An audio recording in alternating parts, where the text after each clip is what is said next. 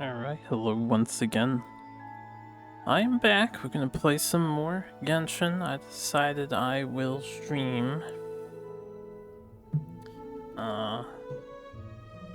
The muscle pain isn't too bad.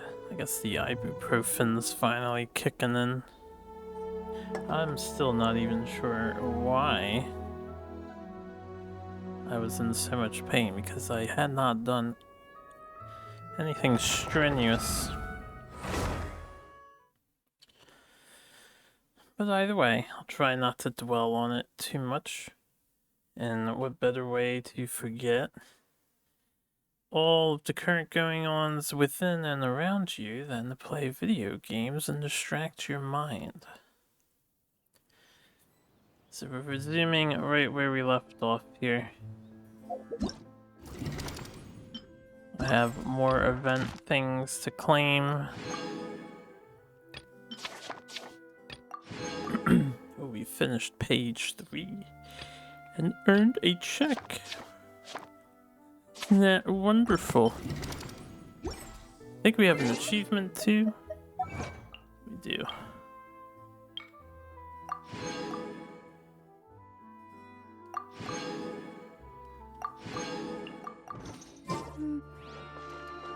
Alright, let's go, Kokomi. Seems like you can chat with most of those weird deer things.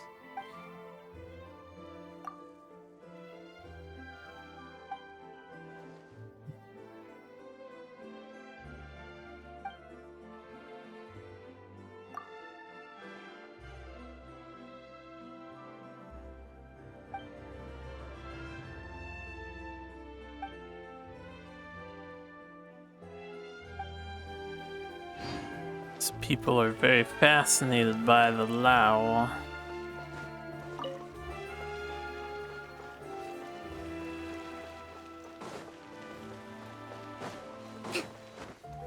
Figured I would consider running a lap, but just chat with these people, or not. Whoa! Now this is fancy! The Opera Epiclese. What a place to hold a performance!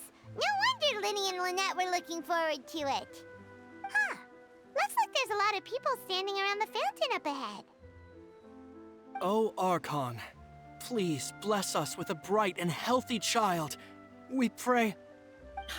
I don't know why you always feel the need to ask so much. I'll be happy as long as our child is healthy and lives a peaceful life. I guess if they're our kid, then there's no doubt they'll turn out smart. Name is Joliot. What was her name? This I is didn't one pay of the attention. customs in Fontaine. There sure are a lot of couples here. Vache. Mind voices. What's wrong? Vache. Vache. No, Paimon didn't say anything. Are you hearing things? Yeah, traveler Welcome be to the hearing Fountain of things. Lucine. All the water flowing through Fontaine converges here. It's customary for newlyweds to come here and wish for children. That can't possibly be true. Lynette! You scared Paimon! When did you get here? Lenny asked me to wait here for you, remember? Right. What do you mean? There are a lot of people here right now. Hey, you're not trying to scare Paimon, are you? Besides, it's the middle of the day. It's not the time for eerie things. I see. I might be able to tell you something that could help explain the voice you heard. In fact, you might not be imagining things at all. I suspect that what you heard is a result of your hypersensitivity to the hydro element. Others in my family have had similar experiences. It's because of her sensitivity to the hydro element? But what would hearing a voice have to do with elemental power? When do you cry, Paimon? Wait, what? What does that have to do with anything? You know what? Just answer me. When do you cry? I didn't do something very key. When Paimon's really sad?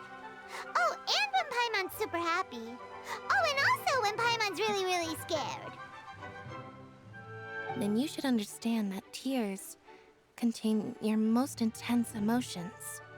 Like I just mentioned, the Fountain of Lucine is where all the flowing water in Fontaine converges. Even the tears that fall to the ground will eventually gather here. So maybe what you heard was the intense emotion coming from someone's tears.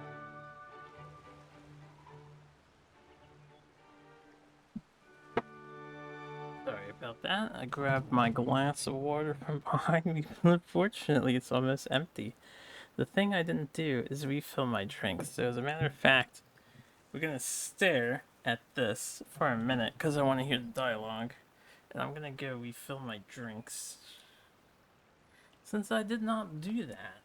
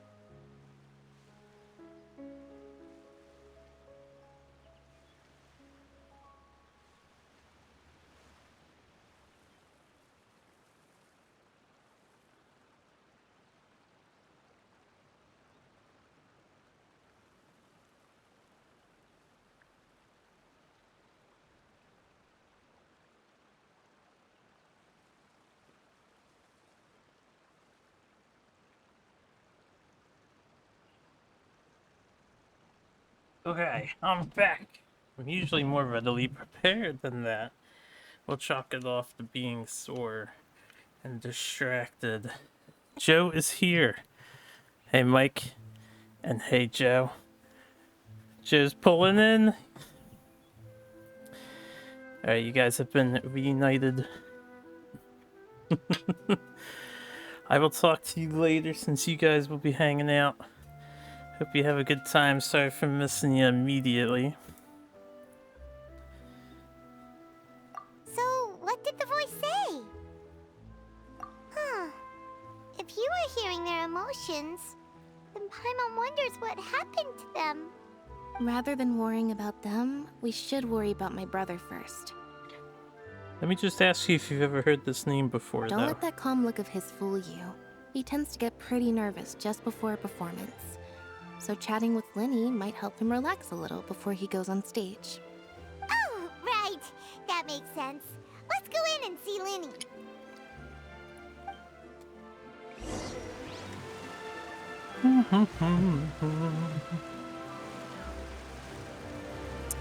The opera Epiclese.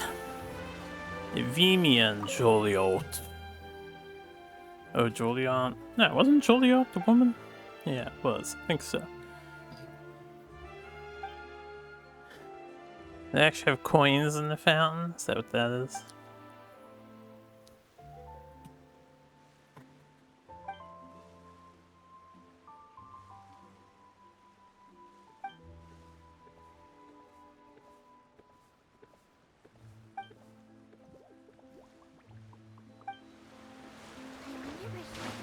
Knock him out of the way.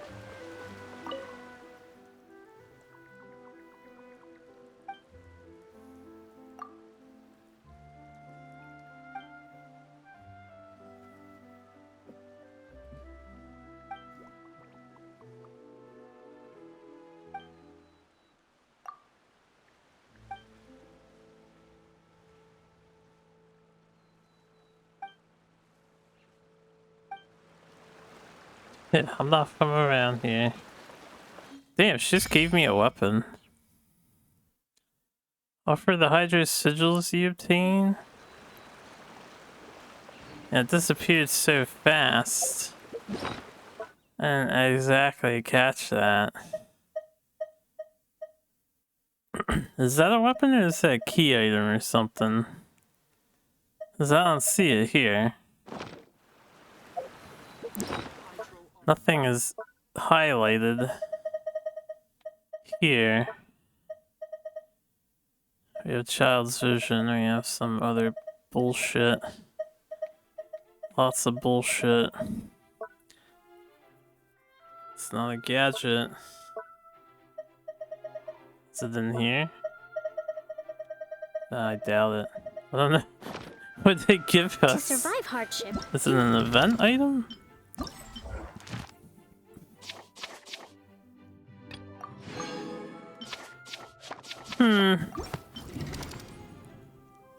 This is like the second thing we've obtained, but it's not appearing anywhere. Or I'm blind. I could be just blind and absolutely idiotic.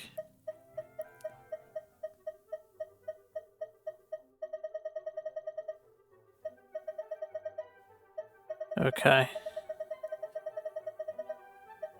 Don't think it's a weapon, as I don't see it on the list in the level 1s. Doubt it's an artifact. I don't understand why it would be in this screen, but I mean it could be.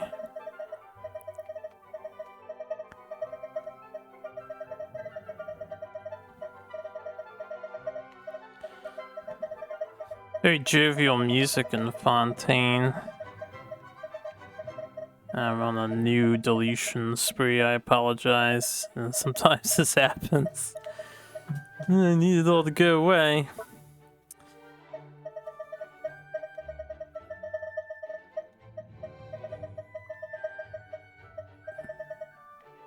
Tis not in here. Tis not in here. I would think it would be in here. Somewhere. It was a purple colored thing. Maybe we don't technically have it yet.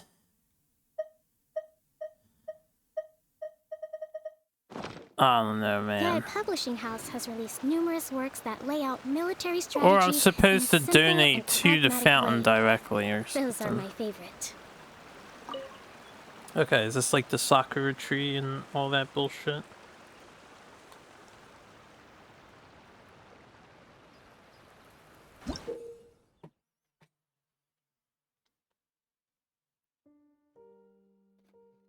Hmm.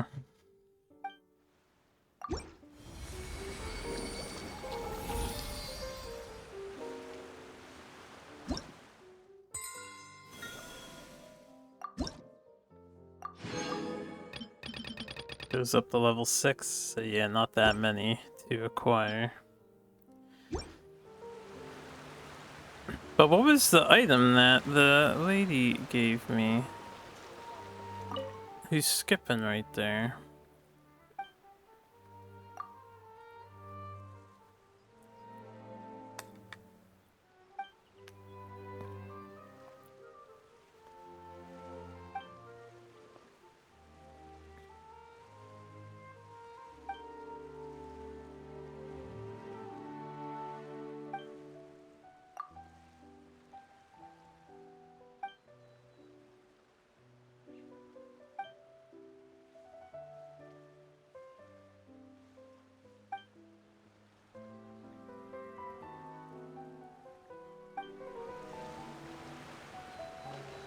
Or this one.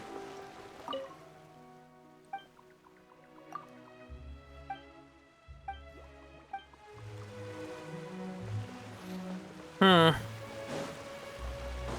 don't know.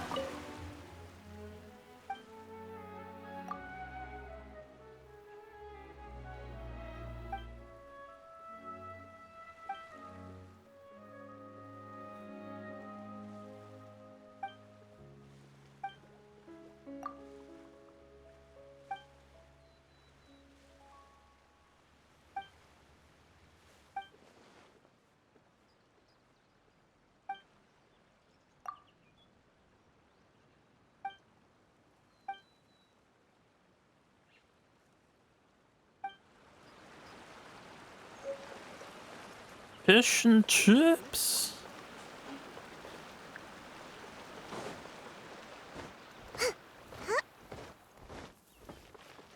And nothing going on there. Nothing going on here.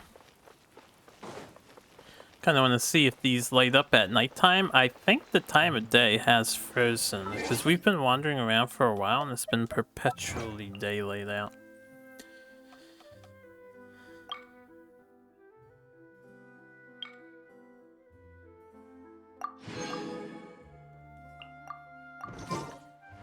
All these incomplete achievers. We'll get to them. We'll get to them.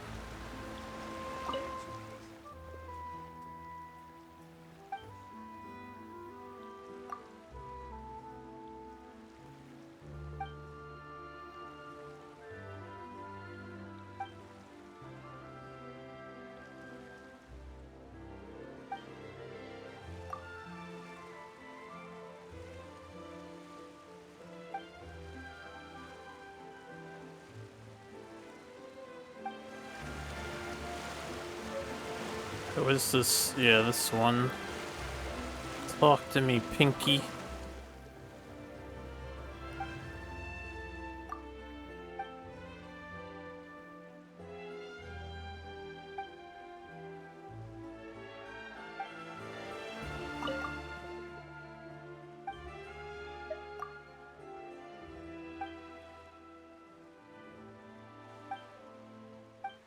I still want to know what the hell item did that one character hand over to us, because I have no idea.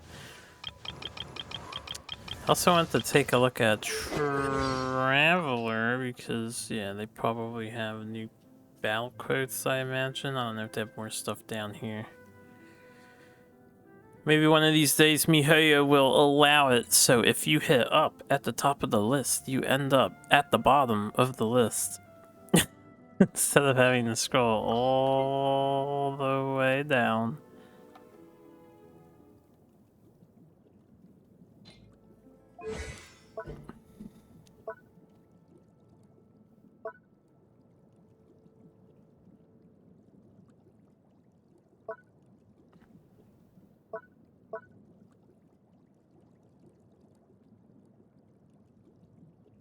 I'm also trying to eat a yogurt here at the same time.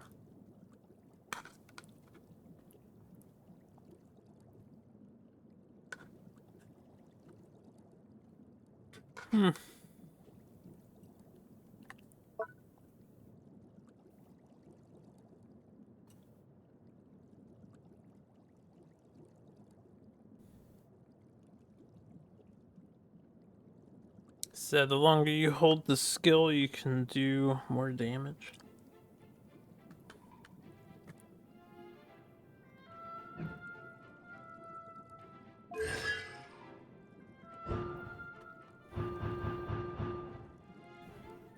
Must activate Churning Whirlpool. Must activate Pouring Descent. Oh yeah, right, that's all the stuff beforehand. Anyway. I still have no idea what the fuck that girl gave me if it's not a weapon. I'm gonna look at the weapons one more time, but it should have been listed there.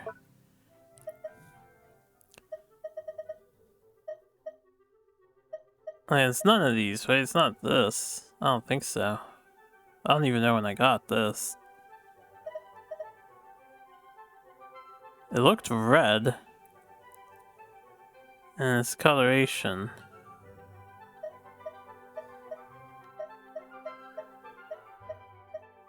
I have no idea. There also should have been a new tag, but there is no new tags. Let me get rid of some of my weapons stuff. Can't I level this guy up?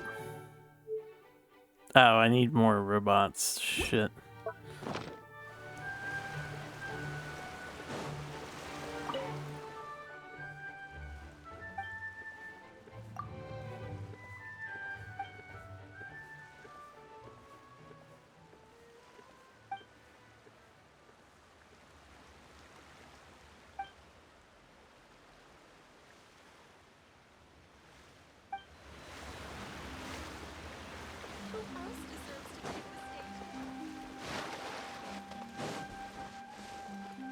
I'm guessing none of you should be chatty.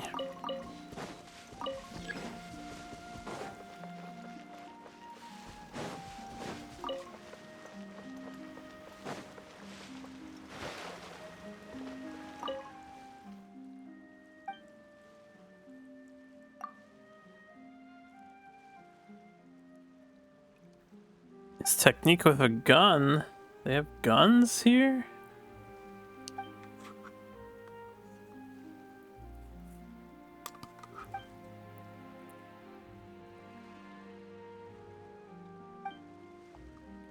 It would make sense. All this advanced technology and robots, and they don't have guns.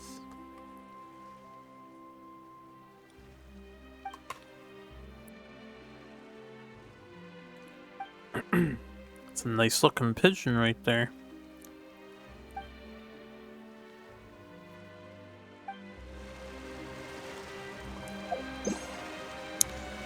No, pigeons, come back. Come back. Also, now it's finally nighttime. The lights do turn on. And he had another dialogue option. Let me talk to him again.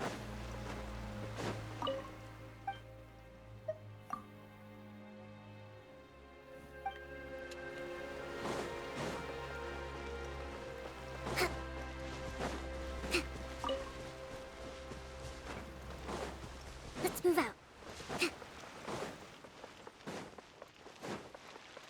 The Fountain of Lucian. See a camera boy. Is this where this boss battle takes place?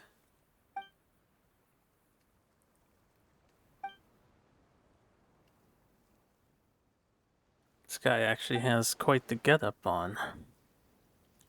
Very two-dimensional pockets. Texture pockets.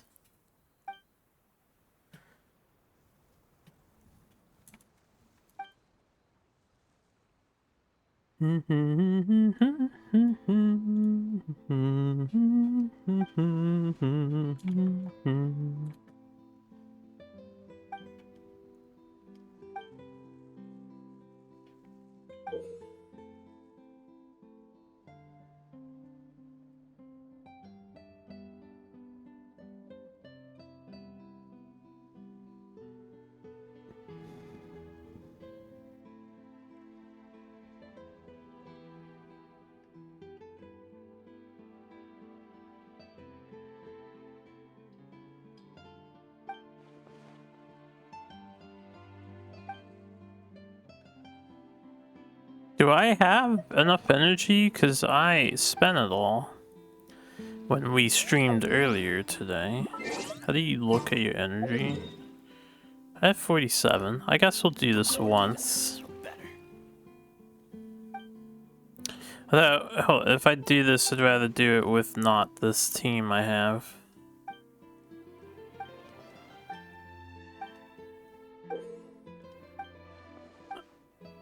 And unfortunately, he's gonna re-explain that every single time. You're not gonna shorten it up, Buttercup. I still can't get used to this new screen we have. Look at fucking Guoba.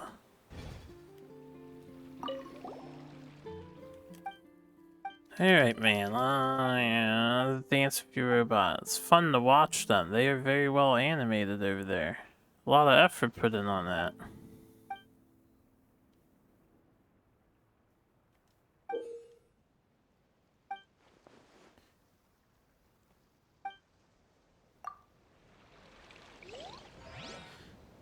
Dirge of Copalia.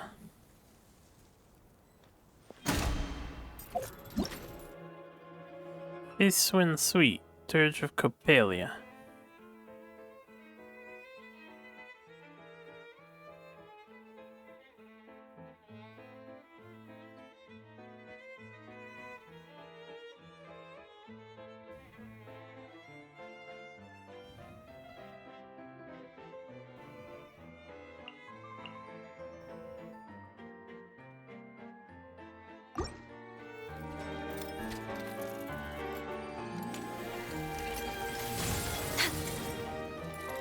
Come on, focus.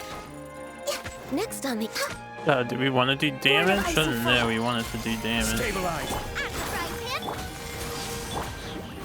I'm guessing ice probably not the best usage here. Master's bidding. You're toast. I will have order. Crumble. Transfiguration. Can I kill these? Nah.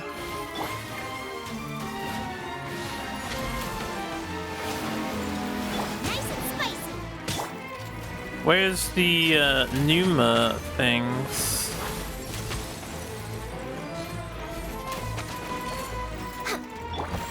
Solidify. My will is I feel like we're just killing her normally, but I don't know how to do the gimmick. Order guide you. I didn't see any of the energy source being generated. Like, didn't it say I had to shoot the Numa, which is the black energy?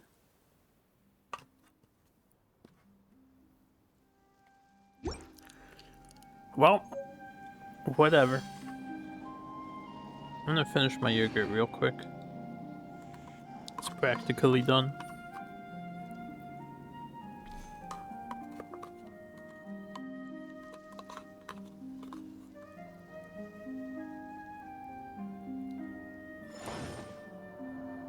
Okay.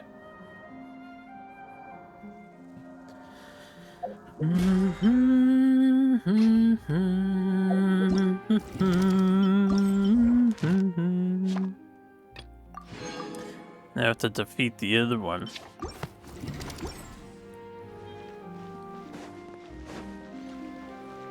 Once they respawn. You got anything to say about what I did?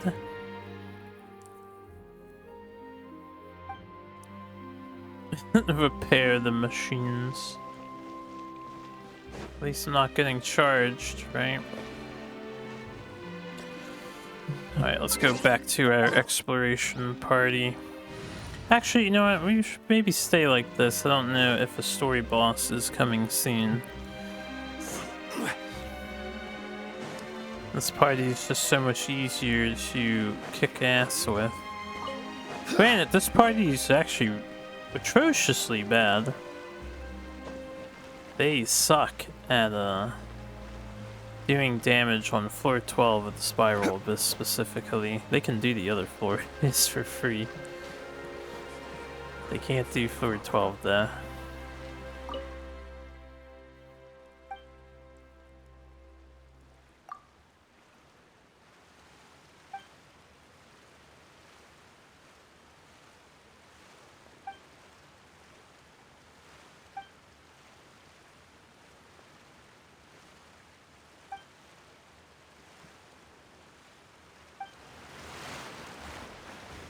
No two cases.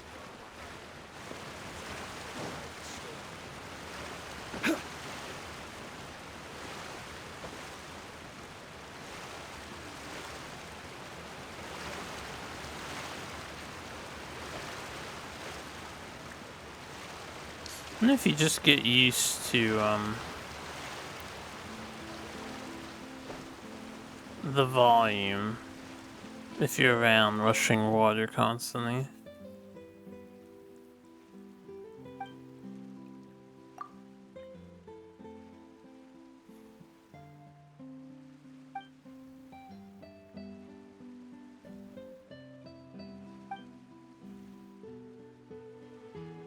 I assume this is the guy on the main cover who seems quite villainous, but maybe he has a heart of gold deep down inside.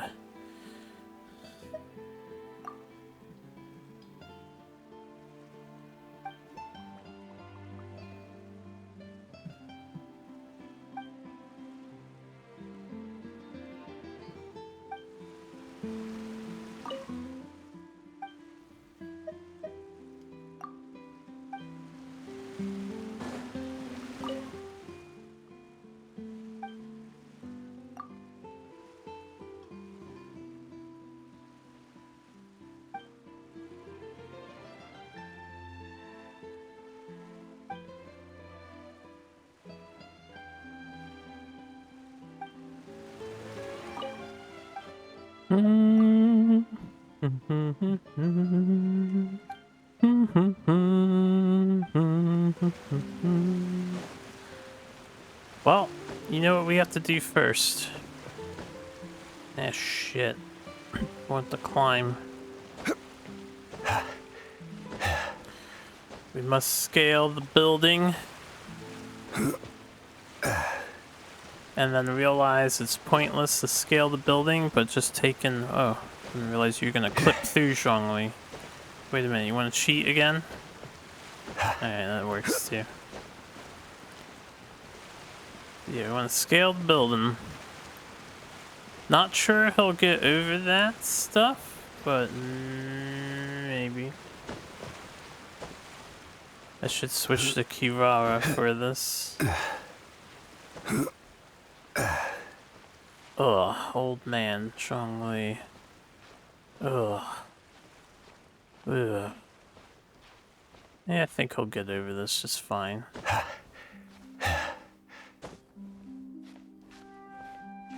Come on, let me up on this ledge.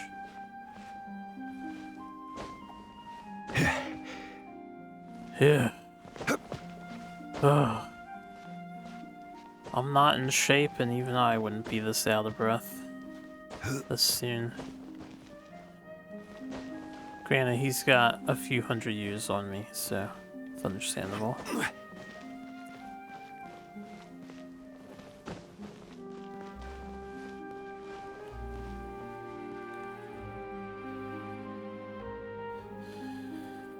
It's the main city of Fontaine.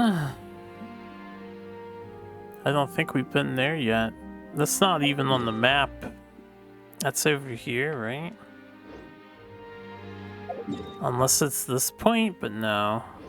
We're looking straight ahead. The same as I... Not looking this way. Yeah, so this is probably future content to come.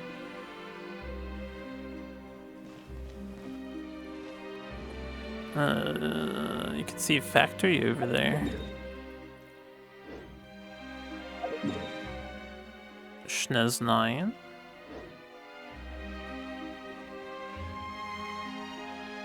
I feel like that's the mountain of ice, and you know what?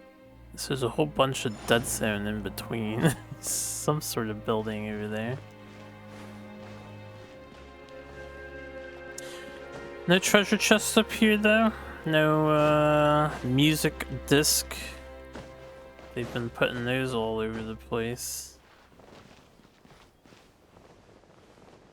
I suppose not. Alright, what's in the hallway here? Simply the backside. Oh, there is a thing out here. Under the bridge. If I drop down, I have to come back up. Can we teleport here? We can, to the front entrance.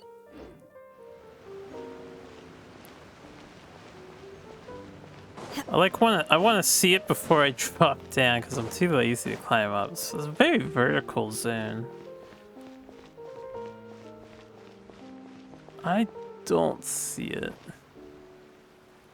Oh, it's right there. Okay. I do see it. Hiya. Anything of interest down here, though? Any secret tunnels? Looks like there's a ledge inside the waterfall. But I can't go in the waterfall.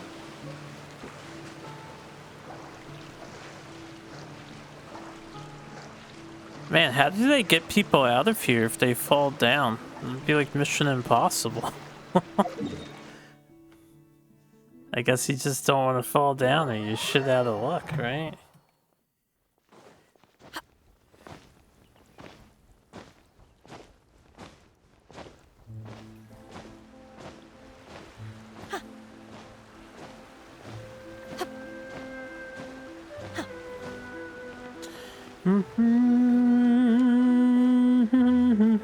We'll go inside now. Enter the opera house.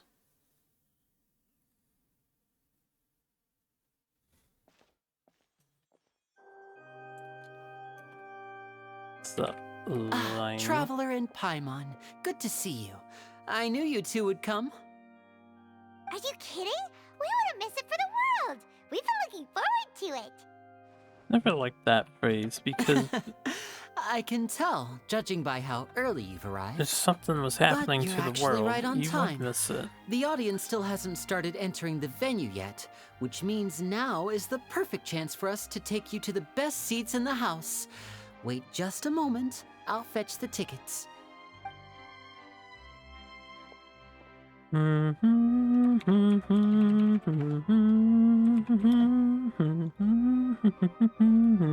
The Opera House has assigned seating, so you always have to make reservations. I've already reserved your seats, and here are your tickets. Thanks. Ooh, front row seats. Thanks, Lenny. Must have been Don't mention expensive. it. There's no need to keep thanking me. Hey, Lenny, could you come over here and take a look at this? Lenny. I'll be right there. Seems there's an issue with the stage props over there. That's Cal, my assistant, calling me. I'll go lend him a hand.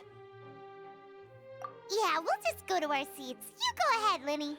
He said we were super fucking early, Paimon. Are you sure you just want to sit on the seats at this point in time? Give me 1 second. I was obviously sneaking in rolls during the cutscene, as I tend to do.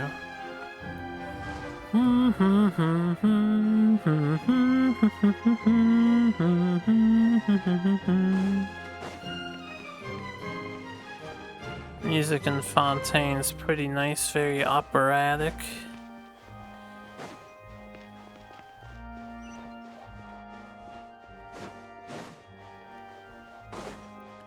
Is this all that's to the building?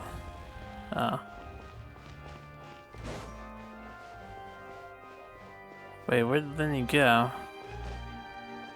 No backstage?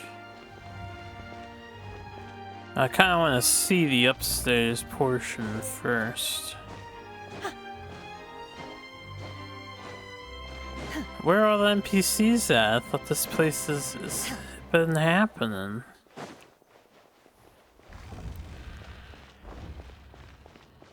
Also, if they treat this as a courthouse, where is the jury room and the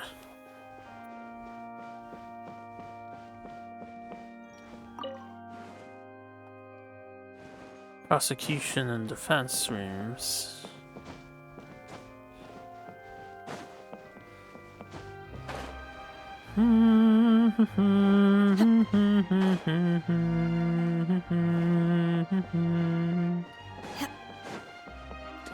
Zhongli! Can you stone pillar? Right! Yes, he can. It's not where I want it, though. Oh, come on, game devs. Let me get it. Crumble! I doubt there's anything in there. If I switch party, though.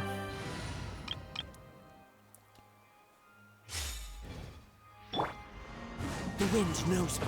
I can make it across.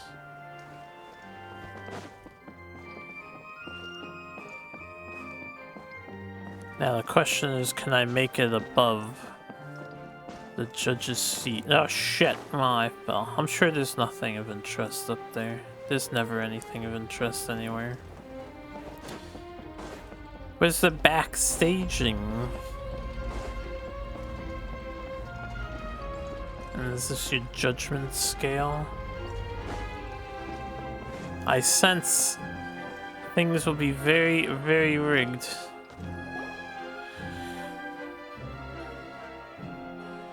And it's the guy. Oh, these should be our seats. Come on, let's sit down. You can sit on my lap, Paimon. Paimon just maintains flotation.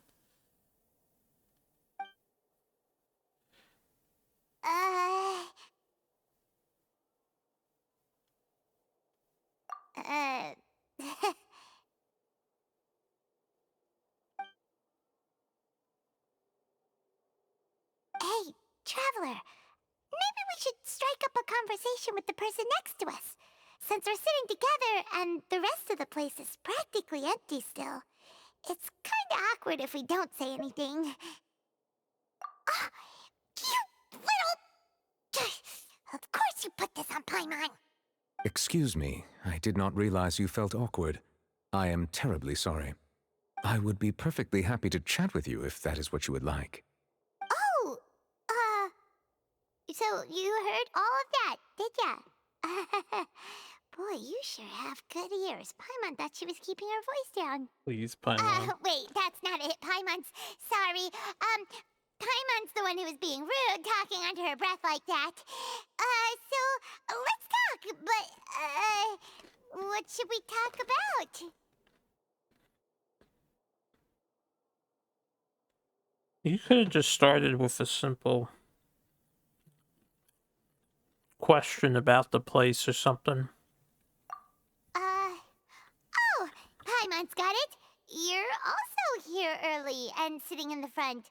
Are you a friend of Linny's too? A friend, you say? Well, if Mr. Linney would like to be my friend, I would be more than happy to reciprocate. Oh, so you're not friends with Linny then? Oh, this is getting more awkward by the second. Paimon nearly forgot to make her introduction.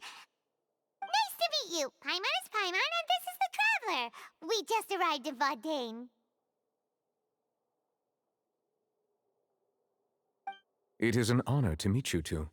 I have heard of your deeds across Tevat. And as required by proper etiquette, I will also introduce myself. I am... Oh, Monsieur Nervillet. What an honor it is to have you here to see my show. Are you gonna call him Nervillet? There's no R in Mr. there. Linney, I should say it is in fact an honor for me to see your performance in person. Wait, Nervillet? Could he be... Is it really supposed to be Nervillet, or is it just Nervillet? I saw you all chatting just now, but it seems you still don't know who Monsieur Nervillet is. Allow me to introduce you to Fontaine's Chief Justice. That seat is always reserved for him. It wouldn't be too much to say that he's the symbol of justice and honesty here in Fontaine. Whoa! Sorry for being so rude just now. Paimon had no idea you were such an important person.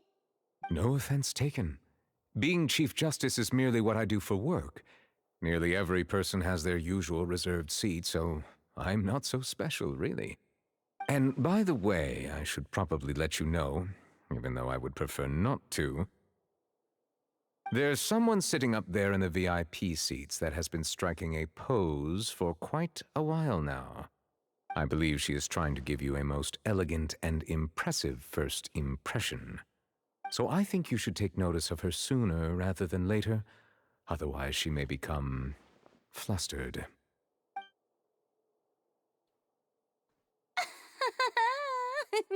You can't expect Traveler and Paimon to notice anything.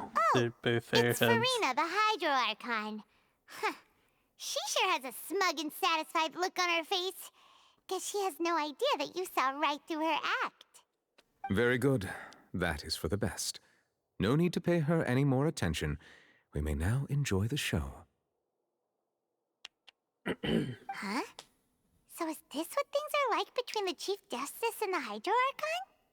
All right, please wait just a moment longer.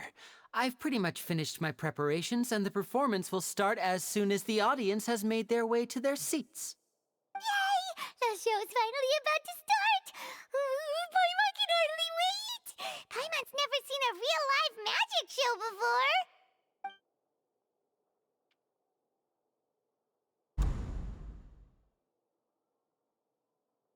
Oh! They're dimming the lights! The show must be starting!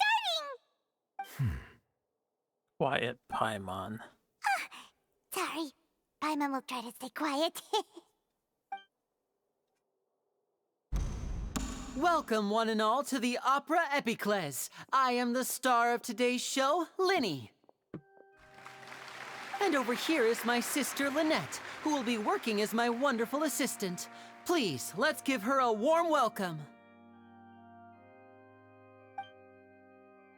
Hello, everyone.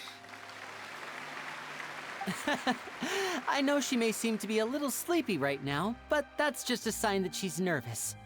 Whatever. Now, some of you may be thinking, two vision holders who can freely manipulate elemental powers performing magic is not true magic at all.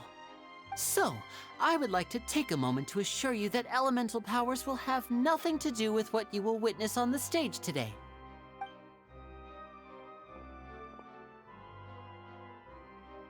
Both Lynette and myself have removed our visions for the show.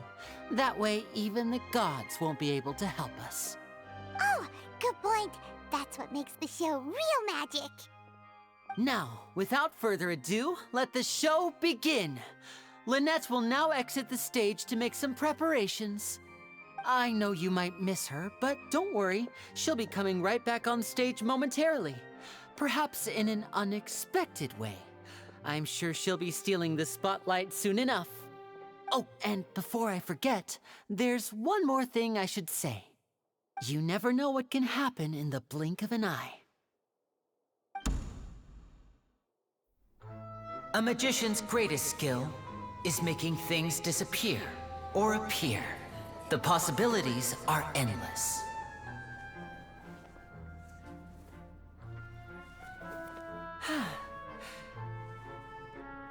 I haven't seen a magic show in a really long time.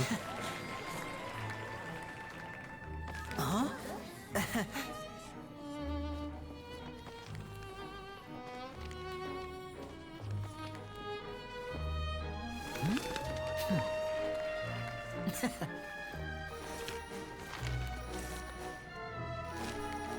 But this isn't what you came for.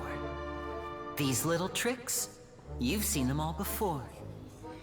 So it's time for something truly extraordinary, don't you think?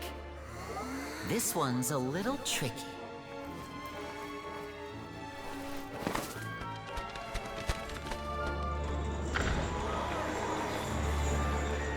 Using this water tank, I shall make my sister vanish completely, right before your very eyes.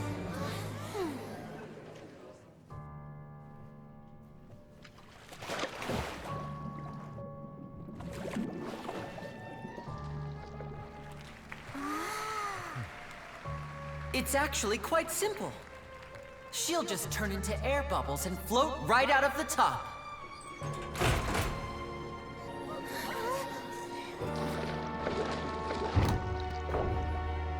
Oh no! I told them to check all the props carefully. With the lid on, even air can't escape. An amateur magician would be getting very nervous right around now. Luckily, it's me on stage, so let me show you what a true virtuoso can do.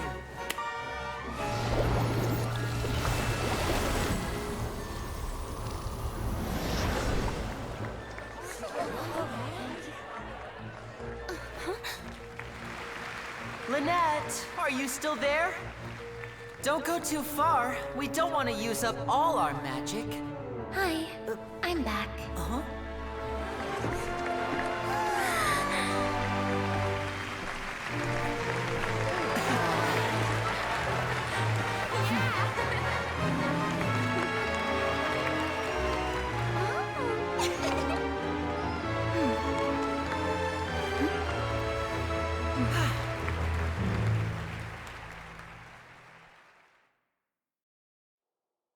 Clappa, clappa, clappa. Whoa! What in the world just happened? How did he do that? Paimon didn't see him do anything! Wasn't Lynette inside the water tank? How did she disappear and then reappear out of nowhere? If we could see easily through his tricks, then that would mean that his skills are still lacking. To appreciate magic, you should focus on the show happening on stage, rather than getting caught up in trying to see that which has been intentionally hidden. Guess you're right. Paimon couldn't believe her eyes when Lynette reappeared. Amazing! Thank you, everyone. I'm glad you enjoyed that performance. But our magical journey has only just begun. I've prepared even more astonishing surprises for everyone here. The magic of transformation and disappearance can go far beyond what you've just seen. I'm sure many of you are thinking that escaping the water tank was impressive enough, but Lynette is still my assistant after all. In which case, I have ample time to make all necessary preparations. So, for my next trick, I will require the participation of one lucky audience member. Please, if my assistants could bring out the magical boxes now. There are 2 boxes and only 2 boxes. One is here and one is there in the aisle among the audience. I'm sure many of our clever audience members have already guessed our next magic trick. A swap! Our lucky audience member and I will each enter a magic box. After 1 minute, we will each emerge from the opposite box. Now please, everyone pay very close attention to the box you see here. Don't give me any chance to make a move. Wow! How's he gonna do this? Hey, do you think this is all magic tricks, or does Lenny have actual superpowers? The lucky audience member will be generated by this random number selector. It selects numbers entirely at random. Even I don't know who will be chosen to participate. Now then, let's begin. Let me see. Oh, row 7, seat 3. Congratulations! You now have the chance to experience magic firsthand for an entire minute. Oh boy. Please, come forward. My assistant will take you beside the magic box. I'm sorry, it might be a little cramped inside, but no need to feel nervous. We've carefully arranged everything for you to be as comfortable as possible. You don't need to do anything, but no matter what strange things may happen, don't come out of the box. If the magic is interrupted, who knows where you might end up? You might even find yourself in the Fortress of Meropide. Oh, okay. All right. Just like, Before I enter the magic box, there is don't one wanna more do thing I need this. to ask the audience to do. Could you all give me a countdown? Like this. 60, 59, 58. Just keep counting down. You can go a little faster or slower if you like. I won't be able to see anything in the pitch black box, so I'll be relying on your voices to know when time is up. Oh, and no tricks now. If you quickly count from 60 in just 30 seconds, then I'll be in a tough spot. Ooh! Paimon kinda wants to count faster after hearing him say that! No, that won't do. I can see it in your eyes. You still can't be trusted. Let's practice together. Come on, repeat after me. 60, 59, 58. 60! 59! 58! That's right, perfect. Keep it going. All right, I'll see you all on the other side once you've finished counting. 54, 53, 52? Huh? Why aren't you counting, Nervalette? I am counting in my head. I think things are exciting enough in here as it is. Merely a consequence of my identity and personality. Do not worry about me. Just enjoy the show. Oh, alright. You look so serious that Paimon thought you might be feeling uncomfortable or something. 40, 39, 38! Mr. Linney, are you all right in there? Is everything ready? Yes, I'm fine. I'm just double-checking the direction of the magic. It would be a disaster if we get sent to the wrong places. For example, mid-air right above the audience. Even though he's saying that, Lenny doesn't seem nervous at all. Ah, what was that noise? Did you hear it too? Not sure. Anyway, it doesn't seem like anyone's worried about it. 25! 24! 23! What's wrong, Mr. Linney? I can still hear you moving in there. I seem to have accidentally knocked over a decoration. I'm trying to fix it, but it's pitch black in here. I can't tell left from right. Never mind the decorations. There's no time for that. The show is what's important. No, that's unacceptable. I want my show to be perfect. Don't worry, we still have 20 seconds. Hear them counting? 19! 18! 17! It seems things aren't quite going as planned. I apologize, everyone.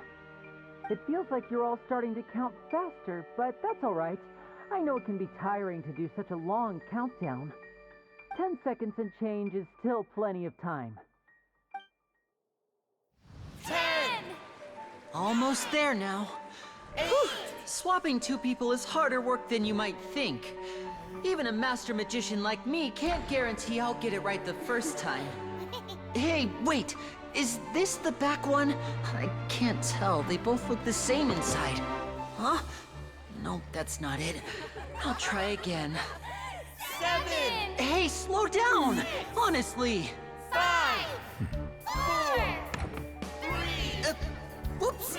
That doesn't count! 0!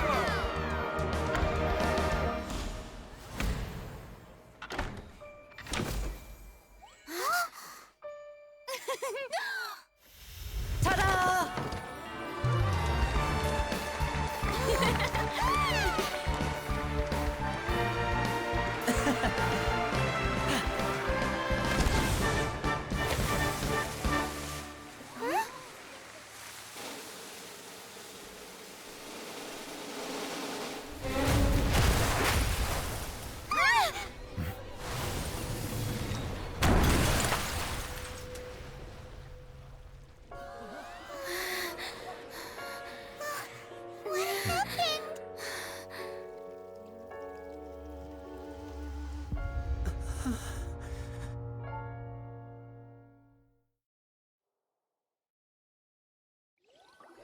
Oh, Lenny. Huh? Is this part of the show? Mr. Lenny, you're going to use magic to fix the stage now, right? What happened? Oh no. Maybe this isn't part of the show. The girl was still in that box, right? This performance is over. Medical staff with me. Guards, secure the scene and detain all the performers. Seal the exits. No one is allowed in or out at this time. Yes, that's right. If this was just an accident, then we must investigate the cause. But if this was all part of some scheme, then those accountable will not escape the judgment of the God of Justice. No need to be alarmed, you two. We'll get to the bottom of this soon enough.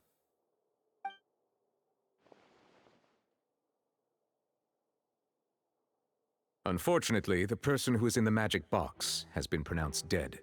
His name was Cowell, one of the assistants in Linny's magic troupe. Apparently, the fireworks on stage ignited the ropes that were suspending the water tank, which then caused the tank to fall onto the stage. As of now, we are still not sure why we found Cowell in the box, rather than the guest from the audience. And after an initial search of the area, the guards have confirmed that the girl is nowhere to be found.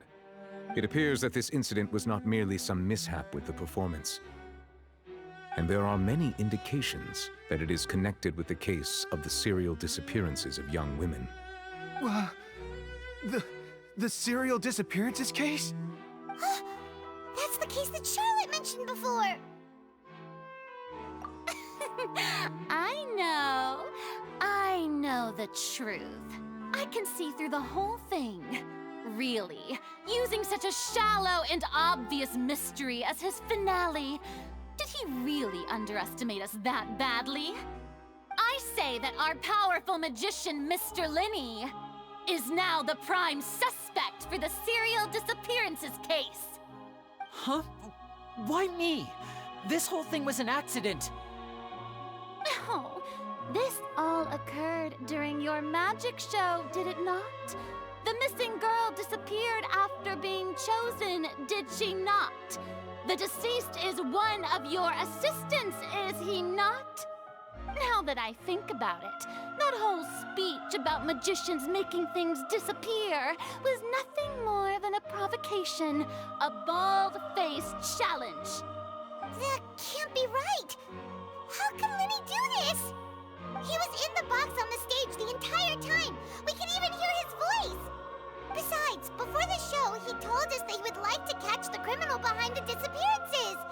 He couldn't possibly mean catching himself. Save discussion for a later time, please. Lady Farina, may I assume that your comments just now constitute an accusation against Mr. Linney and his associates, and that you are pressing charges? Huh? I just think that he... Well, I think it might be a little early to talk about formally pressing charges. But what Lady Farina said just now makes perfect sense. Looks like she's gonna personally deliver justice. A kidnapping and murder carried out under the cover of a magic show. Lady Farina said it all. I mean, of course, my dear people. But what excites me even more than the obvious truth before our eyes is the opponent I'll be facing. That's right. I mean you, Traveler. You'll support Linney, won't you? After all, he was the one who helped you the first time we met. Then there's no problem at all. You know, the Traveler and I already had a duel the first time we met. But with Linney's help, our little duel ended in a draw. But draws really are the most boring possible outcome. So, no more draws. Between the two of us, there must be a clear winner and loser. And what better place to hold such a riveting showdown and decide the true victor than here, on the grandest of stages, the Opera Epiclese? Huh? It wasn't a draw. She obviously lost last time. I understand. Charges have now been pressed, and as such, a trial is in order. Well, Traveler, seems Lady Farina has set you in her sights. But putting her dramatic rhetoric aside for a moment, I would like to ask you, are you willing to act as Mr. Linney's attorney and defend him in this case? Very well. The trial will be held a day from now in the Opera House. Both sides may investigate the scene to build their cases and search for the truth. Linney and his troupe are all potential suspects and shall remain within the Opera House. The audience may begin to leave in an orderly fashion once they have been cleared by the guards. A day isn't that long. Let's see what kind of case this big-shot Outlander can build in such a short amount of time. I'm really quite looking forward to hearing it.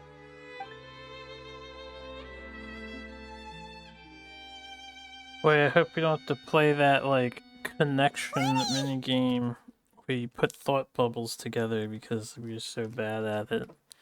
Sorry about everything what's that up, happened Grinch? just now. Were you frightened? Of course! Who wouldn't be She scared has after witnessing an achromatic accident like that? eyes. Yeah, I'm a little shaken up myself. How could this happen? I think And poor Kel. I know you already claimed that you would defend me, but now it's just us talking.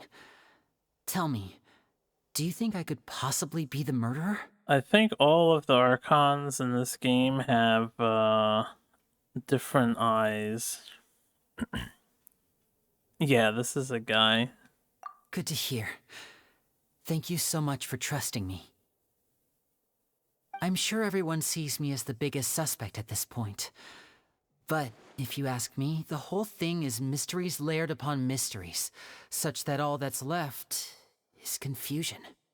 I don't know whether what happened there on the stage was purely an accident or not, and I don't know why poor Cal was in the box.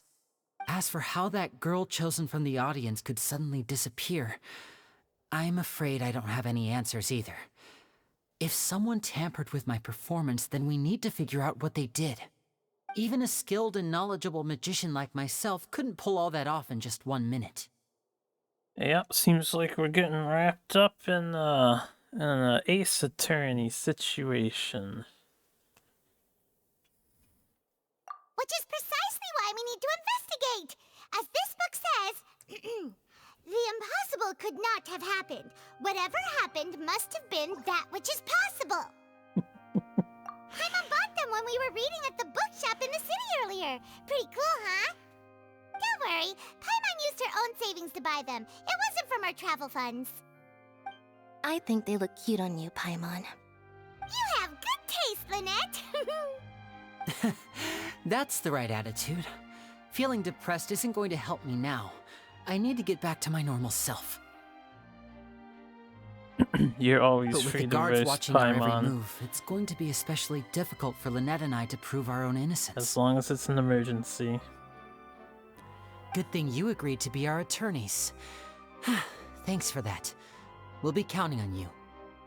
Yes, thank you so much. Yeah, just leave it to us. Oh, since we're going to start investigating, Paimon has a question first. Where did Lynette go during the performance? Ah, well, I'm afraid that would involve some of our essential trade secrets as magicians. The secrets behind our magic are past saving, Linny. I suppose you're right. The truth behind our tricks is going to be important evidence that will be weighted during the trial. 'Tis truly a pity. As a magician, our magic show is a work of art. We've poured countless hours and spared no effort in perfecting it. But if revealing our secrets will help you uncover the truth behind what happened, then it will be well worth it. We should go somewhere else if we're going to discuss our magic tricks. We'll go speak with the guards, and in the meantime, you can go investigate the stage and the seating areas. Alright, let's go have a look while the investigation teams are still here. Detective Paimon is on the case! He dodged the question, though. Why don't he answer now? Yeah, that's what I'm Hello, saying. officer. How's the investigation going? I see. You must be the traveler that Lady Farina mentioned. Listen, I'll be perfectly honest with you. I'd avoid getting mixed up in this whirlpool of a mess if I were you. Huh? What do you mean? Come with me and you'll see. The deceased is one of Linny's assistants, named Cal. Even though he hadn't joined the troupe long, he was hardworking and everyone generally liked him. The assistants are usually in charge of setting up and inspecting the props, as well as assisting with the show and keeping the crowd engaged. The body As outline. you probably saw when you were in the audience, the water tank suddenly fell and smashed the box with Cowl inside it. Oh, they catch you up to speed. Then he was having a magic show. And then he picked a random member of the audience to do a body swap with on these two boxes. And then an accident happened. And the audience member disappeared, who was a girl, because there's this thing going on in Fontaine where a bunch of girls are getting kidnapped and they're disappearing. And now he's being accused as the guy behind that. This is the real mystery. We've already searched the scene and were unable to find any traces of the girl. However, if you look carefully, the box was positioned directly under the water tank. The ropes holding the tank were then burned by the pyrotechnics on stage, causing them to snap. All these factors lining up so perfectly makes it hard to see this as a mere accident. If anything, the more logical explanation is that the whole incident was intentionally planned, and Linny is the most likely person to have access to all these areas. But he doesn't have a motive. I would ask if they actually recovered a body. There's no blood in the You can't water say we're there. good friends, but we've known each other for a little while. So in just a short time, he was not only able to win your trust, but even convince you to act as his attorneys. I know there's no such thing as magic. The real trick of a magician is holding the audience in the palm of their hand. I've seen a lot of cases, and I can tell you that people are the least reliable kind of evidence. Sorry, I tend to be pretty straightforward. Just know that I'm warning you for your own good. Anyway, you may investigate the scene of the crime yourselves if you're curious. Who knows, maybe you'll be able to come up with some new evidence. Mona is an astrologer, not a magician, technically. I don't think they constitute visions with magic. Or they don't correlate them. Investigation report.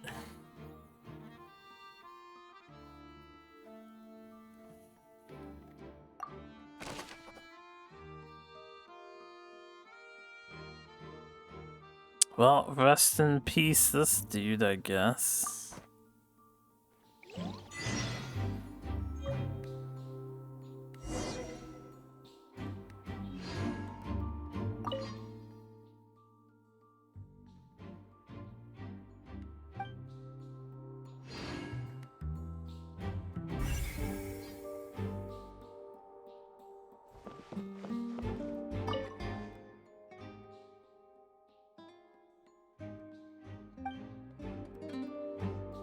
Nah, I'm sure it's not that damaged. Go ahead, have a look around. In the end, we're both after the truth. I shall snuff out the truth. So this is the rope that broke and caused the water tank to fall. The rope looks pretty durable. How can it be burned through so quickly by fireworks? Oh, I have no idea how this is gonna play out. I imagine it'll be a lot simpler. It's Genshin Impact. None of these things get too sophisticated ever. Why are you suddenly so serious, Traveler?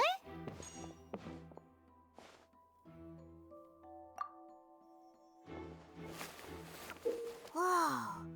Look! This bit is made from different material! Most of it was burned away, but there's still a little bit of it left. Huh. So if a rope meant to hold something was made with that kind of material in it, then that means... Wait, why don't you write all this down? Let's take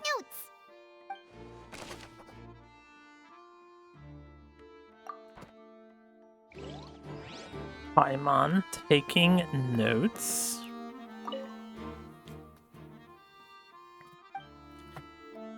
This was no accident.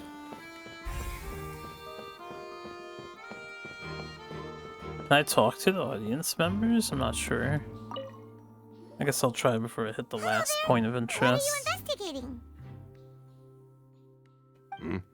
Oh, this location has also been cordoned off because the Magic Troop members are currently considered prime suspects. The investigation team is still collecting evidence. The seats were all booked in advance, so we were able to deduce the missing woman's identity by checking the guest list. Sure, it's not like this is confidential information. We will publish it later anyway when we petition the public to help us find the missing person. Her name is Halsey. She's a painter from Fontaine who's made a bit of a name for herself. Apparently, she wasn't a regular at the Opera House, but she'd been feeling some pressure with her work lately, which made her decide to come see the magic show. The Magic Troop members all claim not to know her. We have looked into her social connections. It seems that she has no personal grievances or conflicts of interest with the suspects. Simply put, she wasn't related to the Magic Troop at all, which matches the features of the previous serial disappearances. Were the victims of previous cases also chosen at random? That's how it seems to us, in any case. Apart from the fact that they were all young women of around the same age range, there really weren't any other connections between them. Okay then. No need to be so formal. If you do happen to see the missing girl, please be sure to contact us. It is of utmost importance that we get to the bottom of these disappearances.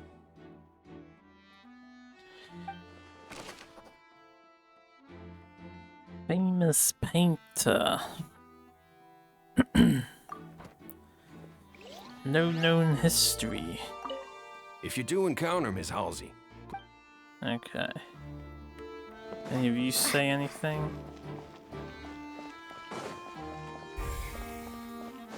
Check.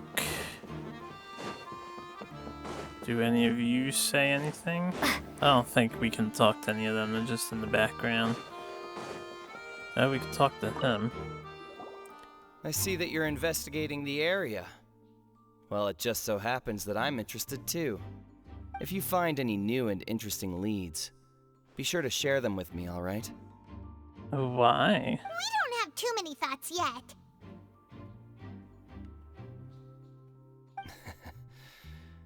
Then why don't I tell you my hypothesis first? The way I see it. And I'll start it with that loud thud. The thud? Oh, you mean the sound that happened during the countdown? Yes, exactly. It wasn't terribly loud, but I suspect that most people heard it. It's just that everyone was awaiting the results of Lenny's trick with bated breath, so no one paid it much mind. But now that the incident has happened, the thud has become an important clue. That makes sense. So, what do you make of it?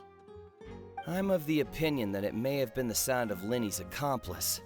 Lynette, perhaps. Jumping atop the water tank, or something like that. And when the pyrotechnics went off, she cut the rope, sending the water tank crashing down. Well... But wasn't the noise we heard too loud for that? Perhaps the balance wasn't right, leading to a particularly rough landing. There's already so many flaws with your theory, Mr. Isildur. That's true. I suppose I must reconsider. That does remind Paimon, though. What was with that sound?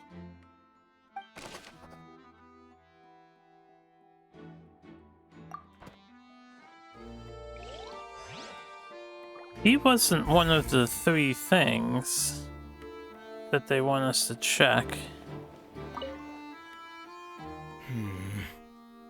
Could it be that I didn't see it happen? Also, how did they tie it up?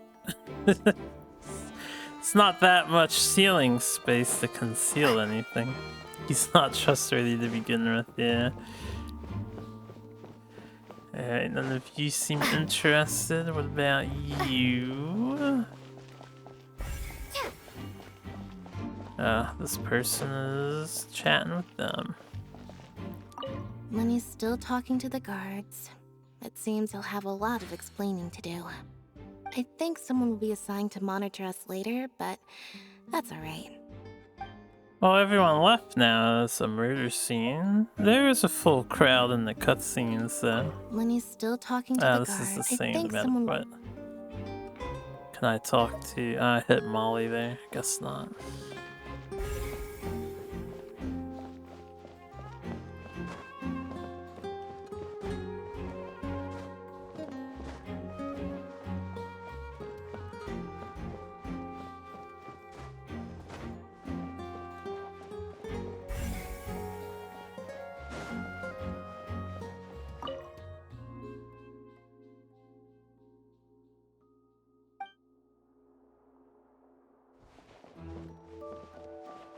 How did he do it? He was in there all along. There was a body double on stage.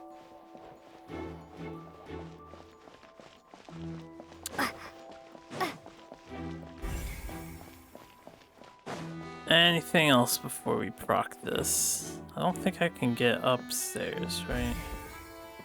Not seeing anything upstairs. The investigation team has some new findings. Turns out there's an issue with the random number selector after all. See, I told you. What if the machine picked some big guy's seat? You think the murderer would have still made his move then? Sorry to interrupt, but we're helping Lenny and Lynette with their side of the investigation. what were you saying about the number selector? There's something wrong with it? You're trying to help them? That'll be a tall order. Lenny used the machine to pick a random member of the audience during his performance, right? The lucky girl that later disappeared. Well, we thought there might be a serious problem with the machine, so we had it taken away for further inspection. It turns out that the seat number it picked wasn't random at all. The machine picks that same number every time. I'm sure you already know that you have to make a reservation in advance to get a seat, regardless of whether it's a trial or some performance. In other words, Linny knew who would be sitting where from the very beginning. That much checks out. Linny reserved our seats for us too. Bet you see why I was saying it'd be tough to make a case for Linny. Even though it's bad for Linny's case, Paimon had better write it down. Not necessarily bad for his case.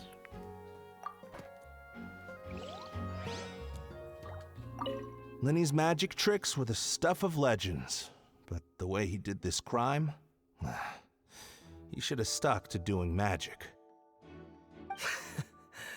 Look, doing magic tricks is one thing. Pulling off a crime is something else entirely. Maybe he was just too full of himself.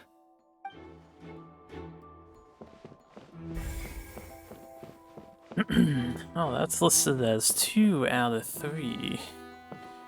So I am missing something else. Whoever the murderer was, they must have made preparations well beforehand. I didn't even know we had this report Whoever the page. murderer was, they must. Why? Hold on, This Paimon. rope was obviously tampered with. People needed to register and reserve a seat for the show. That, combined with this number selector, could allow you to pick a young lady instead of some old fogey. 3 out of 9 identities for this. No wonder the serial disappearances never got solved. We all heard that noise, didn't we?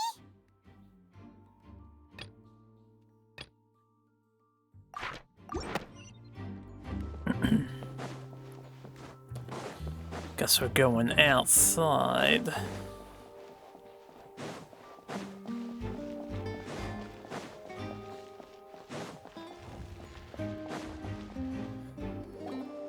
Hey, you! Yes, both of you. Over here. I've been keeping an eye on you for a while now. Oh jeez, who are we dealing with? You mean us? That's right. If I'm not mistaken, you're also among those who wish to cut down the thorns and pursue the truth. No? And by the looks of it, you're not from Fontaine. Well, you're right on the more about that one, but who are you?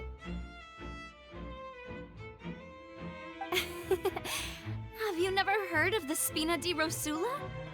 From mediating disputes and providing protection to solving conundrums, you name it, Spina di Rosula does it. And I, Navia, have the honor of being its renowned president. Though those who play by our rules call me boss. I'm Silver, her attendant.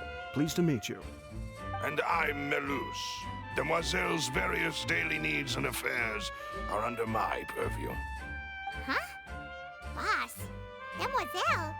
What gives with the names? Well, I am the second generation president. Malus and the others are still used to my previous title. My apologies, Demoiselle. Should you prefer, boss, I will endeavor to use that instead. No, no need. You don't have to call me boss. Just Navia is fine. Okay, if you say so. Not that we're members of Spina di Rosula anyway.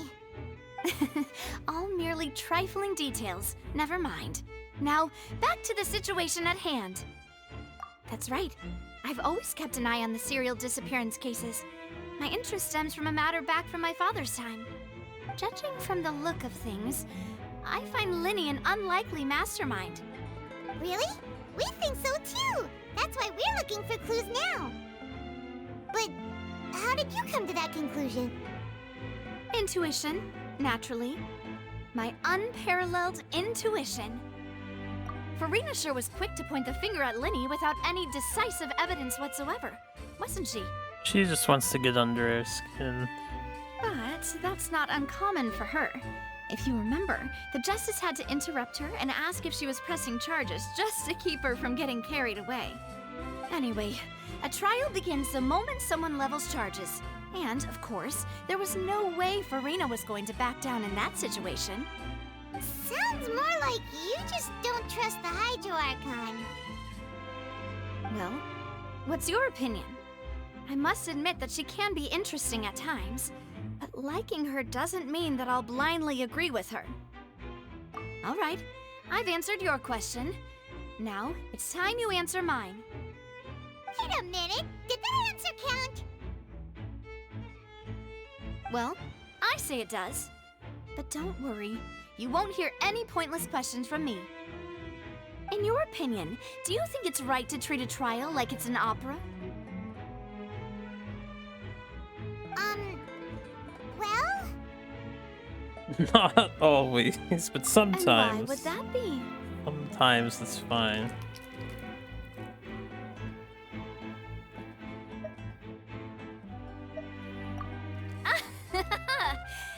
See, Silver and Maloose? I told you they'd be different.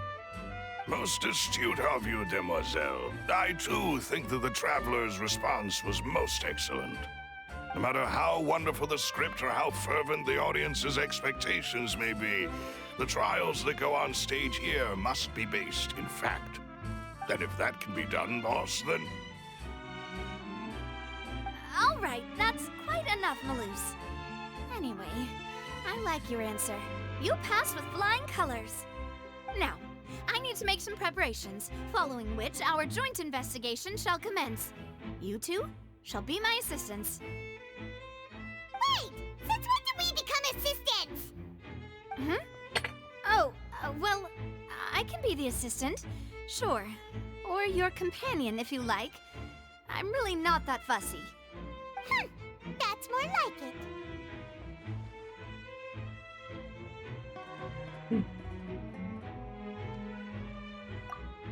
Far be it from me to brag, but I believe that Demoiselle's intuition will be instrumental in uncovering the truth.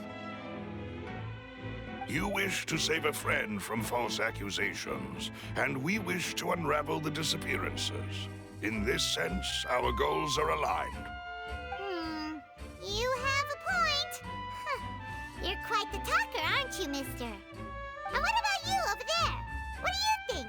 You seem like you've got something on your mind. I have nothing to add. Oh, alrighty then. We'll be making some preparations first. Just be sure to let us know if they start revealing Linny's tricks. Thanks!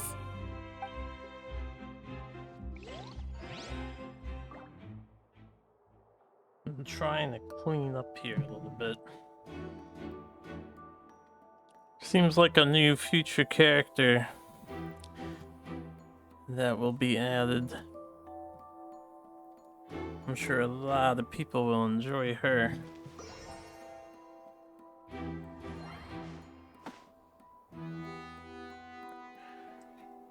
Okay.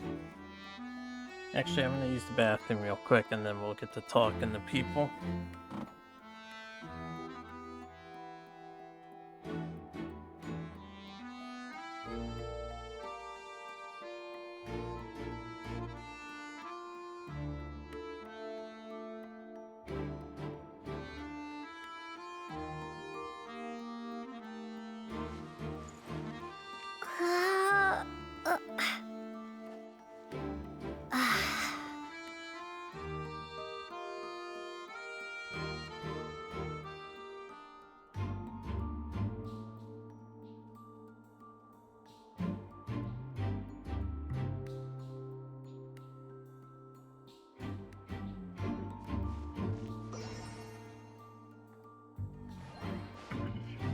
Okay, I'm back. I am here. Let's solve the murder case. I actually hope that this turns out to be slightly Phoenix Wright. Like. Speaking of that, I think magic shows would be very popular in Poisson. Poisson. I can see that. Maybe I should try to learn some magic. If I could make things disappear, cleaning my room would be a cinch. You need not worry about such things, demoiselle. That falls under my duties. Oh, right. I imagine this is going to be the same convo. Of that, yeah. I can see that. Kind of wish they would let you try to learn some skip magic. You need not worry combos about... Oh. with the start or something, some button. Anyway, we need more people.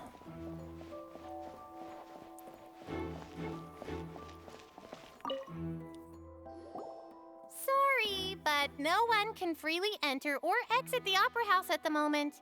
If you wish to leave, you must register your identity with us first. No, we're not leaving. We're representing Linny and Lynette as attorneys, so we're investigating the case. Were you always guarding this entrance? Yes. After the Chief Justice gave the order, everyone coming in or out must undergo a strict inspection. So, the missing girl couldn't have left from here. At least, not from that point on. I doubt there was much opportunity then, either. How can you be so sure, Well, because I was in charge of security near the entrance at that time. I couldn't see Linny's performance from here, which was quite a shame. Just my luck. But still, I did not abandon my post, and I stayed put no matter how loud the applause was. If someone had so much as even approached the door, I would have noticed it, let alone if they had tried to leave. We Melazines are good at that sort of thing, you know. So, it's safe to say the girl couldn't have left through here. All right, thank you for your help. This will be useful info.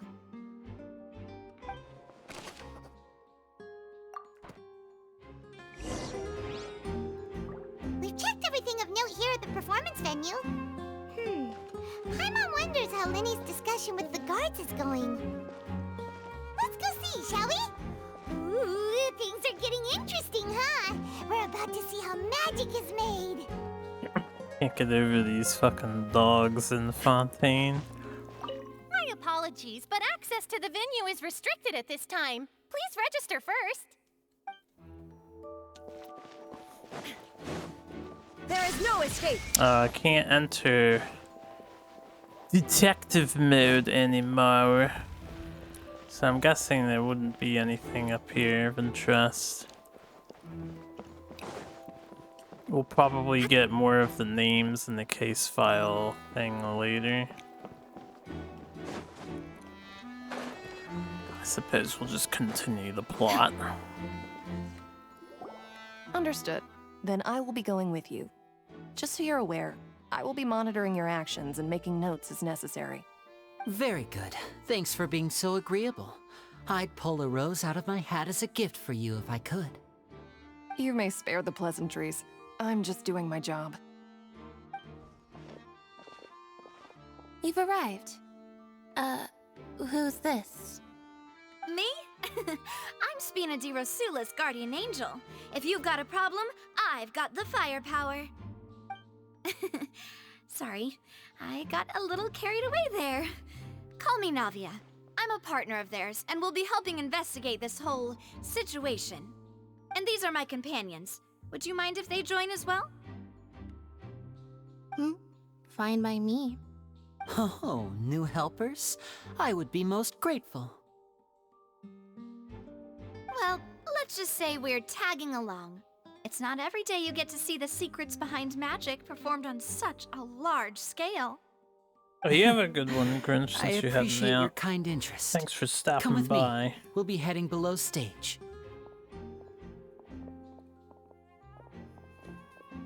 Huh? Below stage? Yes, a world of secrets is hidden beneath this magic box, prepared specifically for this switcheroo trick. But before I reveal everything, you should have a look first. Notice anything strange here?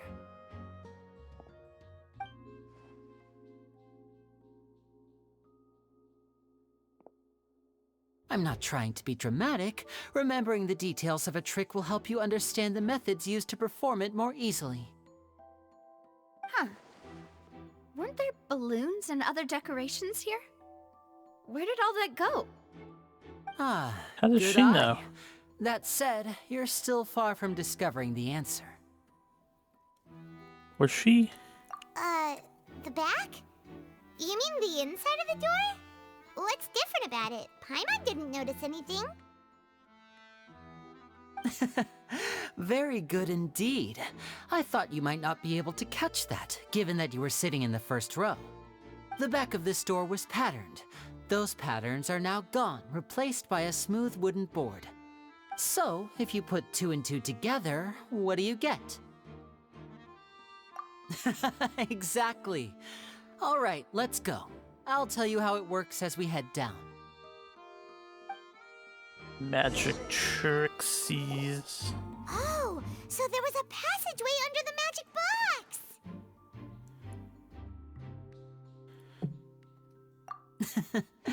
I knew you'd figure out most of it as soon as you saw this place.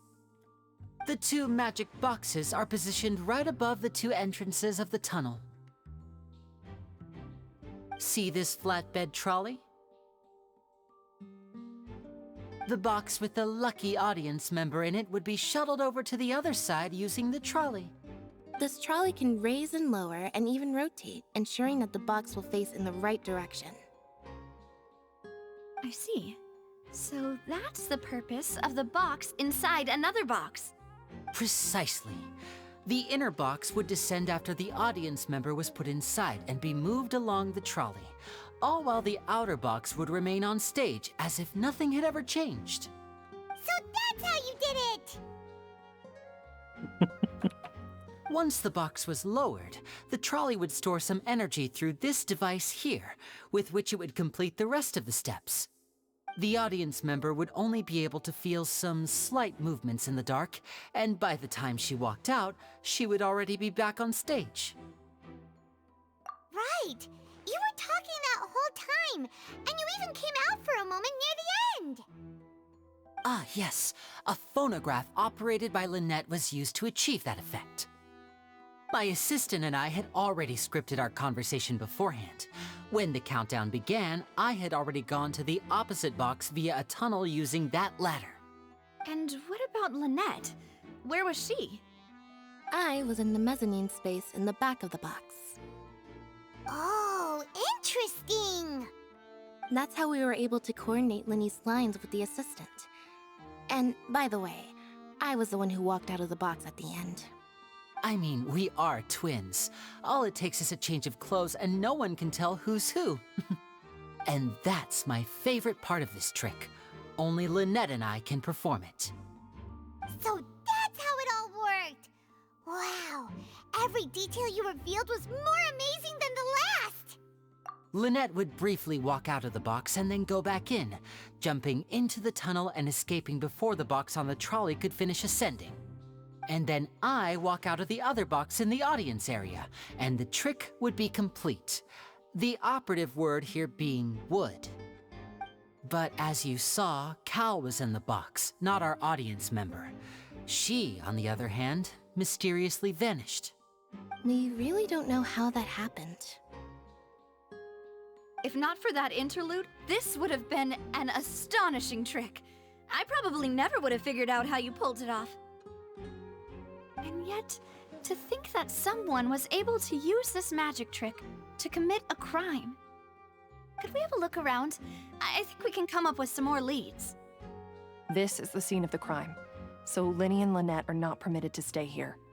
I'll escort them back up. Yes, of course. No need to be so strict now.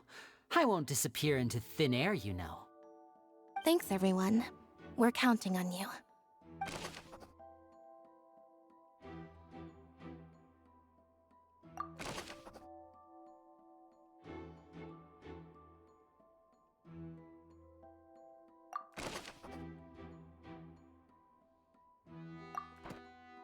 Well, assuming that the other prosecution doesn't get access to that info, there's a lot of advantageous info for us, right? So I think you're supposed to share information when doing a court case. So you kind of work together to get to the truth, right?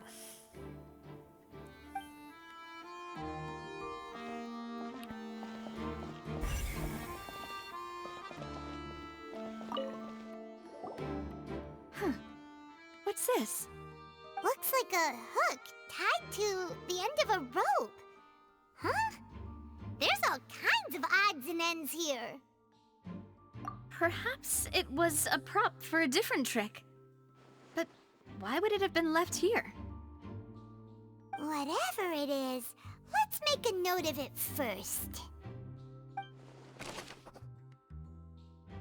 Dropped hook rope. Suspicious hook rope. The floor is wet. Please be careful not to slip. Speaking of which, why would there be water here? Oh, Paimon knows! It's one of those tricks where you pour water into a jug and then flip the jug over only for the water to disappear? And here's a broken vase. Huh. Did the trolley knock it down while moving? That can't be. The trolley moves along tracks from start to finish. It couldn't have hit the vase at this distance. Let's note this down too and think about it later.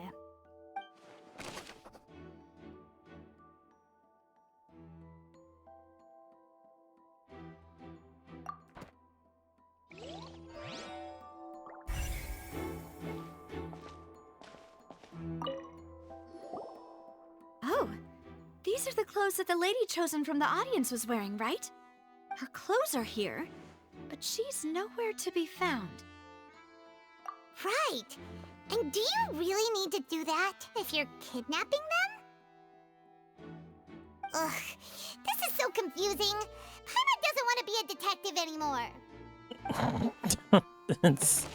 Give up. Ah, Paimon, you're so reliable.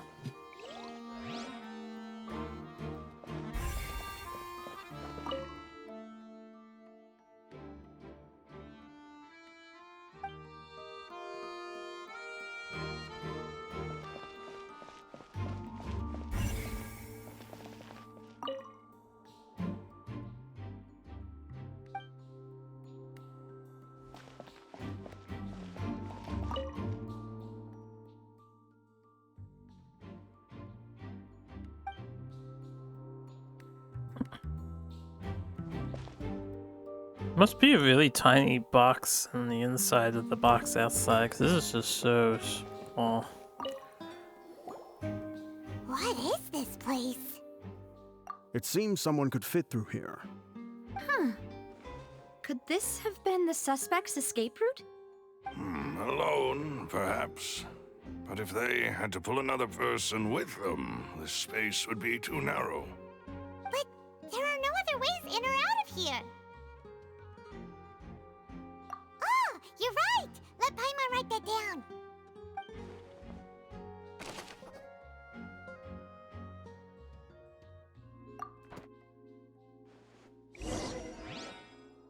Seems we're just about done investigating down here.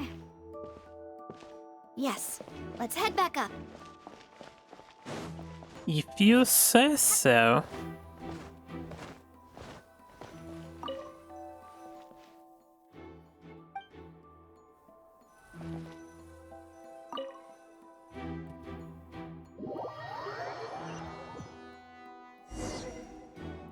Well, we've ascertained the state of the crime scene. Let's find a place to sort out our facts. I didn't realize you could interrupt her in the middle of this.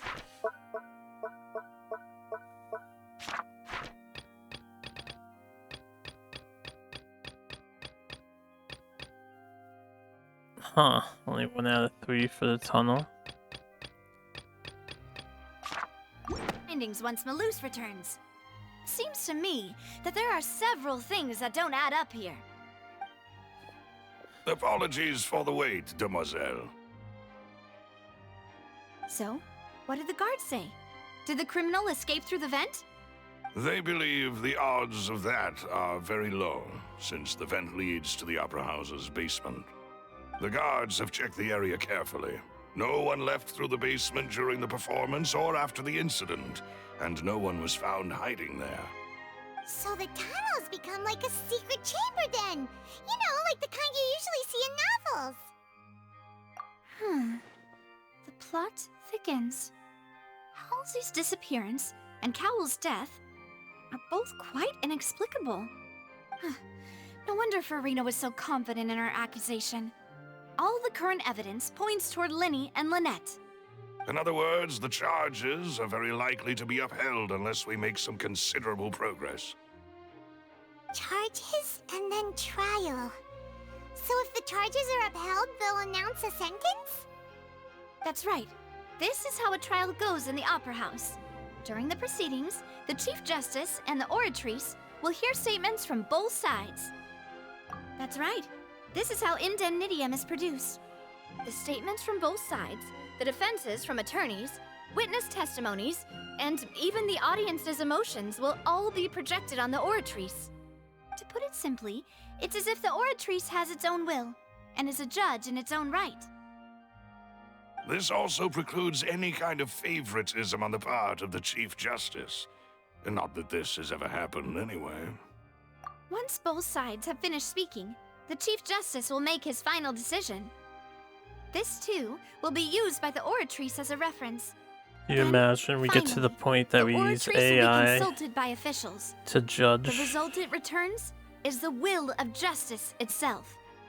Huh? So that machine is the one that actually decides? Paimon thought never let call the shots. In practice, there is very little difference. Both have always come to the same judgment, which is why people have great faith in the Chief Justice. Ah, yes, the guards also asked me to convey that none of us will be allowed to leave this place before the trial. Huh? Why? Because we've chosen to act as the twins' proxies. That makes us persons related to the case. They're concerned that we might be colluding with outside parties, or that we might find outside help to disrupt the case. And even if that were not so, it could prove problematic if we happen to spread key information about the case ahead of time. I'm ready to break out at any time. Whoa! There's no need for that! Paimon thinks they have a point. That said, are they providing food? Yeah, that's the question that matters. Of course. I just hope you don't mind the lack of options. I'm afraid that catering to all tastes is not in the cards, nor is any guarantee of balanced nutrition. In that case, let's just sort out our findings together here. Pity. I was hoping to take you to try some of Fontaine's famous desserts, too. I mean, what better way to properly think through our findings than over some tea and sweets? Well, I happen to have tea and sweets in my Doesn't seem like such a bad idea after all. bag, if you so desire. Just kidding!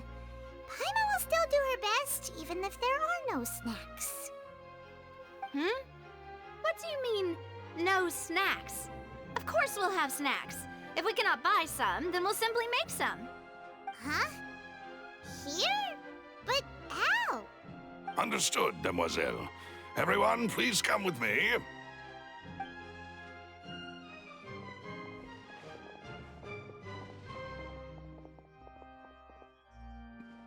Wait, you're carrying a portable stove with you?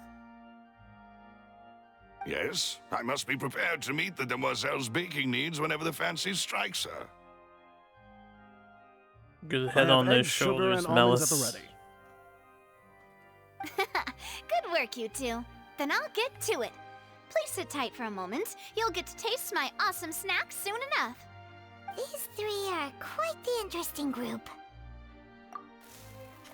Why do you say that? Do we not carry similar supplies on us? And Paimon thought it smelled good while it was still in the oven.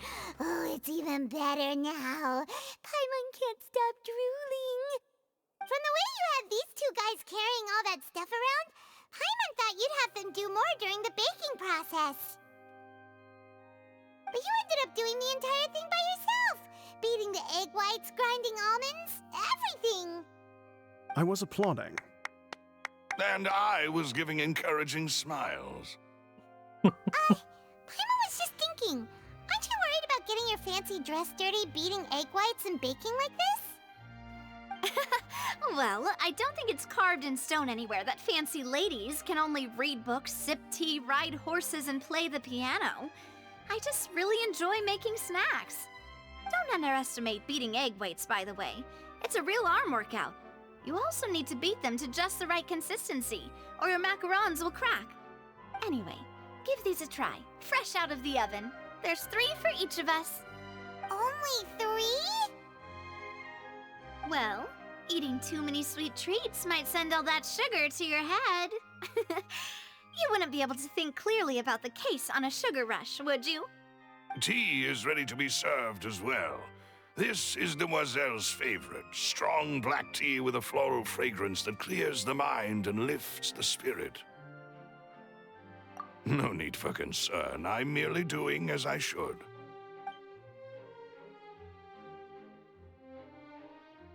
All right then. Down to business.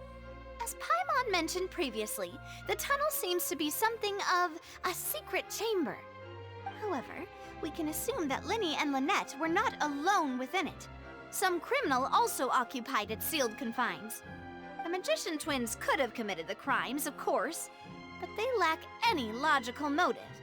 Exactly! Why would they do such a thing right when everyone was watching? The flower vase and the thud we heard during the performance could indicate some altercation between Halsey and the criminal in the tunnel, resulting in the shattering of the vase, the discarding of her clothes, and her abduction. Perhaps the criminal thought that since she was chosen from the crowd, she would be too easy to identify if she was still wearing the same clothes. Paimon thinks that makes sense, but the real trouble is... True. None of the clues we found thus far support the existence of this third person. But the only people left to consider are both technically victims, whether it's the missing girl, Halsey, or poor Cowl. Huh. Could Halsey have secretly made modifications to the magic props in order to murder Cowl before making her escape? That's right. And even if she had tampered with the setup, she would need to understand the entire trick to pull it off. Nor does she have any motive. The guard said that she has never had any dealings with the Magic Troop's members. Were we not thorough enough in our search? From the sound of things, this is turning into an impossible case. Your macarons are amazing though, Navia. They smell great! They're nice and crisp and super sweet! They are my specialty after all. And I see you've already had 5 of them. What? 5? Oh, that can't be right. Paimon only counted 3, honest! Please don't worry about it. At my age, a few less sweets might actually be a good thing. No. Being greedy is one thing, but Paimon knows how to count. Besides, Paimon knows that if she ate too many, then others wouldn't have enough. Wait, even you don't believe Paimon? How could you? If Paimon ate those 2 extra macarons, then may they turn into stone in her stomach! All right, we get it. Well, I suppose one of us might have gotten too engrossed in our chat and eaten them by mistake. No big deal. Malus, set up the stove again if you would. Huh? What are you doing? Making sure everyone gets 3 macarons, of course. Exactly. We don't want to trouble you. As you wish, Demoiselle. And I have the egg, sugar, and almonds. Well, this really is your hobby, huh?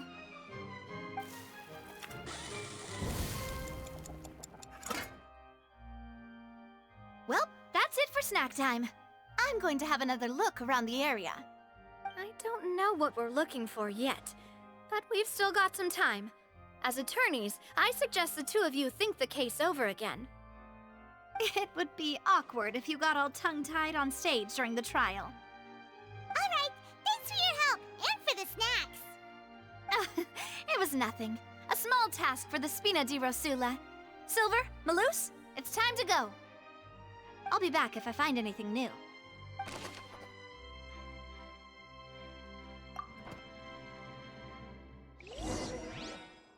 Alright, it's time to put our heads together. We've got to get our defense ready for the trial. Oh, it's probably gonna be a long and difficult case. There's no point in worrying about that now. We just need to prepare. Here, take Paimon's notes. They should help you review the situation. How do I access those? I don't remember. It was a right click or right stick. Oh, they let the rest of the people out now. My apologies, but access to... You have anything to say? Let me get back down to the underground area.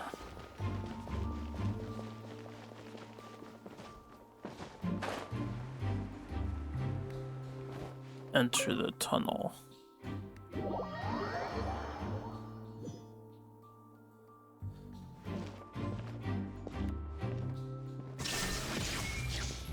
Still no investigative mode though. The character's not here too.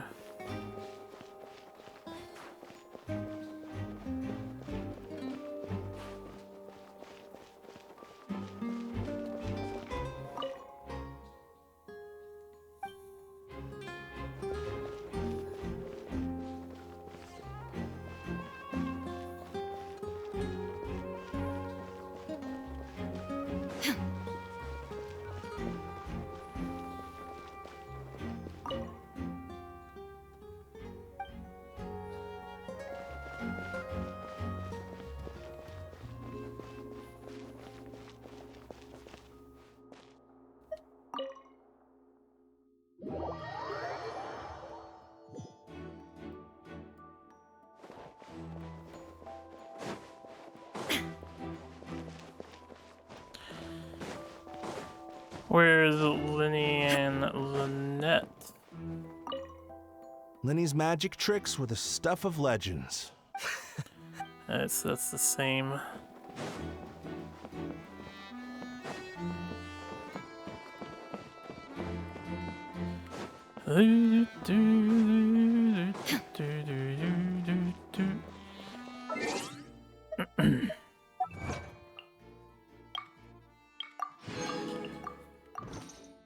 Well, if it's not a list in the inventory...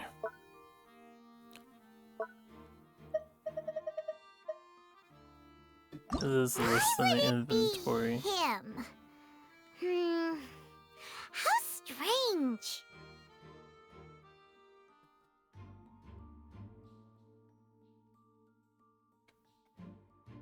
Gosh, no wonder the serial disappeared. We all heard that the performance would not have been visible from where the doors were guarded. If Paimon were on duty, she would have snuck back into the audience seating. Well, there was no chance Paimon could have seen that the box had 2 layers. And that's why only the 2 of them can perform this trick. There was no third person. And Paimon didn't eat more than 3 macarons either. Digging a tunnel just for a magic trick? Whew, that must have been a lot of work. That size wouldn't have been a problem for Paimon. We have 2 unknowns in the tunnel and 1 unknown here. Whoever the murderer... Don't know if I can get them now or if we just have to proceed. Probably we just proceed. Let's wait until 10 in the morning tomorrow.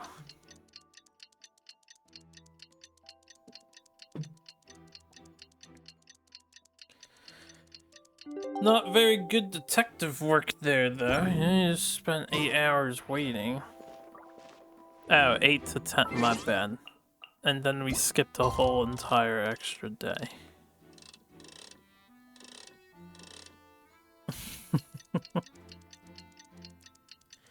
I just had to sneak this feature in.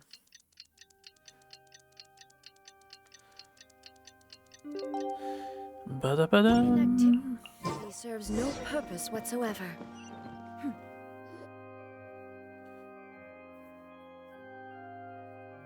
What do we do? The whole situation is so confusing.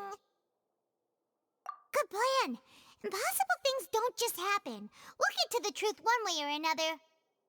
Just relax. Even if everyone else suspects Lenny and Lynette, at least we will be supporting them from the stands. Besides, I doubt Farina understands any more about what happened than we do. Thanks, Navia. Well, we'll be going then. Best of luck to you.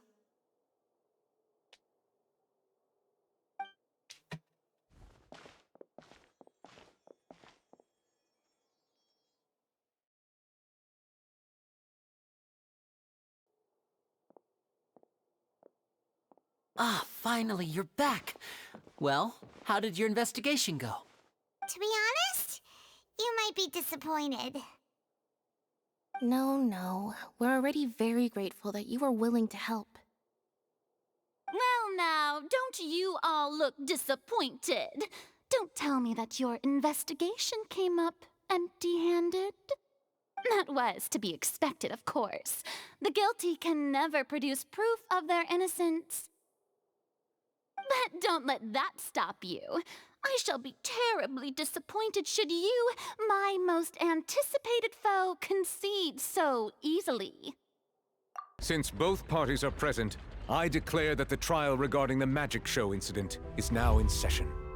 Firstly, in order for the audience to understand the causes and results of the incident, could we please have Mr. Linney explain the trick? Yes, of course. I will explain while Lynette demonstrates on stage. All the necessary items have been prepared.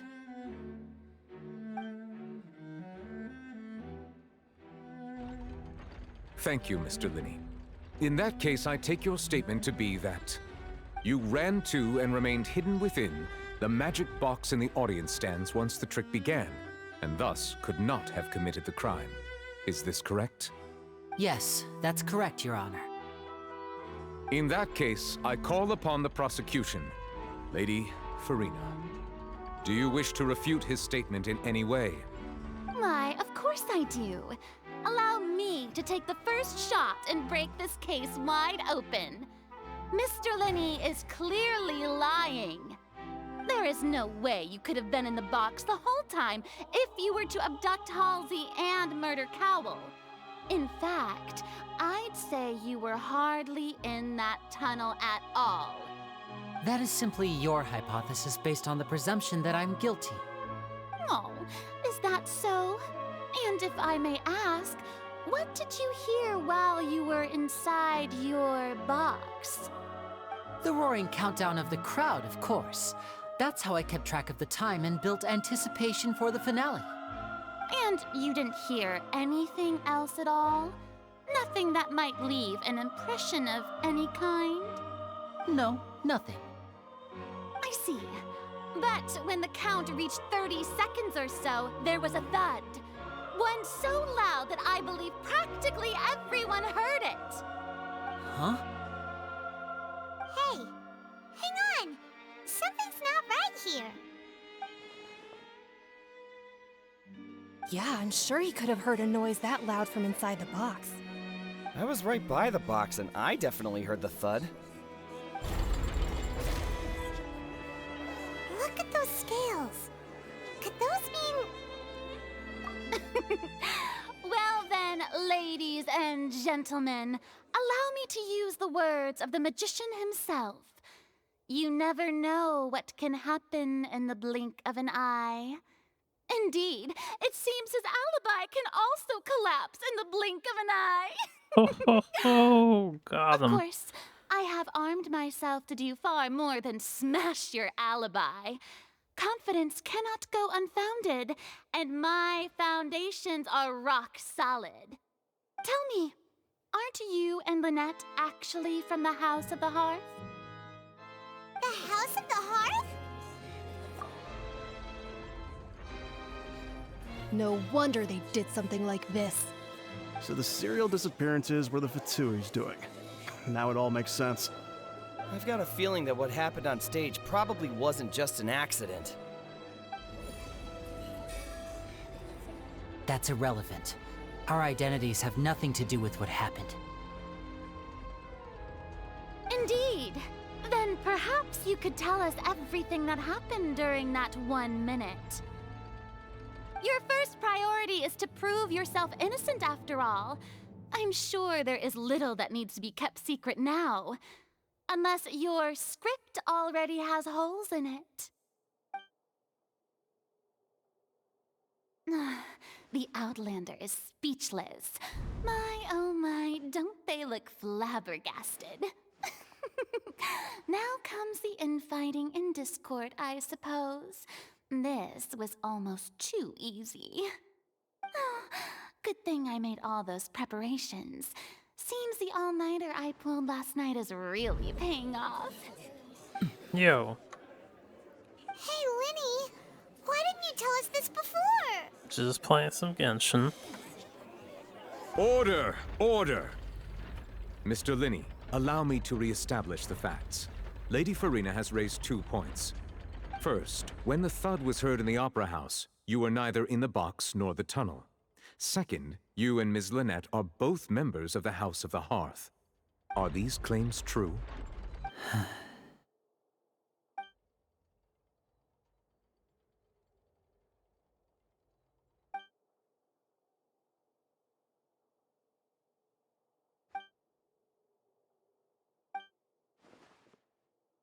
Please answer my question, Mr. Linney.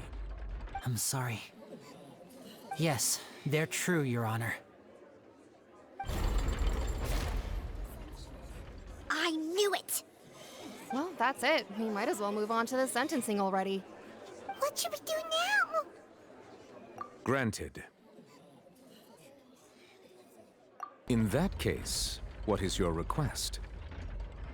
Is that really necessary? They're already as good as guilty. The defendant deceived their own attorneys. What is there left to discuss? Order! Order, I say! Your request is reasonable, and we shall adjourn. This trial will reconvene in 1 hour. So you would stick to Mr. Linney's defense even after knowing what you do now? You certainly have more professionalism than I thought. In that case, my dear audience, let's allow the joy of victory to steep for a little while longer.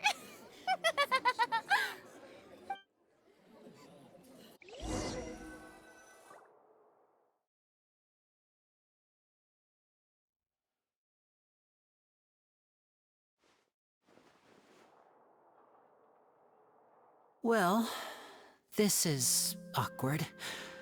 I didn't think the Hydro Archon would dig all that up. I'm sorry, Traveler and Paimon. Yeah, sorry.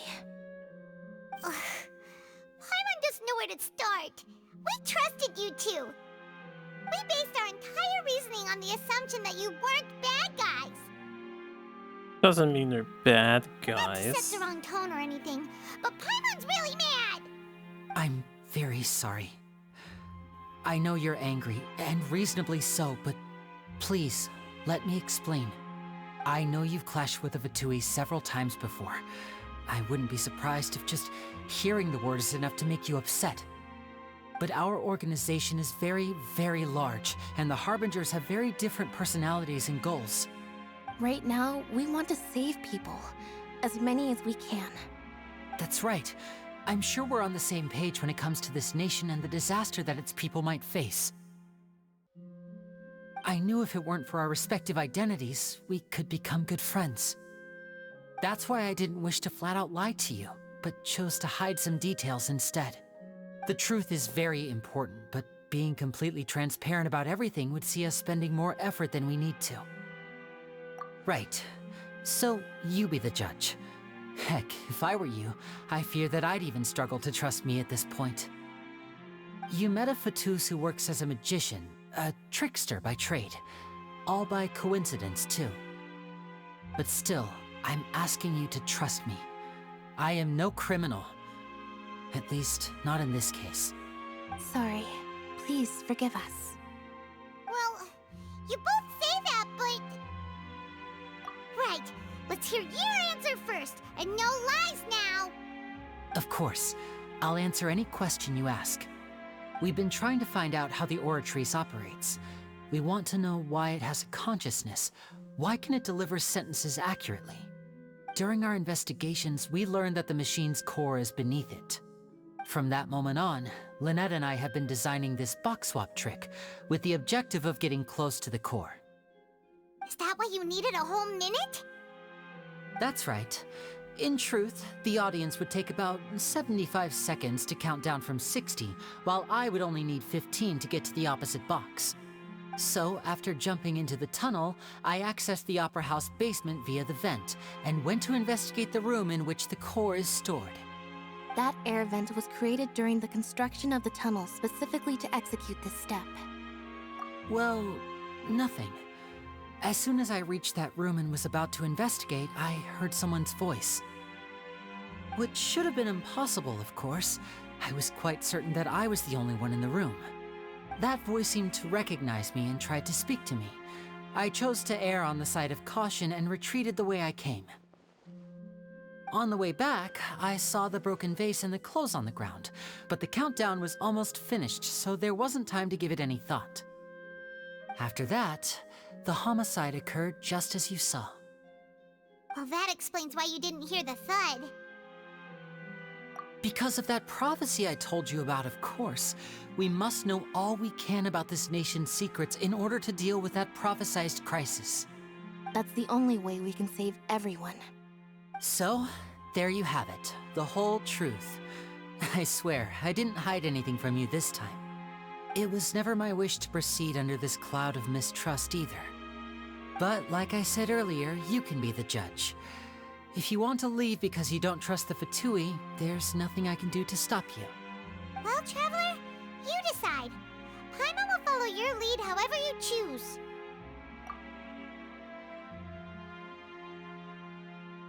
Okay, thank you. Thanks for giving us a chance. The current problem is that the scales are tipped pretty badly against you two. If we want to refute the Hydro Archon's accusations, we're gonna need a seriously watertight defense. Huh? Oh, Paimon thinks she gets what you mean.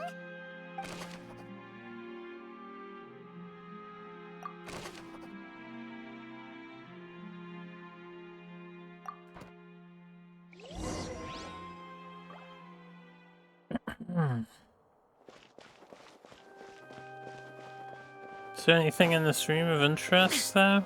Probably not. You never know if they sneak in a random book or spin crystal thing.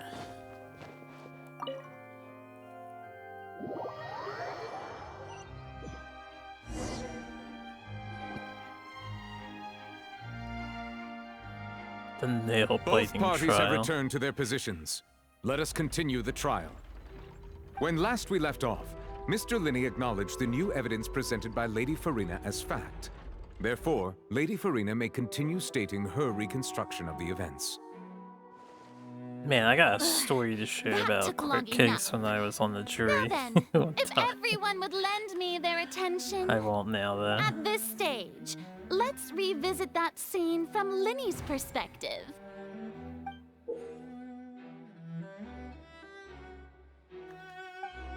Loopholes. That's not the right word.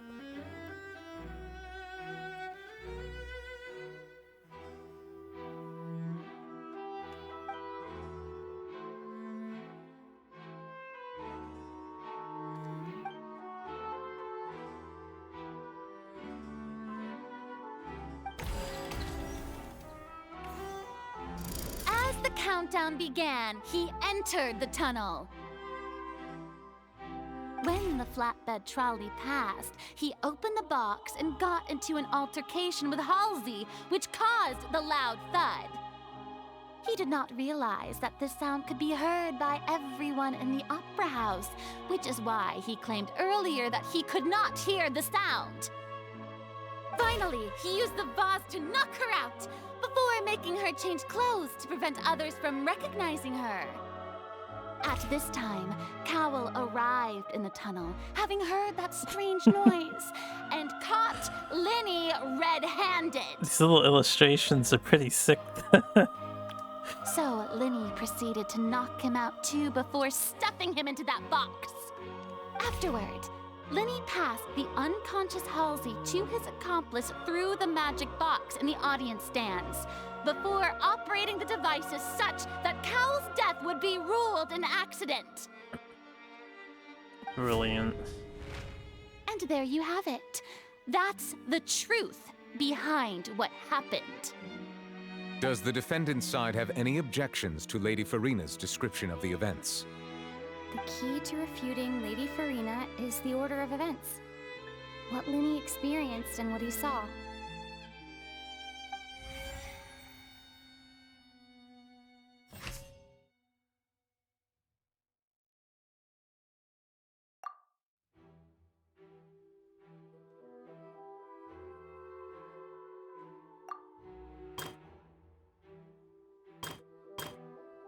I think that this one is true. He entered the thing first. But I don't know how they want to, they only give me so many choices here.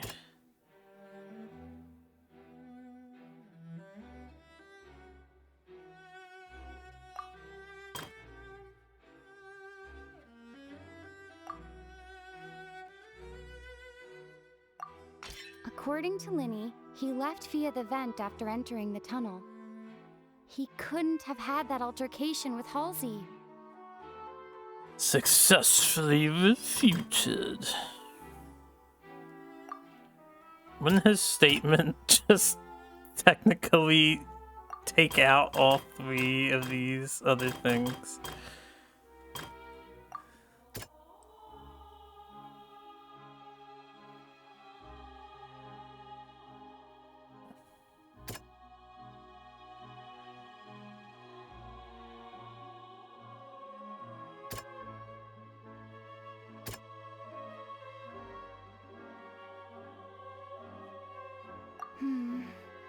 See.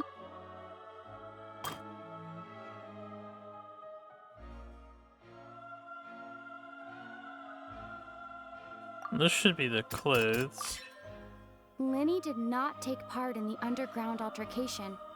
He only witnessed traces of the aftermath.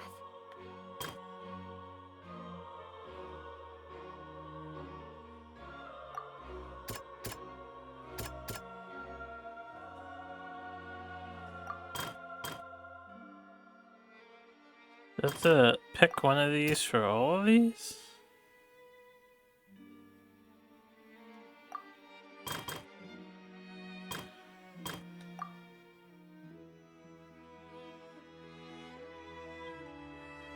And any statement says he doesn't hear the thud, so that one... Well, I mean, I guess it doesn't go here though, I can't pick it again.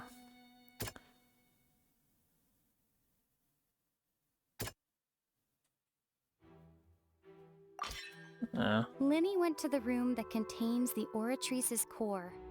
This is the actual truth. Attention! So I didn't need to swap them all. Paimon has something to say! When the countdown started, Linny did indeed go into the tunnel. But he immediately used a vent to access the Opera House basement, which is where the underground core of the Oratrice is stored. Once he reached that area, he heard a voice in what should have been an empty room. Since he felt something was amiss, he returned immediately. Wait, she's reading the lines, that's funny. The crime scene had already developed by the time he reached the tunnel again, and in order to complete the magic trick, he did not This is all testimonial evidence, though. Finally, he reached the surface, and that was when the accident happened from his point of view. Therefore, he's innocent!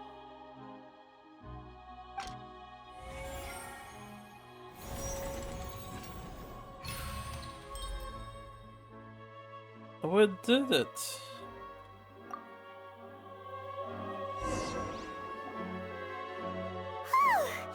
Paimon did it! Paimon actually managed to say all that! Wasn't it awesome? You blushing, In other Paimon. words, you believe that he knew nothing of the incident? That's right! My reasoning?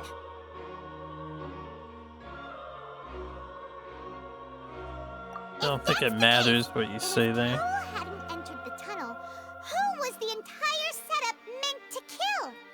Assuming that what you say is true, Linny only needed to kidnap the young girl to cause a new disappearance case. What would the point of killing someone on stage be? Oh, they have a point. That's right, you tell them! And that's why they're partners of mine. They've managed to turn things around. Oh, well, your denial is very strident. I'll give you that. But what proof do you have to back your claims? Of course I do. If he had been in the magic box the whole time, how could he have not heard that sound? Why do you ask? You're saying that he wasn't?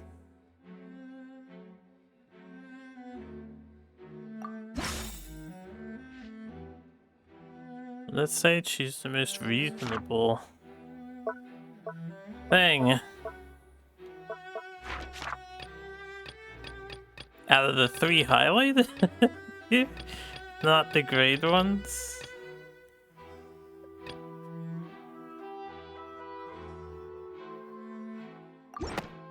That's right!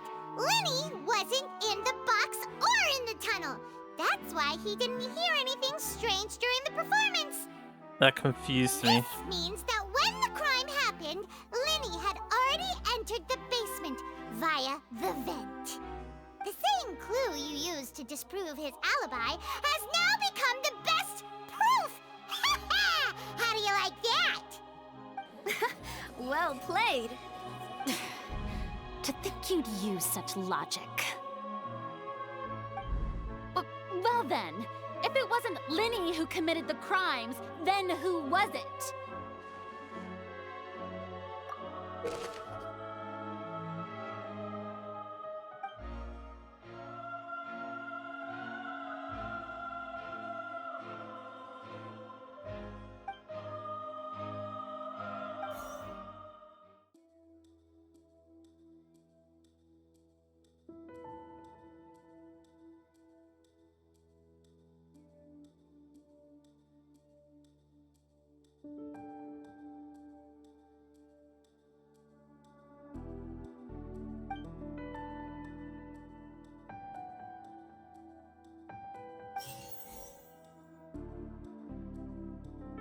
Do I even have to do anything here?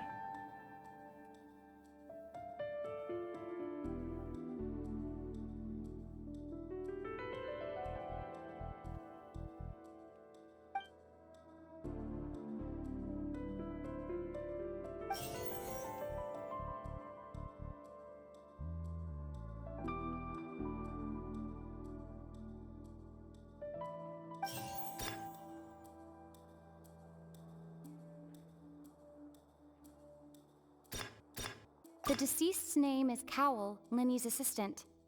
He would have been able to tamper with the equipment. Halsey is the missing person and an ordinary audience member. Or did she have her own scheme all along? Could there have been a third person involved? Is that really a possibility?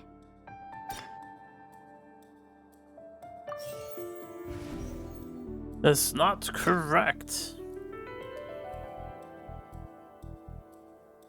Is it the boy or the girl?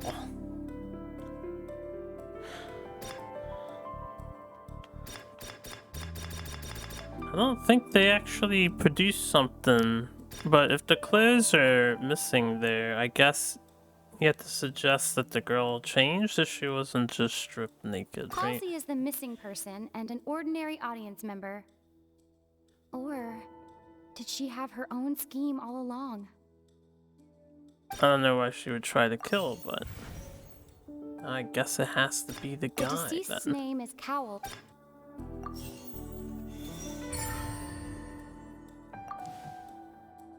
Huh? That can't be right. Are you serious? Apparently we are serious. The killer was, in fact, Cowl, the deceased! Oh, is that so? How interesting! Let's hear your reasoning then. What I must do next is recreate the truth. What Cowl did, and how he went from would-be perpetrator to victim.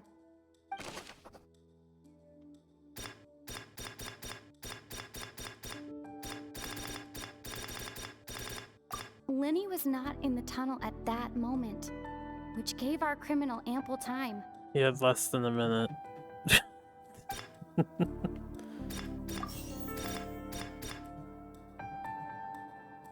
The deceased's name is Cowl, Lenny's assistant. He would have been able to tamper with the equipment. Wait, what was the previous thing? Lenny was not in the tunnel at that moment, which gave our criminal ample time. That should be correct, I assume.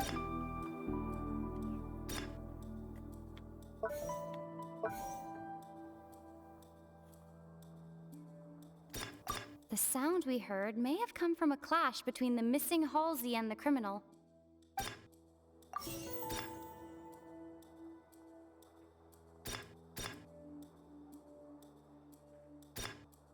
No one entered or left the opera house through its entrances.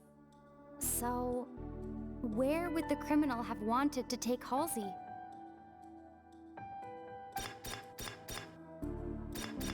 It would have been tough for both people to fit into that vent. They would likely have bumped into Lenny as well.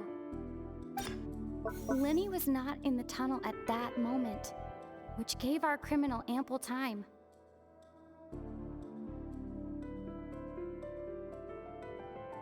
I feel like the third one should be Lenny.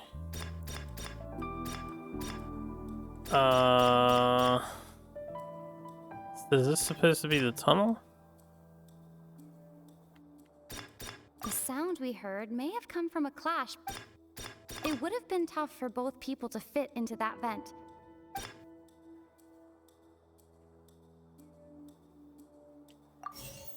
Because if they can't fit in there, Lenny can't have an altercation, right? The sound we heard may have come from a clash between the missing Halsey. But this says who's the prime suspect currently. Do I just say this person name then? is Cowl, Lenny's Isn't Lenny the prime suspect currently?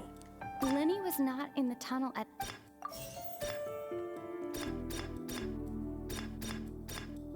No one entered or left the opera house through its entrances.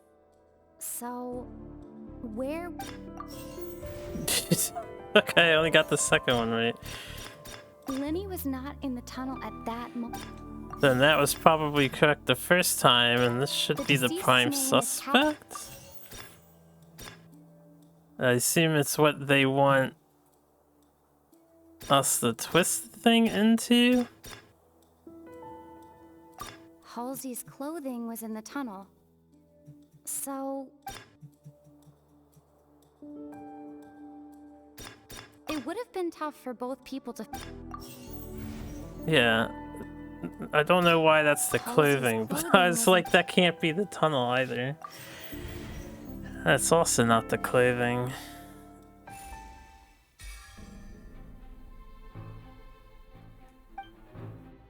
We had to fail it.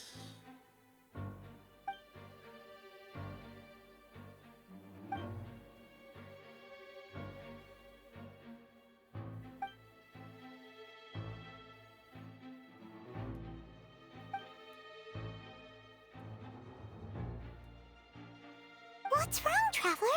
Are you still having trouble figuring things out? I I see how it is. So this was all just a bluff. And here I thought you had something to show for it.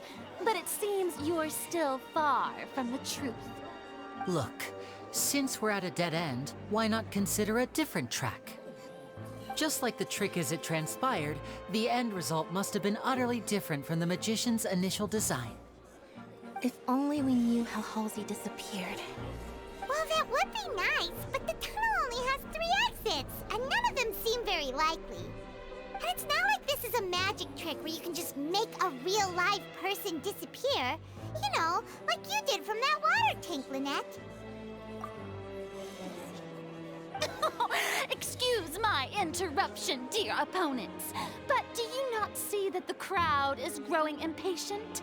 There is no greater sin in this opera house than an awkward delay in the performance.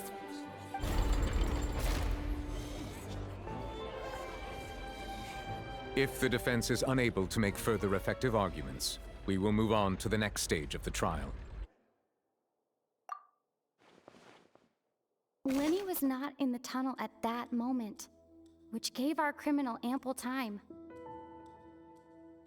The sound we heard may have come from a clash between the missing Halsey and the criminal. The deceased's name is Cowell, Lenny's assistant. The vase was not broken by chance. It was used to cover important evidence. The water. Oh god, the water. It all makes sense, apparently. Paimon gets it! It all comes together if Halsey disappeared instead of being kidnapped. Lynette escaped from the water tank, vanishing gradually and leaving only clothes behind. If there's a similar method where a person could be transformed into water... Oh, just a moment, please. I do hope you know how preposterous you sound at the moment. How could a person ever be transformed into water? This is reality we're talking about here, not some magic trick. Must we really? I should think that of anyone. Your friend Linny already knows this truth very well. Magic tricks are ultimately just illusions and misdirection. But Halsey's disappearance is very real. We're talking about 2 completely different things. Even so, I trust the Traveler's judgment. The truth must be out there somewhere. Perhaps some new line of reasoning may open if we try to gather all the focal points that don't make sense. Since Cal was the deceased, we haven't placed much attention on him. But given that we aren't making much progress with the case, it wouldn't hurt to have a look at his belongings, would it? People really do come up with all sorts of harebrained schemes when at the end of their rope. The way I see it, your suggestion that we broaden the scope of our investigation is nothing but a tactic for stalling the trial. Nevertheless, I believe that this is a reasonable request on the part of an attorney. Since the trial does indeed appear to be at an impasse, I believe that additional evidence may help us make more progress. Guards, please step into the lounge and examine the personal effects of the deceased, Cowell.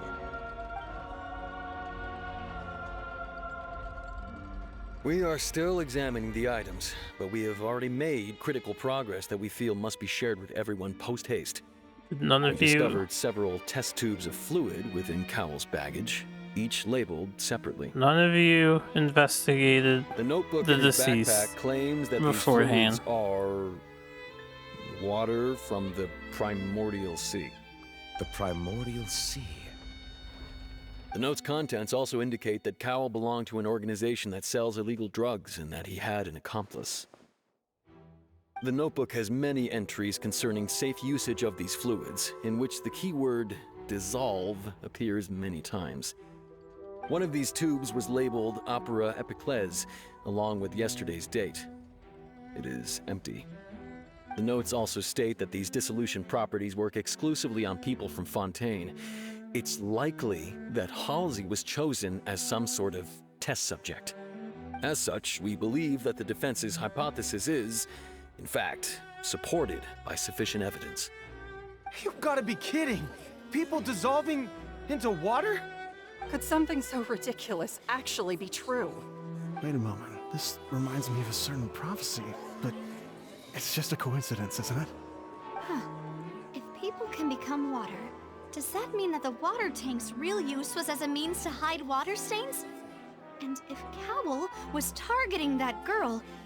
Wait just a minute. Could that mean... You two, with me, quick! Demoiselle, wait! What about your partners? Let's go. Just trust me. Order! Order! It is undeniable that further examination of the deceased's personal effects has yielded some surprising results. But we cannot yet verify the veracity of these clues. The veracity. Still, let us assume that these clues are indeed authentic, albeit with the understanding that Ms. Halsey has yet to be found. Guards, please continue examining the items along these lines.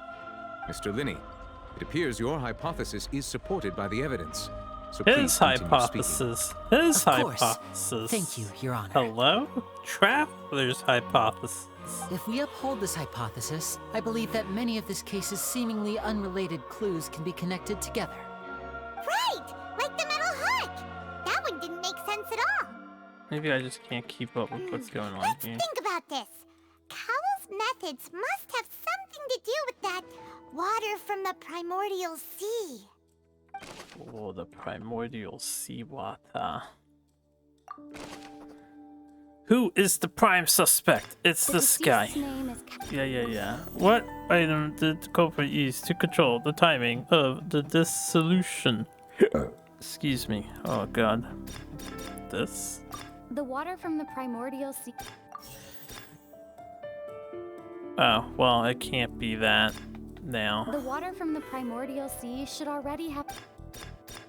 Control the timing of the what is this? Lynette was in the magic box on stage the entire time. I remember there was something else within the inner layer. I assume that. The water from the primordial. Hide the mechanism behind the crime. This doesn't make sense to me. The rope that strung the water tank up was lit by the fireworks and cut. As such, What item did the culprit use to hide the mechanism behind the deceased's crime? name is Cowl, Linny's assistant. Yeah. I remember there was something else within the inner layer of that box. He might have used this here. Now it seems like the hook rope was not meant for another magic trick. Okay, she says a triggering mechanism, and then this should be remember there was here. Bada bing.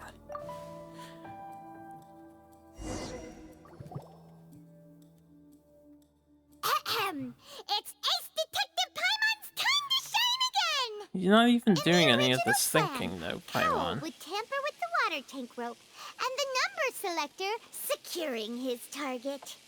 When the magic box containing Halsey was lowered, the metal hook would retract gradually and pierce the balloon at the top of the box. When the balloon attached to the box popped, the water from the primordial seed inside it would pour down and dissolve Halsey. Afterward, Cowell would enter the tunnel and break the flower vase to conceal the water inside the tunnel, with the remaining evidence being covered up by the water tank on stage. But he encountered something unexpected in the tunnel, and wound up being fatally hit by the same water tank he meant to use to cover his tracks. Huh. That does make sense. That actually links together a lot of the more confusing pieces of evidence.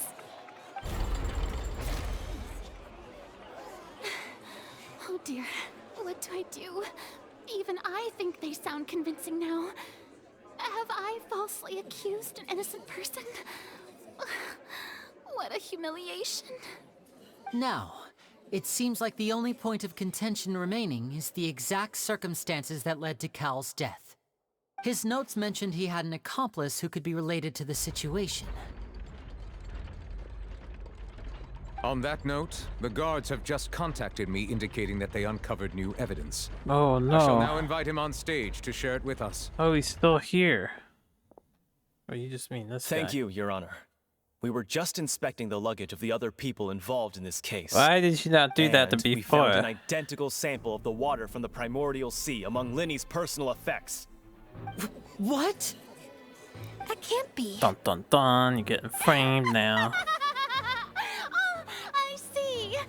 Well, how wonderfully comedic to have your own counterattack only to come back and wound you.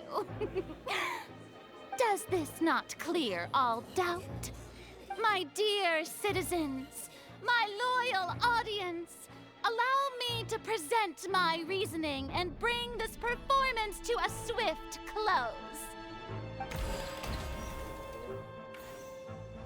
Linny did not need to take part in the dissolution of the young woman at all. Indeed, he did leave the scene via the vent. Having made modifications to the props beforehand, his accomplice Cowl then caused Halsey to vanish using the water from the primordial sea. You know, just this whole dissolving yourself with water thing doesn't really explain like where the people are going. If they're just becoming water, or are they getting put into a tube and carried out or something? But upon his return, in cruel avarice, Linny desired sole credit and prepared to do away with his partner in crime. Boy, what an idiotic follow-up. Ultimately, he knocked Cowl out, and the tool meant to cover the crime up also became a murder weapon. Now, as much as I regret having come to such a viciously straightforward conclusion, it does seem that the famed Fatui is quite the cold-blooded and ruthless organization. Am I right, Mr. Linny? We've used up all the evidence we collected. There's no way for us to make a rebuttal here. What the hell are you talking about? Is this the end of the road? She's just spouting a bunch of dumb bullshit. Oh no. Paimon can't think of anything either. It doesn't look like there's any way around this. Don't worry, we just have to wait till the other girl comes back. New evidence was too good a move. Why did this have to happen now? I think we've all seen enough now, and we have ample witnesses to my flawless reasoning. Except there's zero. This is indeed Zero witnesses. the finale. She literally just spat out a theory with zero evidence. Then, my good, noble Chief Justice, should we not, in your view, move... Excuse me, everyone, but I must interject. Miss, I must ask you not to shout and to respect the ongoing legal proceedings. Oh, come on. Don't be hasty. I have a good reason for interrupting, you know. Now, would anyone here like to take a little break from all this debate and see a little magic? I'll show you an amazing trick. One that can bring a young woman who has disappeared back in the flesh, right before your very eyes. Please, do the honors, Mr. Linny, if you would be so kind. What in the world is she saying? No offense, miss, but miracles like that are beyond my scope as a magician. Come on now, don't be silly. Magic is all about misdirection, isn't it? It often conceals the truth while presenting a fascinating illusion. But once everyone believes the illusion, can't magic reveal the truth to them once again? And wouldn't such a trick be the most marvelous finale to today's performance? Come on, Lenny and Lynette. Give it another go. Don't worry. Spina di Rasula has made the necessary arrangements on your behalf. But as the magic makers and stars of the show, I think I should leave the final performance to you. I understand.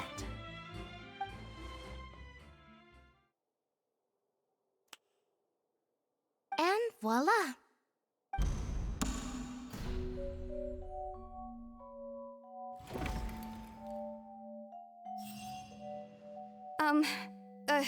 Sorry for the interruption.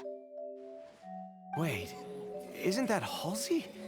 So the whole thing about people dissolving wasn't true after all? To be clear, I'm only here because this person told me that if I testified, the merit of doing so would lessen my sentence. I was hiding outside this room listening to the proceedings because I was afraid that I would be the one put on trial. I was just feeling happy that no one had noticed me, and then before I knew it, she caught me. That'll teach you to underestimate us three. Where should I begin? I'm sorry. I'm the one who killed Cowl. I admit it. I just wanna say that my first hypothesis the game said was wrong when I put her down was correct. What? I am already 5 steps ahead of the developers. Firstly, my name isn't Halsey. It's Lillian, and I'm originally from Mondstadt. I heard that Linny's show was gonna be a real thriller, but I missed the chance to buy a ticket, so I stole one. That's how I make a living. I steal stuff here and there. And I'd never been caught before. But I was noticed at the harbor a few days ago, and I barely got away. Lenny was the one who caught me in the act. Hey, no wonder you look familiar. So you were the thief. Liddy even mentioned that you were pretty skilled. Well, and I thought that would have been the end of it, but then the number selector chose me. He even mentioned the Fortress of Meripede. That's a prison, isn't it? So you can imagine how shocked I was. I thought he was onto me for sure. So I played along with the show while looking for an opening to flee. But then I got water poured on me for no reason, and then someone jumped into the tunnel to nab me.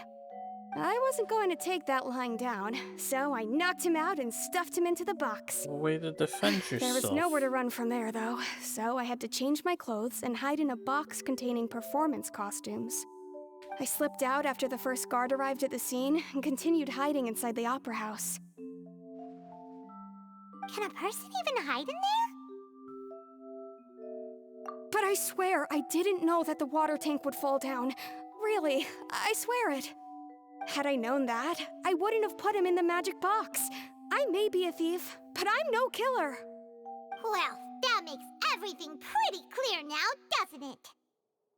This time, we need to tell the entire story from Lillian's perspective. Why? She just literally told us from her own perspective. What the fuck do I need to do anything for?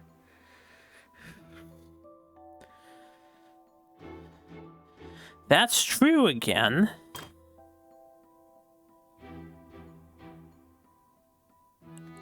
This is, I guess true again.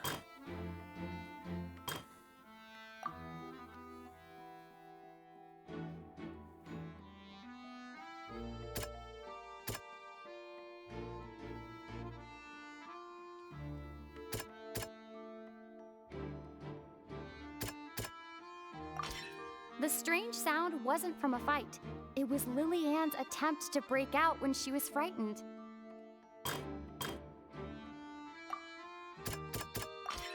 The flower vase was not broken to cover anything up, but was smashed during the struggle between Lillian and Cowl. Now what's the point of this primordial water bullshit that she got like jumped in the tunnel and the dude just dumped water on her from a tube?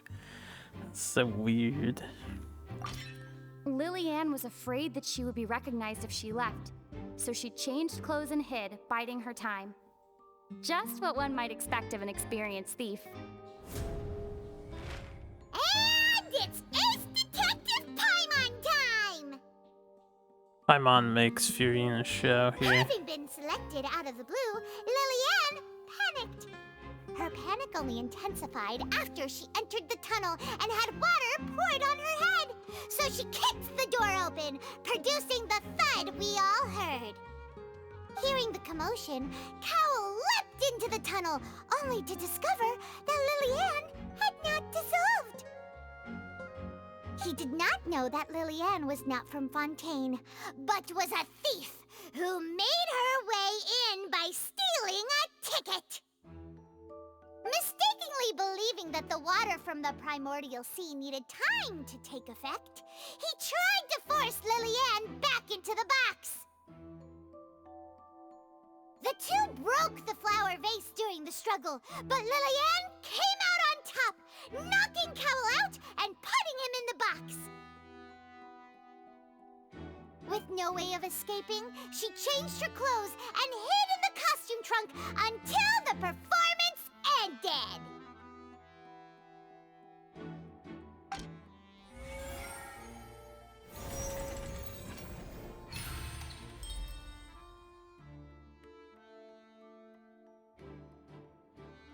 Man, how's the scale not tipping on her side? It's always just balance.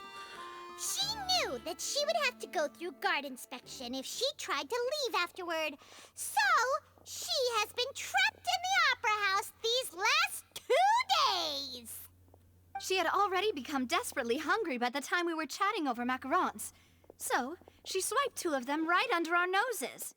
Talk about a sneaky thief. At this point, all the events that happened in the tunnel have now come to light. Ah, so that's the whole story. Bravo! Bravo! Now then, Lady Farina, do you wish to speak against the defense's statements? Please answer the question, Lady Farina. Also, if I may add, the trial has not yet ended. As such, I request that the prosecution not leave the room before the proceedings have concluded. What? Are you reading my mind now? No, I have no further arguments. I admit defeat. But really, could you at least have left me with some dignity? Wow, look at that! She's like a deflated balloon now. If there are no objections, then as the Chief Justice of Fontaine, I shall once again repeat the full sequence of events. Yes, please tell us for the 3rd time. The actual perpetrator of the serial disappearances, Cowell, selected his next victim from the audience reservation list. Now you're jumping the With some gun there. modifications to the selector, he could ensure that the pre-selected young woman would be chosen. You can't to say cover that. up any evidence while committing the deed, Cowell thought of allowing the water tank to fall, which would conceal the water left behind after the young woman was dissolved. We didn't prove He this also dissolution tampered with the rope shit suspending either. the water tank, using the fireworks at the end of the performance to cause the tank to drop and hide the watermarks. He poured the water from the primordial sea into a balloon during the preparation of the magic box and stuck it to the box's lid. Finally, he passed the prepared hook on a rope through the gap in the magic box's door when bringing the young woman to said box. When the magic trick officially began, the box containing the woman was lowered into the tunnel, tightening the hook rope and bursting the balloon containing the water. If all had gone to plan, the young woman would be dissolved at this time. However, Lillian was Supposedly. not from Fontaine, and thus fled the box with a loud noise. Realizing that there was trouble, Cowell entered the tunnel and met Lillian. Thinking that the waters had not yet taken effect, he decided to proceed. However, his opponent was more capable than he thought, and he was overcome, knocked unconscious, and placed into the magic box, and thus became his own final victim. Lillian, according to her own statements, then changed clothes and hid until the performance ended, before hiding in other parts of the opera house. As for Linny, he was in the underground structures within the opera house, and was thus ignorant of these happenings. From this reconstruction of events, we can conclude that Linny, the accused, is in fact innocent. While there is much in Linny and Lillian's conduct that should still be investigated separately, this case, at least, can be handed over to the Oratrice to make the final decision.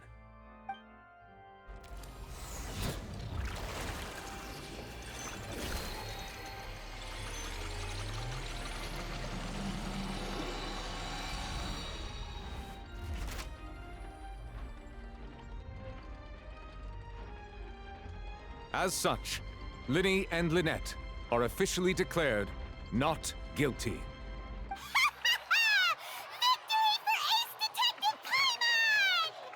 Great work, partners. Thank you all. Thank you so much. Next, I think we deserve an explanation, Guard Vaughn. How did you find the water from the primordial sea in Linny's baggage? Right! Your discovery caused me to make a serious mistake, you know. Or was that not a discovery, but false evidence that you dared to bring before this court? I suspect that the accomplice mentioned in Cowell's notes was not Linny, but you, yes? I'm sure you know what you must do to lessen your sentence. Speak quickly! Unless you want to earn yourself a one-way ticket to Coupon Town. I was just following orders. We were supposed to place blame for the serial disappearances onto Linny, and thus cause suspicion to fall on the Fatui. The higher-ups said this was the best opportunity to do so. And now that your plan has fallen through, and the secrets of the water have been revealed, you have become a liability to said higher-ups, yes? Therefore, you would be wise to tell everything you know, and seek the protection of the guards. Yes, I'll tell you everything I know. Our boss discovered that the water can cause people to dissolve. It can also be made into a potion, which when extremely diluted, can cause people to experience unforgettable exhilaration. We've been in this business for a while now, and have made decent more off it. The disappearances were also the boss's idea. I mean, this is the boss we're talking about. The...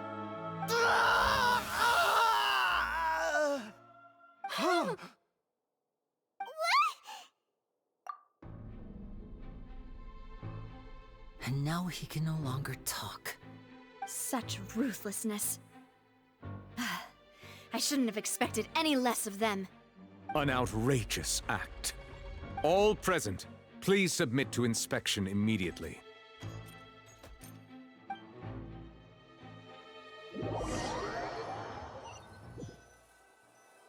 Did you check the belongings of each person involved?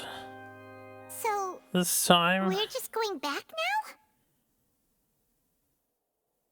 Yeah, yes. We're going back to adventure life, Paimon. Traveler, Paimon, please wait. The show is over. Linny. I know you may not want to speak to me right now. Maybe you don't even want to look at me. But still, let me thank you again for defending me to the end, even after you learned that I'm a member of the Fatui. I guess. But regardless, I'd like the opportunity to set things straight. I didn't approach you with any ulterior motives or ill intent. I've spoken to you as myself, just plain Linny this entire time. As for why I'm a Fatus, it's because the goals of the House of the Hearth align with those of an orphan like me. That's all. That was how Father, who you might know as the Knave, approached recruiting us back then too. Why is Traveler being so stuck up here? She is friends with a Harbinger child. She seemed to have forgiven the child quickly, hangs out with him quite often. He's been in more events than most of the other characters. And then Lenny's like, oh yeah, I'm in the Fatui, but I haven't done anything. And she's just like, unforgivable. The Knave? The one who controls the House of the Hearth? She's your father? That's right. And since we're here, I was wondering, would you mind hearing a story? It's about my past. Back when our parents first died, Lynette and I were left wandering the streets.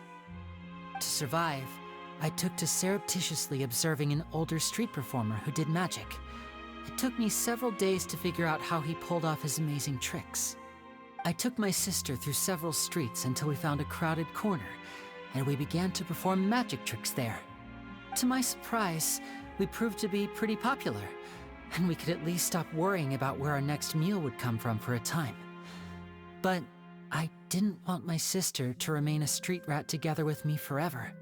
Before long, an aristocrat came to me and claimed that he wished to take us in after watching my performances. So you went from orphans to nobility just like that? That was how we felt at first, too. As if fate was on our side and we could say goodbye to those painful days. But I gradually discovered that while we were called foster children, he was really after my talent for magic tricks. He would constantly take me to all sorts of banquets to garner attention, which he would then use to expand his social circles. That doesn't seem too bad either. Better than roaming the streets at any rate. It took a while for me to realize just how dark his heart really was. After one particular performance at a banquet, I discovered that Lynette was not on the same return vehicle as me. I waited a long time after we returned home, but she did not come back. I went to that noble's bedroom and asked him about her whereabouts. The answer he gave me was, she caught the eye of the most eminent person at the banquet, so I sent her over as a gift. I mean, you'll be able to perform your magic regardless of who your assistant is, yes? Oh no. So he was gonna... But wouldn't Fontaine's laws deal with such people? As far as outsiders are concerned, this is a relationship akin to adoption or foster care, and they have their ways of escaping the eye of the law. I managed to ferret out the location of the mansion of that so-called eminent person and hurried through the night. But by the time I leaped over the walls, avoided the guards, and made my way in, all I saw was the moonlit ground covered in blood, and the knave standing there in the darkness. So, she'd already taken care of that guy. That's right. She had rescued my sister before she could come to any harm, and had even discovered several girls hidden in a basement, all of them orphans. Father, I mean, the knave, might have seen something in me, and so she made me an offer. The House of the Hearth welcomes you, for your interests align with ours. Here, none will ever betray you. Indeed, betrayal shall never be permitted here. I was hesitant to trust her. I mean, I had just been betrayed by nobles. But she was also quick to destroy the noble who had taken us in at first, giving us back our freedom. Oh, so that's how the two of you joined the House of the Hearth. She has her own plans. She has gained permission from the Tsaritsa to first use the Gnosis' power once she obtains it. She plans to use it to find a way to break the prophecy and save Fontaine. So, she believes in that prophecy too? That's right. The whole House of the Hearth is currently working to combat that crisis. Today's case has also proven that people from Fontaine can indeed dissolve into some sort of water, thus further supporting the prophecy. All of us house members here, Lady Arlecchino herself included, are from Fontaine. We won't give up on defending our homeland. To us orphans, the only connection we have left to this world, apart from our family, is our homeland. So, from small deeds like distributing magic pockets to huge schemes like stealing a Gnosis, everything is aimed at dealing with that prophecy. It's all right. I understand. The only thing I can do is relate all this to you. I just hope you can understand that even as a member of the House, I have never stopped making my own decisions, and that I believe what I'm doing is right. If you should need anything at all in the future, feel free to find me. I will do my best to help you, as plain Linny.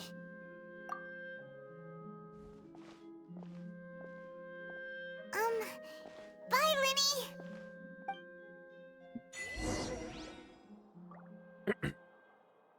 Damn, Traveler is cold, man. Cold.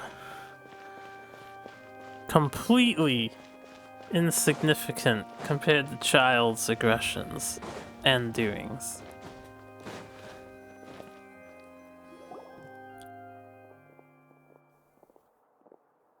Hey there. What was with the disappearing act you pulled right as the trial ended? Were you looking for us, Navia? Well, this whole thing isn't exactly over, is it? I do feel that we're getting closer to solving the serial disappearances case, though. Don't you think so, too? Huh? What's wrong, my dear partner? Besides, are you sure we're the ones who can crack a case that's been cold for decades now? And given that there's new evidence from the trial, there should be a trail of breadcrumbs for the Hydro Archon's people to follow now, right? Ah, I see. Well, I won't lie. I'm a little shocked to hear that from you. But I suppose you are just travelers who have only arrived in Fontaine after all. Sorry. I might have been too presumptuous. Don't say that, Navia. Ah, and we were having so much fun investigating with you, too.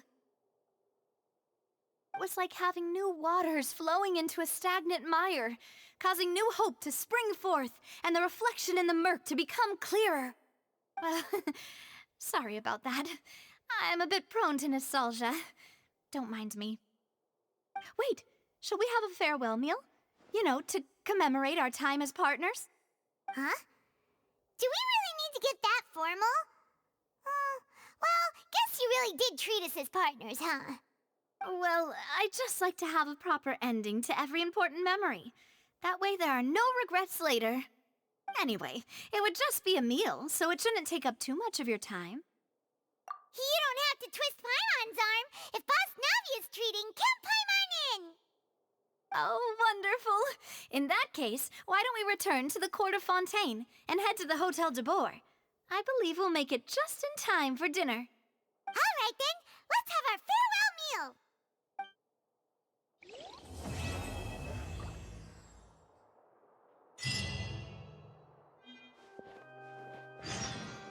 That was only the prelude.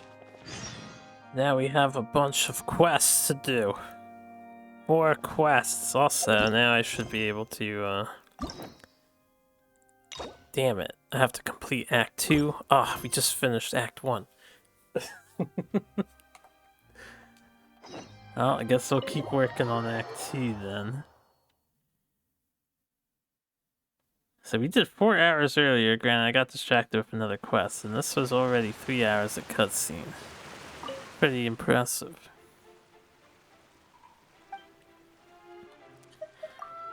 Okay, she has the same dialogues. What do you want, book? Rewards? Cool. I guess, we just throw that pack at Lenny. Alright, Lenny, you want forgiveness? You join my team and won. That'll be impossible. We literally just got Kokomi.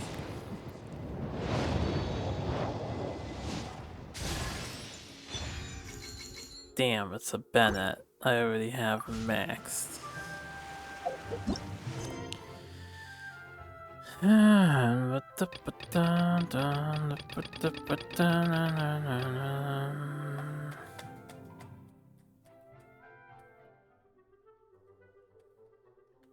God, there's so many quests to do. Alright, where to? Before I, continue with the story, I just want to finish getting the map. Because the game really did fast forward us past all of this. We didn't go anywhere here, we just ended up in the town. This is under the water. I guess swimming under the water would be the fastest way of traveling, right? Oh, this is in that tunnel, though. This is on the outskirts.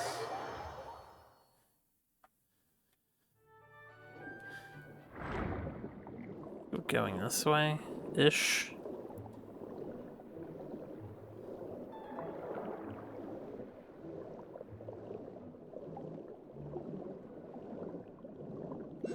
I don't want to get too distracted by things. We'll come back for things. Ooh, do you have a power? What's your power? Sonar wave detection abilities.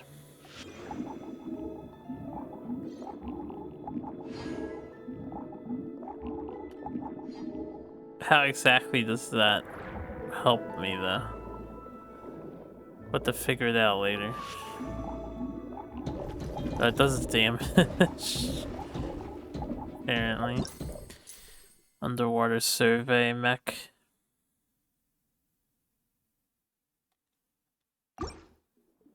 Another thing that has energy mechanics, and I'm just like...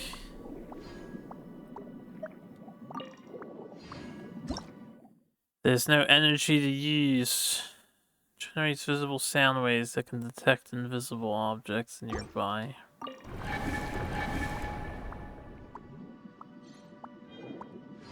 Oh dear god, sonar resonance points.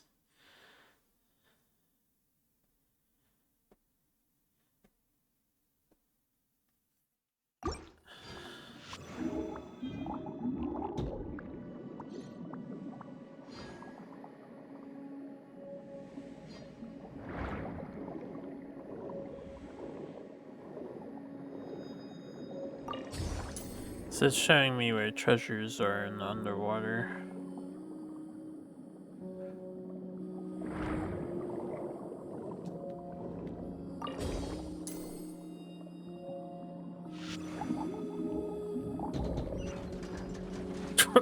Aw, guess I did that correctly. I suppose you hit this thing, but couldn't I have just swam into it from above?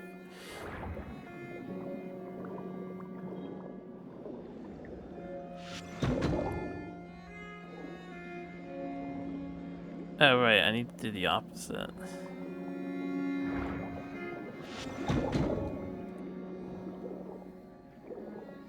How do I, oh, LT. That's how you do it.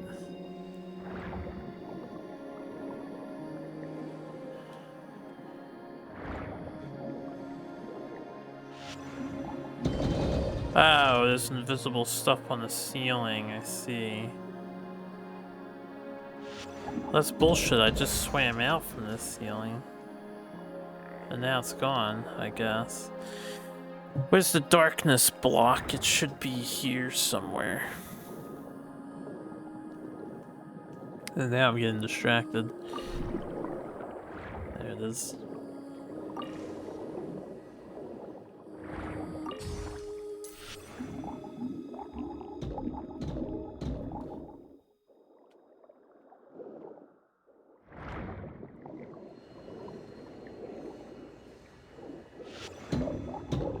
There seems to be a conch shell thing here, but I don't know if it's just telling you what this is. Or if that's a separate thing entirely.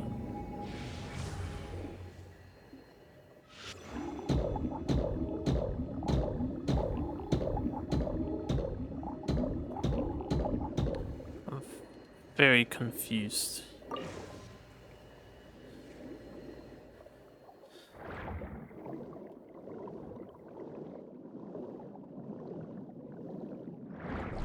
Where's my music at, though?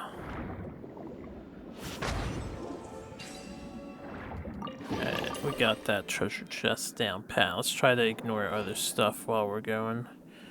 Except...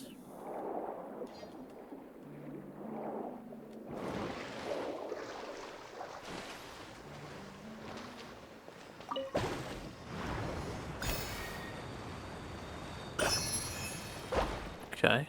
Illusion shattered. Ha!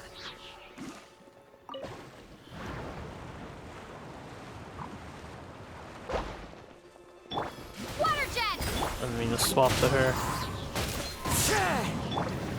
Gather.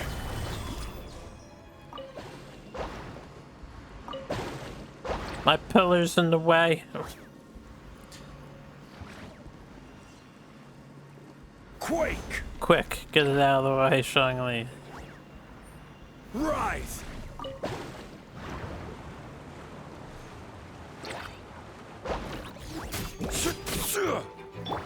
Into the wind. Shine down. It's weird fighting these things. They were my bubbly friends before. Stabilize. They're very tanky.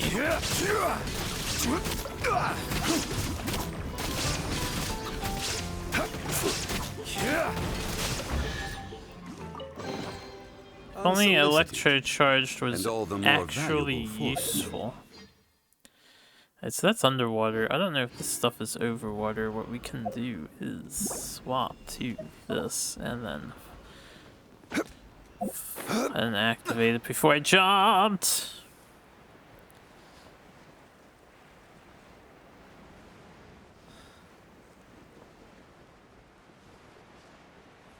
Those turtles or seals? Or sea turtles? Pretty sure that's a new animal down there. I'm gonna say hello to it.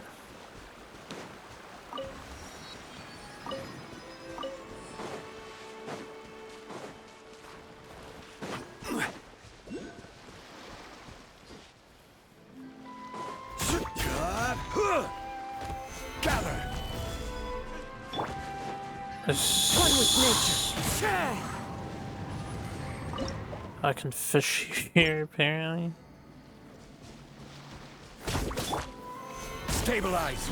Well, they give you pearls. Illusion shattered. Are they just fish that fell out of the water because I don't know how they fell out of the water? I'm not gonna do fishing. We'll worry about fishing later. There is a thing over here somewhere below.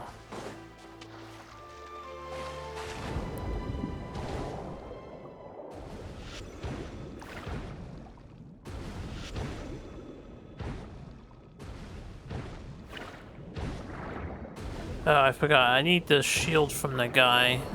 I thought I could just reflect it, but that's not how that works. This is how it works.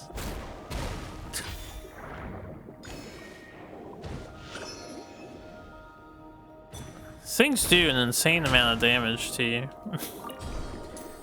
This instantly killed my girl. Fantastical floating ball.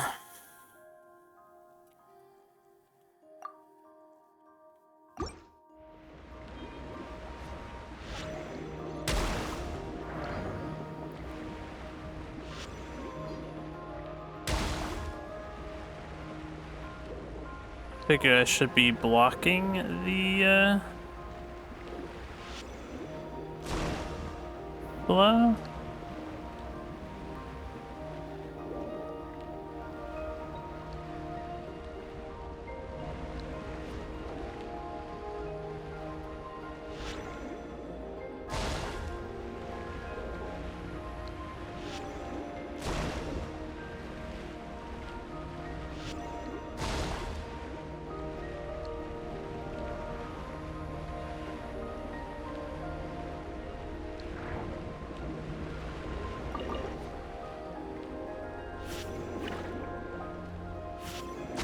The hell is this thing?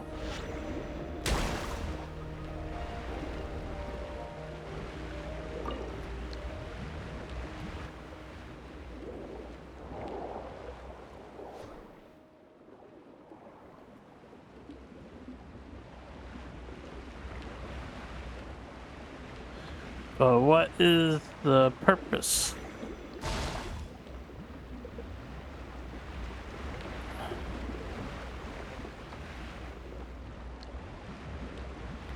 I imagine I need to disable this other thing.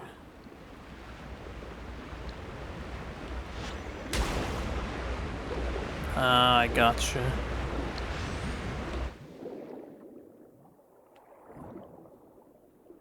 Puzzle solved. Halfway. Is there another ball that I need to be aware of? Is this not destructible?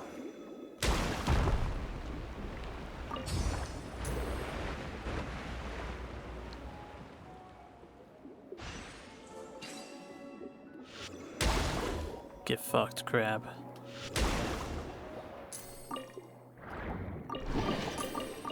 Alright, we'll do more underwater exploration later. I originally came down here purely for the hydrooculi.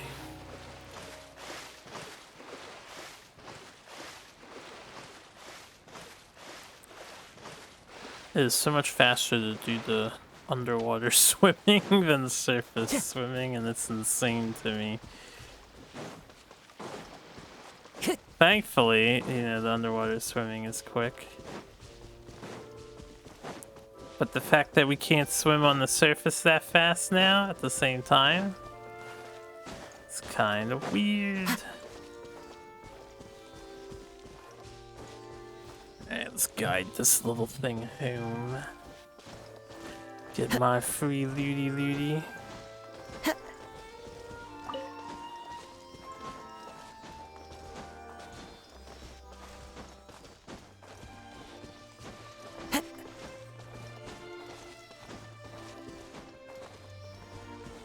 The Fatus are here. Let's move. Oh yeah, right. She can stay dead. It's okay. Into the wind. Have a load of this. Go! Yes! Wipe out!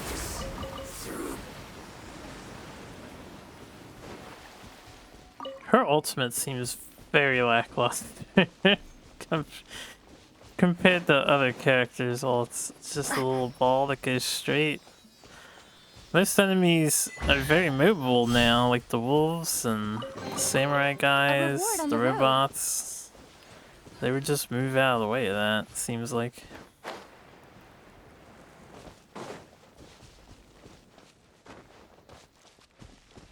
Yeah, I'll worry about more stuff later. I guess I'll do this now, though. Collect 12 hydro particles. Isn't a fourth? There is a fourth.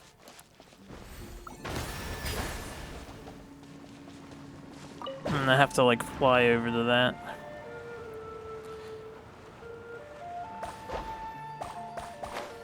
Or fly back to the first one. No, this will work. I have plenty of time. Go, traveler girl. Yo, there's an airship up here. I don't know where I'm headed there at the moment.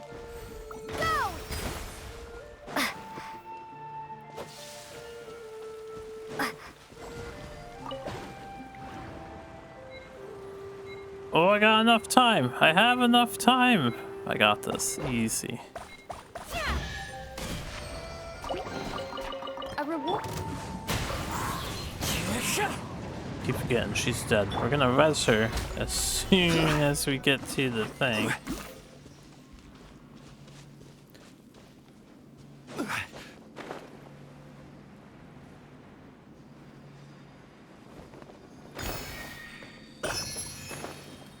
There's a lot of interesting scenery around. Oh, the thing is down south too. But now I want to check this out. And there's a teleporter here too.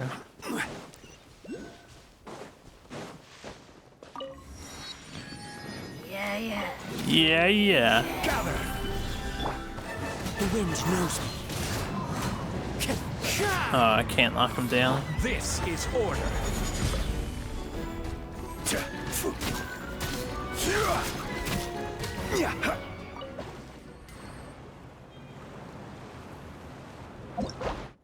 The miraculous Antoine Roger aircraft.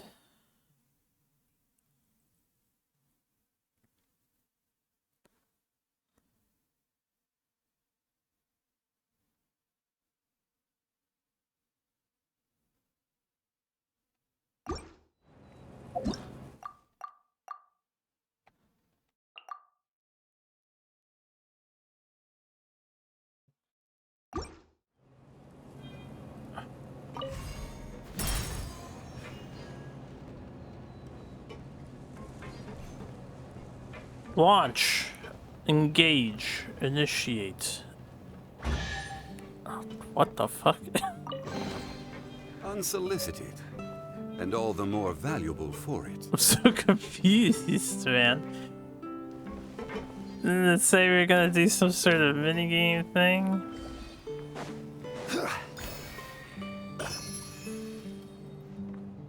Okay.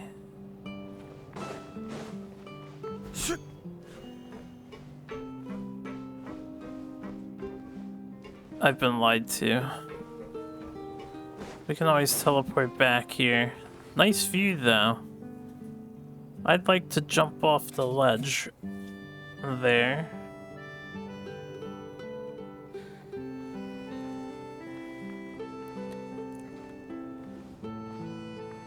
We'll have to climb that mountain peak later. It seems to be the highest point. Southwest. This way, this way. The thing should be seeable. There it is.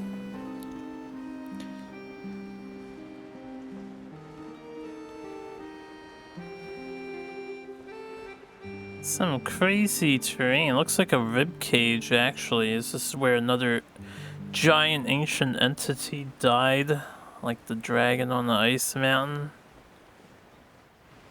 Seems to be a skeleton. Actually, it looks like a dragon head over there, so yeah, I can see it. This whole mountain is probably another dragon.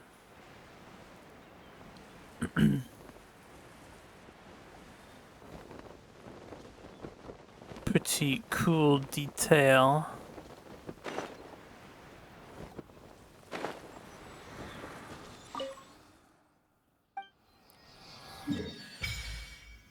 Da da da. Ba-da, ba-da, ba-da. Alright, we'll do thorough exploration later. Let's continue with plot. You have got to be fucking kidding me. Oh, it's because I'm in this screen.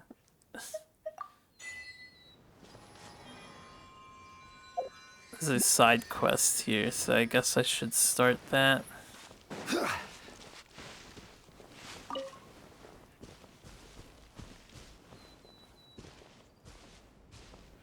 Hey, no bully of the nice creature ladies. Or guys, you know, I can't really tell. Oh, it says she. They all seem to be she's at the moment.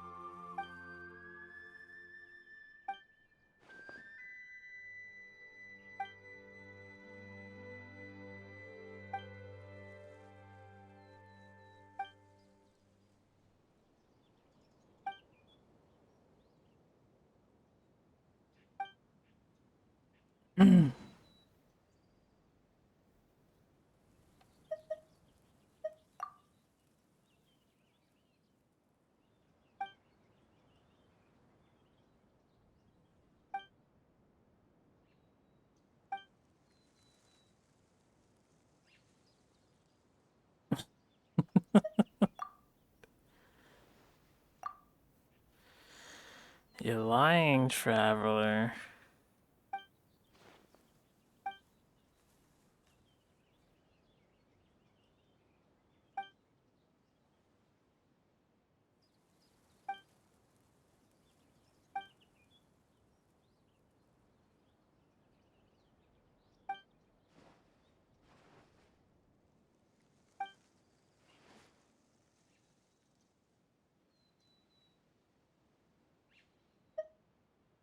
Plain clothes.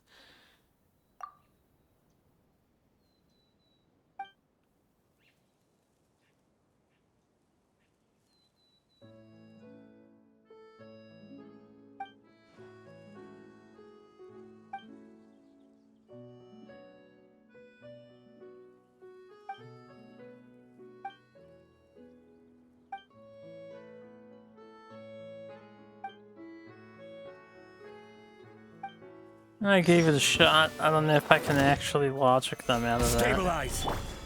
One with nature.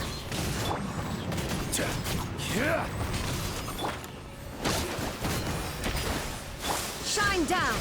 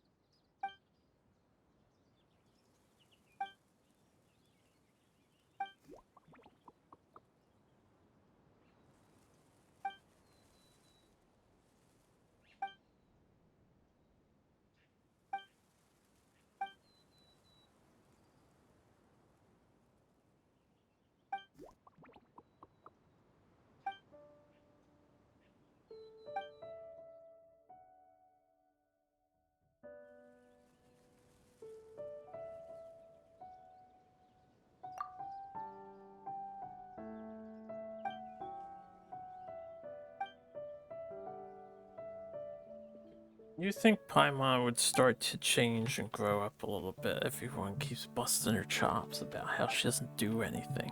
Because she doesn't do anything.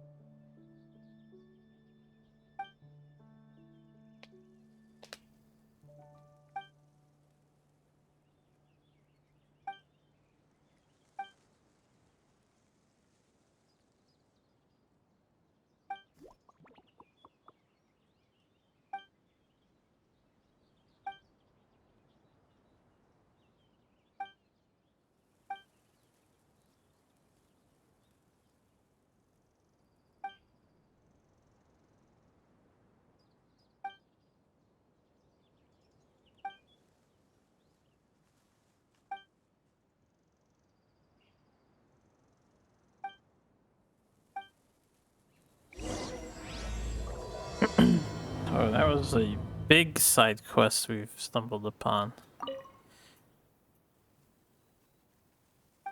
Yeah, we're gonna do that later. But I will pick up this Oculus that's on the map. If I see it.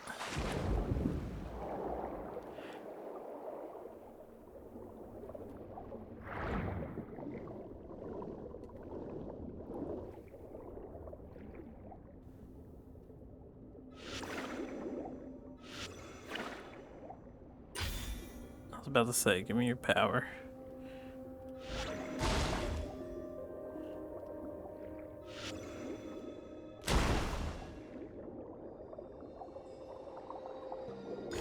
Not sure why that sometimes doesn't work and then sometimes does work.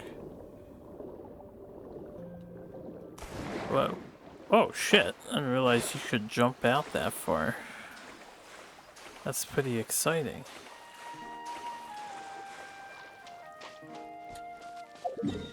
We'll explore here later. It's marked by quest, so that's very useful too. Where's main quest?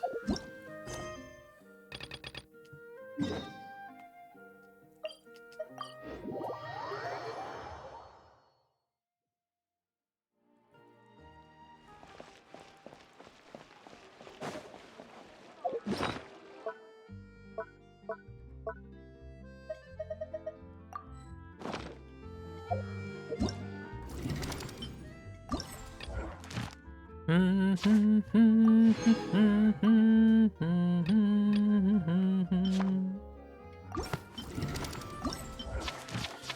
done with that yet.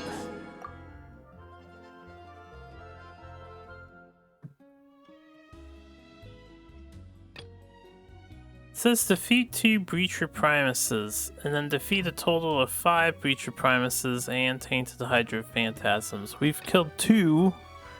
Oh no, we've killed none. Apparently we've killed none, never mind. Thought we killed 3 of the Hydro guys. If a Hydro Eidolon becomes tainted, there's no saving it. We simply murder. I came here several times with my father when I was little, but stopped eating here as often after growing up. I hope the food here will be to your taste. Oh, don't worry. We haven't eaten at a hotel like this in a while. Paimon's getting excited already. In that case, I'll go order for us first. Please wait here a moment.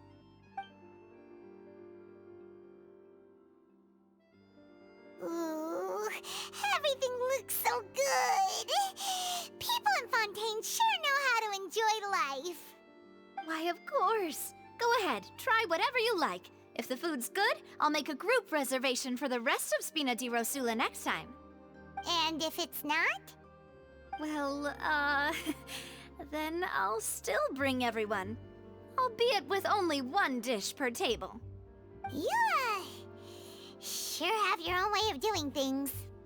Oh, we called this a farewell meal, but we could also treat it like a victory feast, right?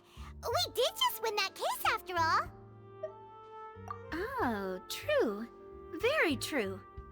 In that case, boss, we'll have another 2 dishes. Huh? Paimon didn't mean that you had to order even more food. Shit, I want to eat whatever's in that soup bowl. Speaking of cases, do you think that the mastermind behind the serial disappearances will get caught soon now that this has all happened? Well, we've certainly taken a big step forward, but I feel that's about it.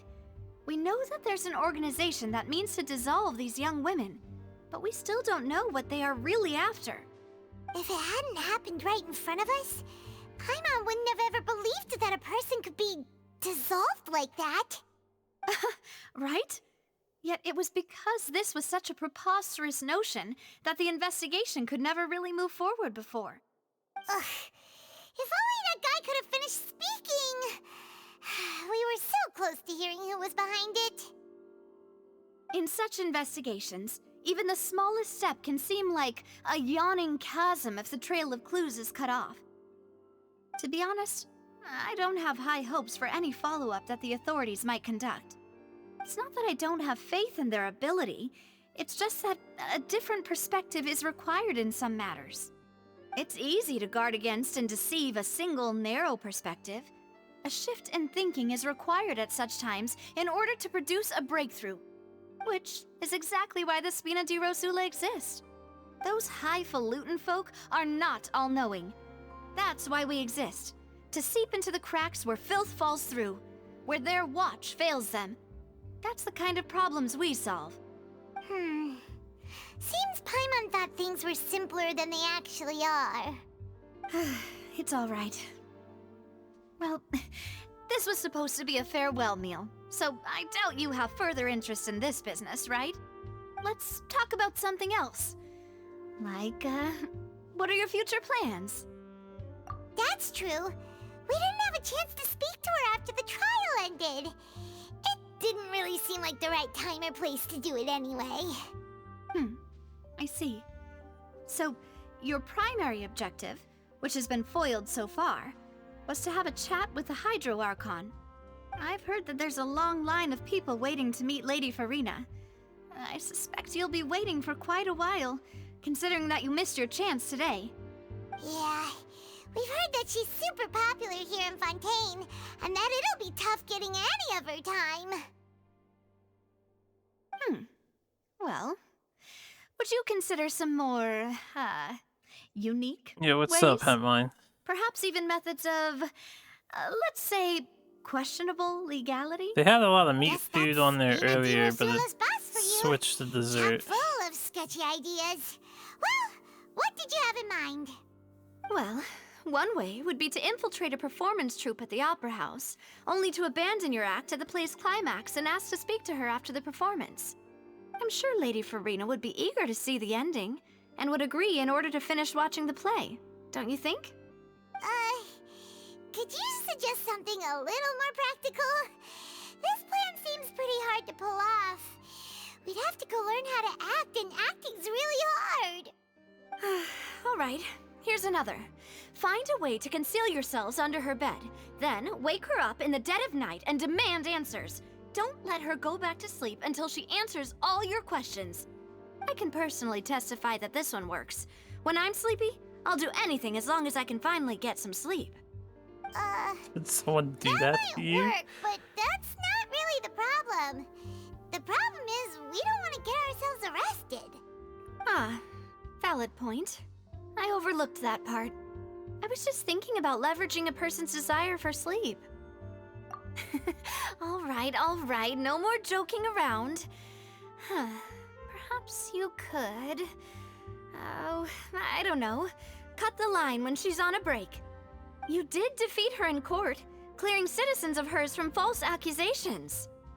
False accusations she had nearly upheld personally. I imagine that she feels quite ashamed about the whole thing. You mean that if we catch her while she's on a break, she might be too embarrassed to refuse? Oh, that does make some sense. Why don't we give it a try after this meal? You know, strike while the iron is hot and all. Huh? Paimon, did you drink my Fanta? Was this your drink?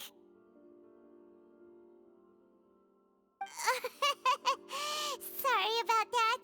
Paimon wasn't really paying attention and the cup was right next to Paimon. Would you like to order another? No, it's fine. We're just about done here. Alright.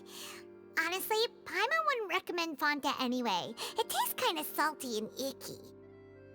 Is that so? Huh. Well, in that case, we'll have to blacklist the Fanta here then. If we're all finished eating, then I'll go pay. Yeah, we're stuffed. Thanks for the treat, Navia. Salty and icky. Is that a subtle clue? If it tastes salty and icky, it might be spiked with primordial sea liquid. This Fanta drink could be distributed around to turn everyone into water. Ooh. We've already figured out the potential plot. Nah, that would be so... normal. You know, like you. Wow. Okay. As for expenses this month, we're left with... Huh. Hey, Navia! What are you doing over there? Oh, nothing. It was just a meal, you know? Nothing the Spina di Rosula can't cover. Let's get ready to try to meet the Hydro Archon again. Bye, Navia! So this is goodbye, huh? Well, if you do encounter any other trouble in Fontaine, you're always welcome to contact the Spina di Rosula. I'll give your request the highest priority. In any case, I wish you smooth sailing. I'll see you again, partner. See ya! And then we never met again.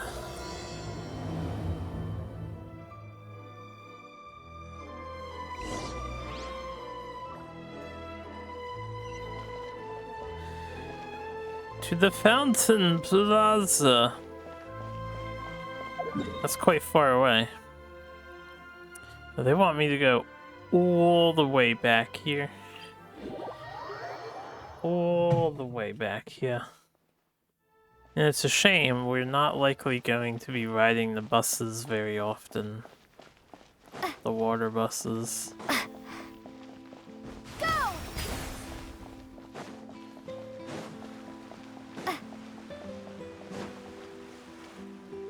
There aren't many people around anymore. Looks like the that boat we took to Araneus might have been the last one. Vache. Looks like we're back here again. Huh? Traveler? Are you hearing voices again? Ugh. That's kinda spooky. Are you sure we don't want to come back in the morning? Vache? Vache. Hey, why are you still walking towards it? There might be something nasty in the water. Huh? Hang on. Paimon can kinda hear a voice. It's calling for Vache, right? Hey, Traveler? Stop walking! Come on, wake up! Traveler can't resist.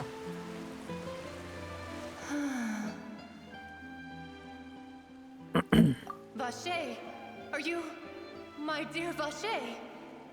No, wait. You seem to be someone else. Do you know Vache? Do you know where my love is?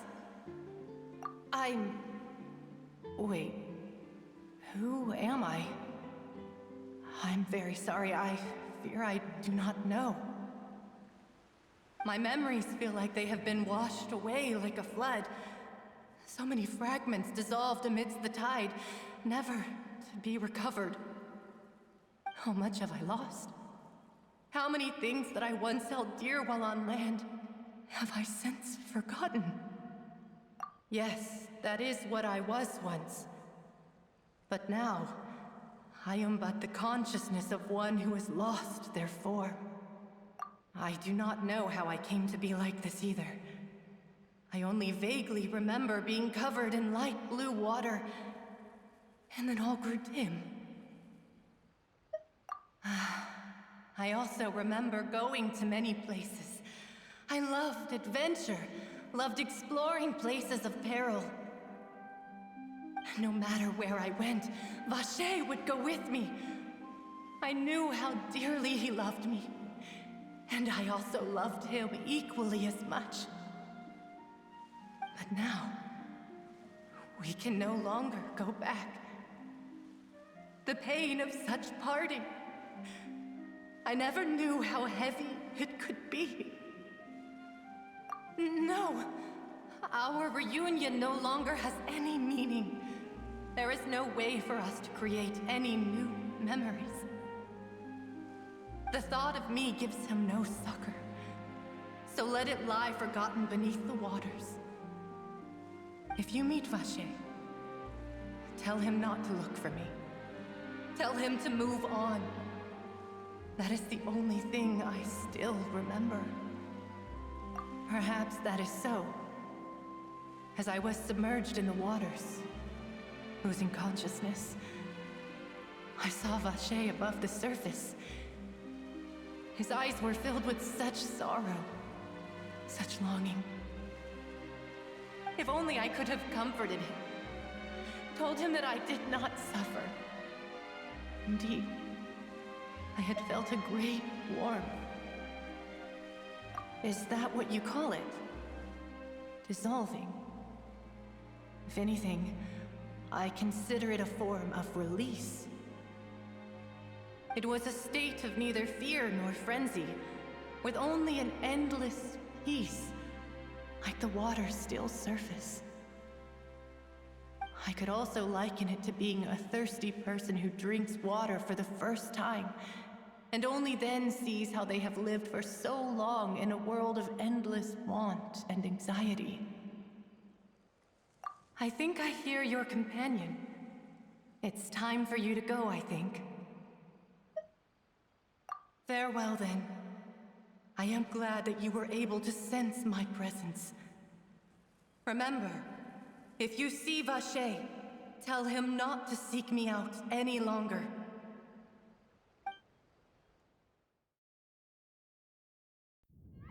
Yo, what's up, Mike?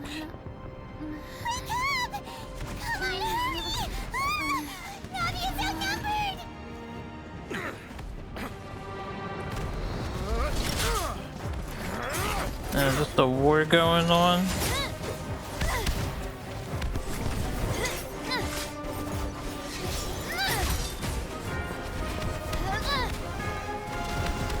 look out!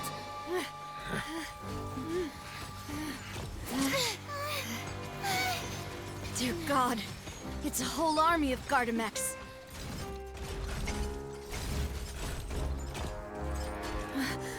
Chlorand?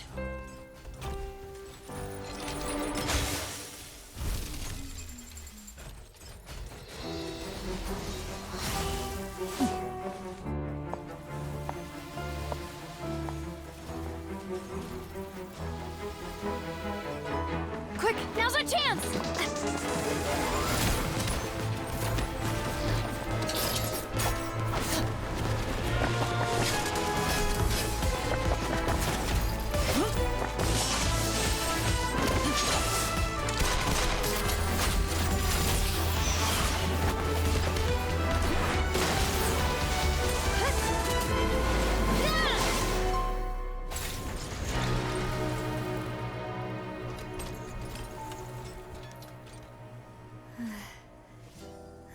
Yo, what's up, Joe? I'm doing alright. I'm a little sore for no reason, seemingly. My entire back was sore at the end of the other day. I should thank you for And I lending have us your no sword idea there, why. Chlorand. But before I do so, could you explain how you managed to show up here? I followed you. It seemed to me that danger has followed you more closely as of late. No, I believe nothing. that following someone without their knowledge is actually called stalking, is it not? I haven't done anything Mr. strenuous Paris' last anyway. wish was for me to ensure As far your as I'm safety, aware. and I will not betray his trust. He would do the same, were he alive today. You've just a Do remedy? not What's speak that? of my father.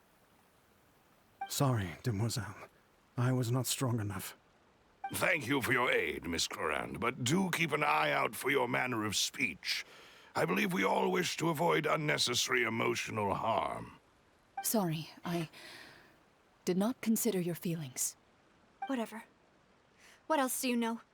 How did you come to the conclusion that I'd be in grave danger? I doubt I know much more than you, but I believe that the mastermind behind the serial disappearances is very powerful. Your performance tonight will almost certainly attract their attention. I'm sure they've known about me. To be honest, I'm shocked it's taken them this long to act against me. And what about these Gardamex? I thought only those associated with the Maison Gardiennage could control them. None of these mecha have serial numbers. I was sure to check a moment ago. They are not the ones used by the authorities to enforce the law. I can only conclude that some powerful or wealthy party must have obtained them via illegal means, deploying them as a private force of sorts. What? You Your point picked being that up they're out of Pokemon Spina di Rosula's Pearl? league, then? What? Yes. Be careful, and do not act rashly. It's quite an interesting I will choice continue there. investigating no matter what. We will bring the truth to light. That's my father's true last wish. Regardless, thank you for your help today, Clorand. But if you get any ideas, tell me first. I don't much appreciate being followed. I do not think that they'll strike again anytime soon. So I shall stop following you. Good day, all. It's on sale. I would hope so. Right.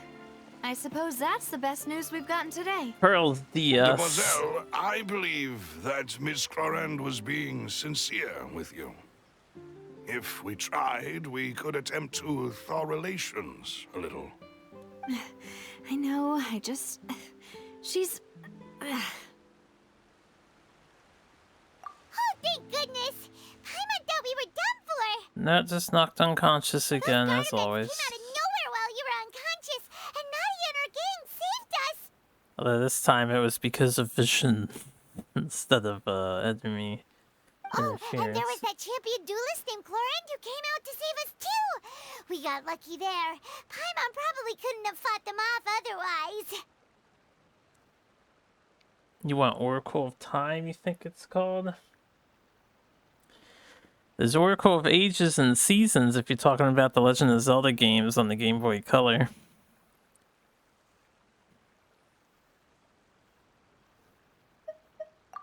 Oh, come now. Forget all that polite talk. That wasn't really a farewell meal we had back there. Not for me, anyway. In truth, I hope that every meal we have together shall be a victory feast. As such, we're still partners. There's no need to thank me. It will take 50 years for me to match Demoiselle's magnanimity. If it were me, I would have joined the Spina di Rosula on account of her goodwill long ago. All right, you two. That's enough. Actually, Navia, how did you know that we were in danger? You sure did show up in the nick of time. Well, to be honest, you're the one who tipped us off, Paimon. Huh? Really? Paimon contributed somehow? Cool, Paimon's even more amazing than she thought! Yes, all thanks to you grabbing my drink by mistake. How did that help? What are you talking about, After we Joe? parted ways, I was on the way back to one of our bases when I suddenly thought of what you said. That the Fanta tasted kind of salty and icky. Fanta only comes in sweet flavors, so how could it have tasted salty? The color of the drink, if I recall, had also been a bit off. So the Fanta had been spiked with water from the primordial sea? Yes. So, if you hadn't drunk that cup for me... Spina di Rosula is preparing the grandest of awards for you as we speak for saving the boss. Talking about HP. Really? I sent people to Hotel de Boer to investigate, but whoever did this left no trace at all. That's when I figured out that you might be in danger and hurried here as quickly as I could. But why would they go after us too? All we did was defend Linny in court and help clear his name. Ugh, now we're caught up in this mess too. Harry Potter. You did foil a plan that they were probably pretty proud of, and almost got their name in the process. Speaking of which, did anything strange happen when you drank the primordial seawater? Well, it can't be coincidence that the traveler fainted just now. She said that she heard that voice calling for Vache again. Oh, and this time Paimon heard it too, but it was real faint. Does this situation have to do with the primordial seawater then? Does that mean the primordial seawater raises someone's sensitivity to hydro when it's used on people who are not from Fontaine? That doesn't sound like too much of a bad thing, to be honest. New intel? While you were out cold? Well, let's hear it, shall we? Oh, that is important. Vache. That name doesn't ring a bell. I suppose he hasn't stepped forward as a witness in court lately. Since he saw that young woman dissolve, he was at least at the crime scene. But he never gave testimony or any information regarding people dissolving in the primordial seawater. Could he have been threatened? Yes, thank you. This is very important information indeed. We will continue to investigate. Oh, you mean you'll help us investigate? Well, you did say that our farewell meal didn't really count. That means we're still partners, right? And besides, we're in this now whether we like it or not. You're not gonna let those people who targeted us get off the hook so easily, are you, Traveler? Demoiselle, do try not to look quite so pleased. You are the face of Spina di Rosula, after all. You talk too much. Well, in that case, let's head back to one of our bases, shall we? I'll arrange accommodations for you. We also have some plans to go over, and hopefully we can deepen our bonds as partners. But we'll take that one step at a time, I guess. Don't worry, you two. With us around, our base is definitely secure. If you say so, but I mean, you guys do seem to be more competent than most. Where are we going? Spina di Rosula's base in Fontaine. I need to get around to picking up these other warp points. So how you been, Joe? If you're still there. Also, hello, Katie. And the kittens. Hope you're all well. You too, Murphy. I miss you all. It's right up ahead, but let's make sure we weren't followed first. I've been keeping watch, Demoiselle. I haven't spotted anyone suspicious thus far. Huh, very good. But let's not let our guard down for now. I shall find rooms for our respected guests. I can do Thank you, some Melisse. palace later. Now, let's continue, traveler. Let me know when exactly, because I can stop a stream to meet with you guys. We've already been 4 hours. I can't believe it. It feels like I just started streaming. Feels like I just got started. Also, I guess we're heading down here. Yeah. This is where their base is.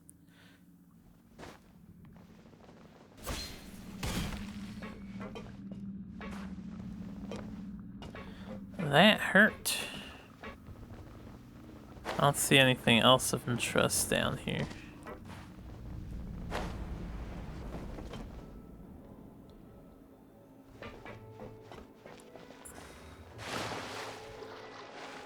Huh, wait. Okay, nothing. What's up, stranger? You got nothing to say? That's okay. Whenever I'm done, you're just chilling. I usually would end around like 12 o'clock-ish, maybe. I mean, I would go longer, but maybe another hour or two. So I want to keep you guys up all night. Time to go. Although, since it's you guys, I imagine your plan is to stay up all night. Regardless. Is the pizza ordered? None of these people want to chat with me.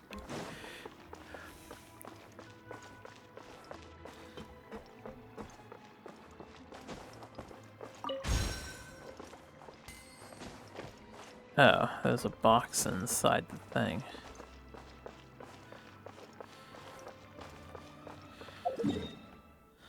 Oh, there's a whole underground section. I somehow missed this teleporter. The teleporter is above us. That's how I missed it. It is not down here. Although this one is.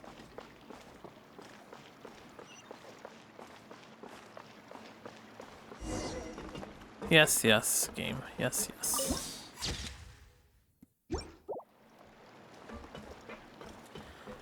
Underground city.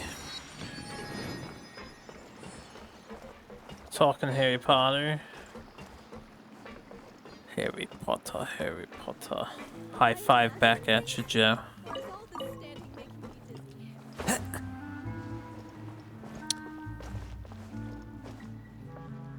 don't see any blips on the map, so I can't imagine there's a reason to go down there. What's up, Crosa?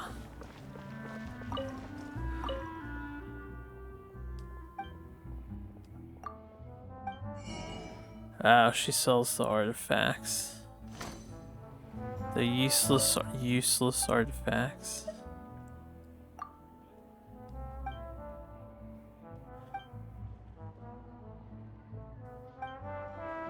I like the tune that's playing down here, though. People here really need to get more sunlight.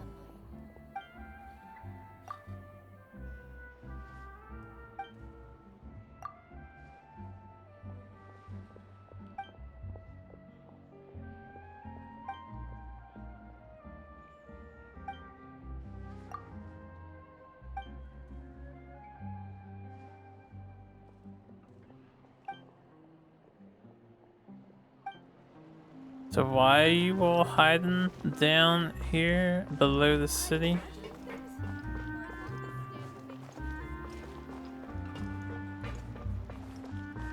Treasure chest. Brings a smile to my face.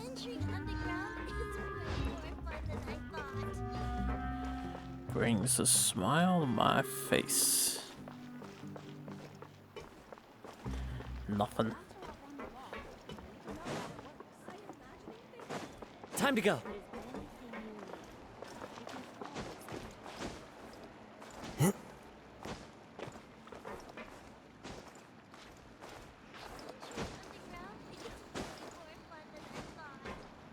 Okay.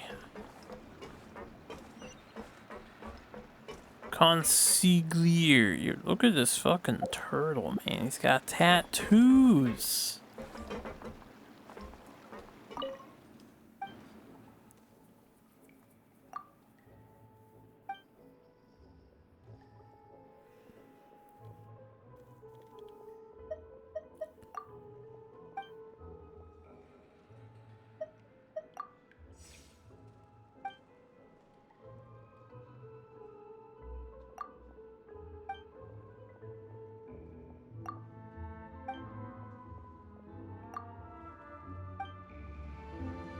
Damn, I was hoping I'd get something for talking to the turtle.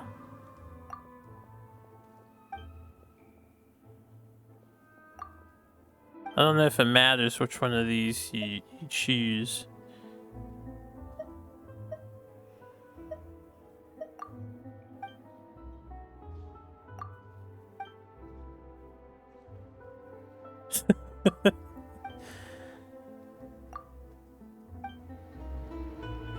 Okay, we'll do all the top options too one more time.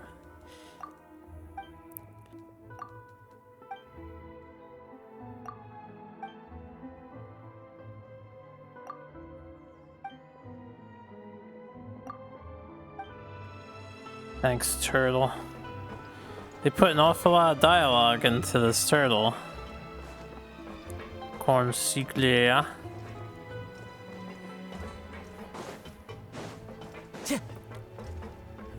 What is this?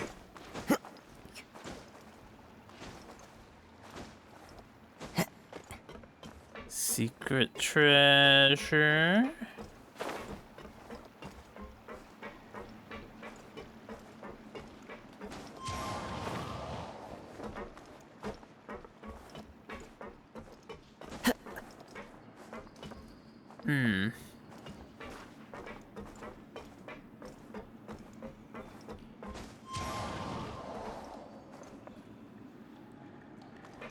Oh, there's treasure over there, though. And there's treasure up top.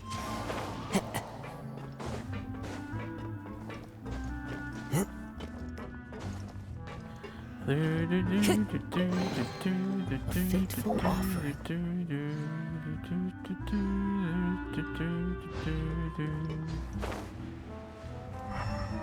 Any other treasure?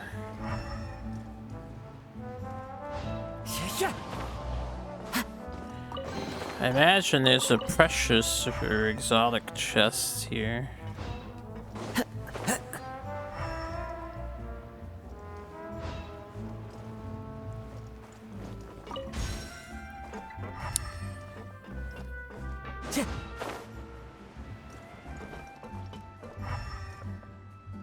I don't see anything else up top. Just Turtle Boy. Alright, let's go do the quest.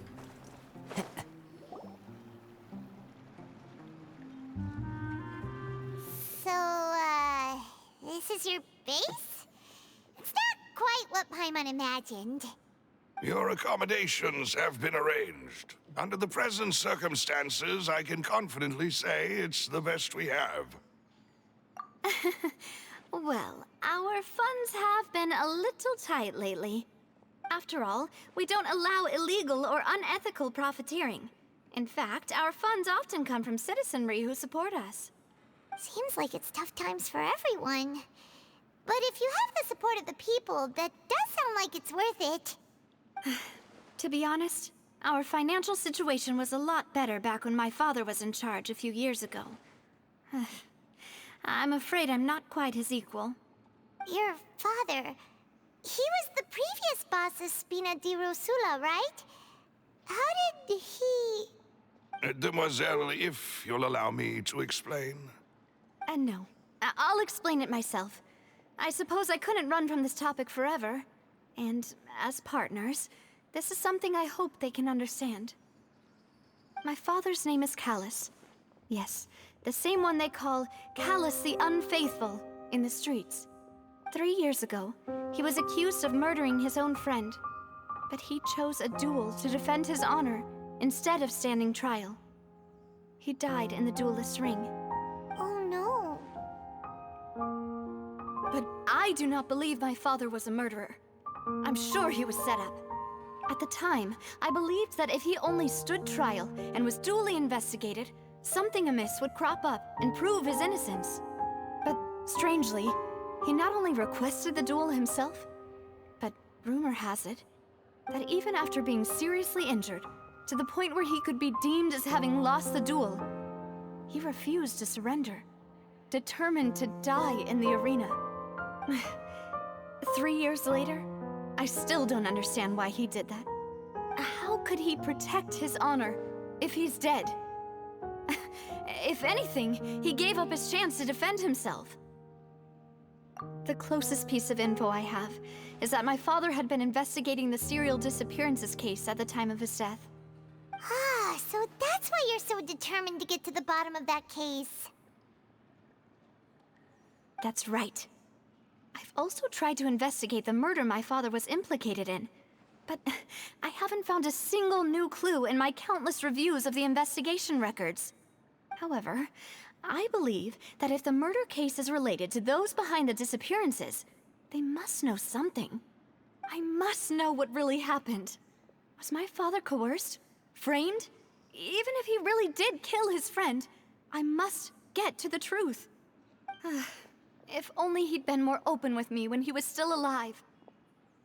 He even hid the fact that my mother died due to complications when giving birth to me. And now, here I am investigating his death. You really are a handful, aren't you, Papa? Demoiselle, please. If there is anything I can do, anything at all. I also will never believe that Master Callus murdered anyone. There are none whom I respect more than the two of you, Demoiselle.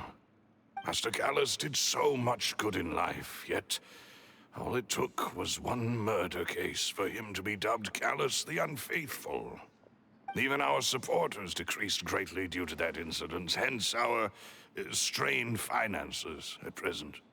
Wait, if Callus was such a good man, wouldn't people at least be a little suspicious when he was accused? No. Perhaps people just revel in that kind of drama. It's not something exclusive to people from Fontaine, really. Everyone's like that. People love watching the evil turn over a new leaf, but they also enjoy watching good people fall into an abyss from one slip-up just as much. But how could... never mind. If Callus was really falsely accused, we have to find the truth. He didn't deserve to have that happen to him. There is one other thing. Master Callus's opponent in the duel was Ms. Clorand. Oh, her? Well, then, isn't that as good as saying that she was the one who killed him? Yeah, that's not the sort of thing that you can just let go and move on from. Ms. Clorand has always placed great emphasis on the honorable nature of the duel. If her opponent doesn't yield, she will not stop either. She knew Master Callus beforehand and greatly respected him, but seeing how he was resolute in the arena, there was only ever one choice she could have made. It's not that I don't understand her at all, but I just can't deal with this yet. Don't worry, Navia. Paimon knows how you feel. You don't have to force yourself to do that. Afterward, Ms. Clorand told us that at the start of the duel, Master Callus requested that she ensure Demoiselle Navia's safety. Yes, that is our understanding as well. Oh, Papa. What madness drove you to ask the person who killed you to take care of me? All right, anyway, that's the information I wanted to share with you. Even if it did sound like I was just complaining towards the end. Thanks. You two should go and rest. This was quite a day after all. Yeah. Paimon's feet. Please, relax and get some sleep. We will ensure you rest soundly. Relax and sleep. Hold up, we'll relax in a moment. Absolutely. Relaxing. Be a thing that we do. Whether it be responsibility for Spina di Rosula or Master Callus's death, it all landed on Demoiselle's shoulders so suddenly. This won't do. I must become stronger. Stronger. Faster. Better. There is a task that I wish to accomplish before we stop for the evening. I want to start working on the reputation, and I want to get the dailies in.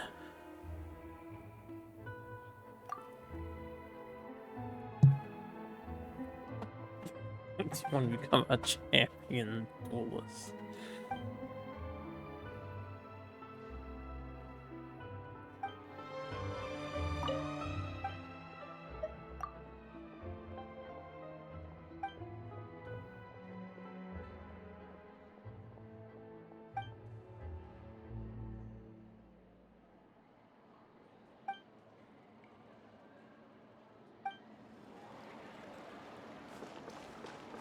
It's not really been explained why everyone is hanging out down here to begin with. Does the Archon know? Surely they know. And they just don't care. Treasure chest. Treasure chest. I didn't think about it. We can't dive here. Actually won't let us. But can I climb deeper into the water? No. It looks like we should be able to dive. Hold up. While I'm down here looking this way. I don't see any highlights.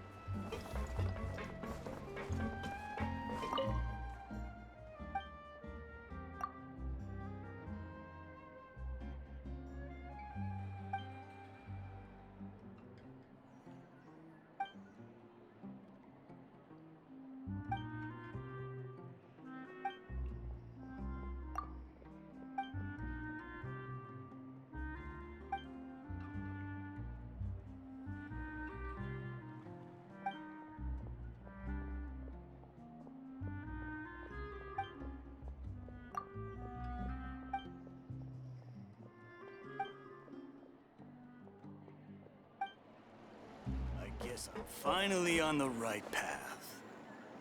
Dustin's crystal.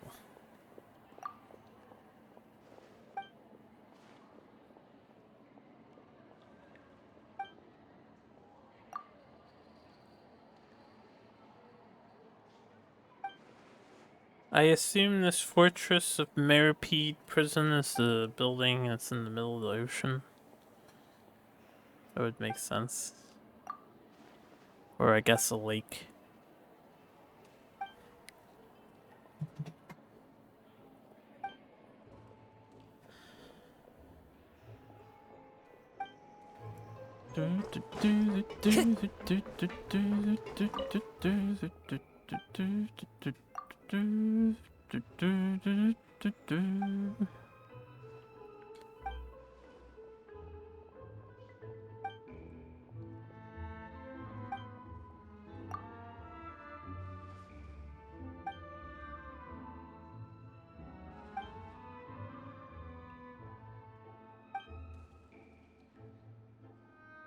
You guys probably shouldn't litter so much down here.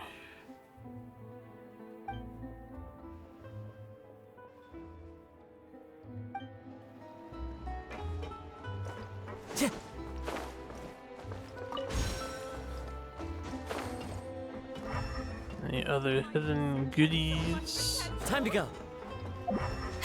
Somebody's getting excited about the potential of their project.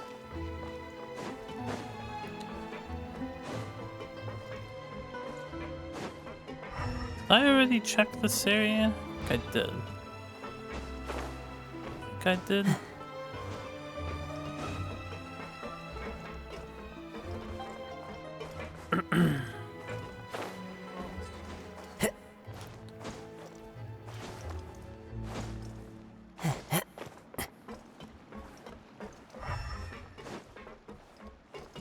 Well, I think we got this loot from climbing up top and flying around to begin with, but now we found the passage that you can take otherwise.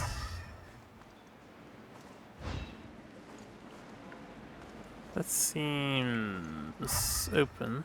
Probably go there next. Let's just continue the quest.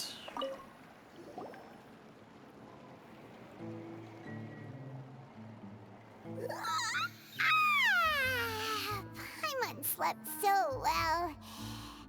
This place feels almost too safe. Huh? Navia? Where did the other two go? I sent them back to Poisson.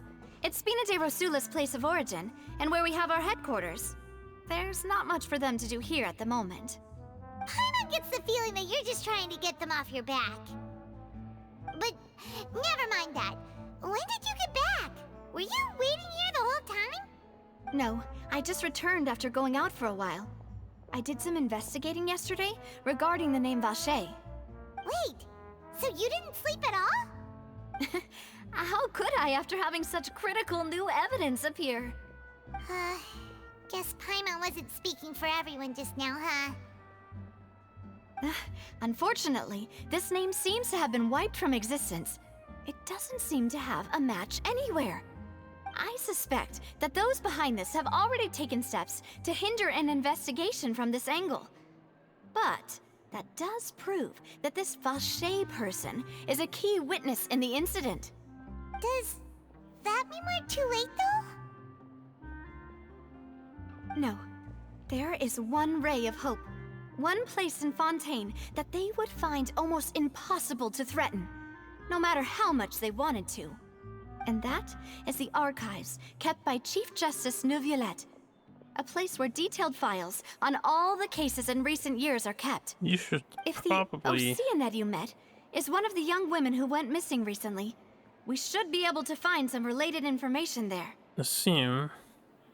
So Neuvillette maintains an archive of case files? Whew. Guess that's the hard-working Chief Justice for you. In that case, let's go talk to him, shall we? That they have people involved in the police. Aren't you coming along, Navia? Did you get tired? No, it's nothing. Let's go see the Honorable Chief Justice. Honorable. We don't know if he's really honorable yet. Give me a moment.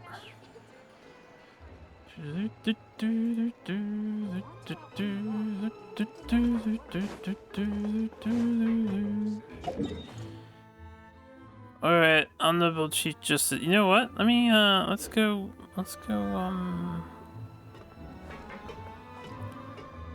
not that way, we came from that way, but this way. Let's go see what's beyond this exit here. This way.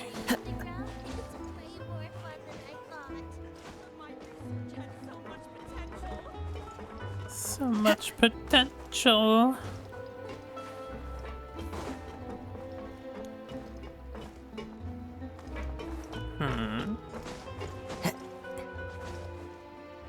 Must check every nook and cranny. I'll have to come back through here when we get the treasure detector. Just to make sure I got it all.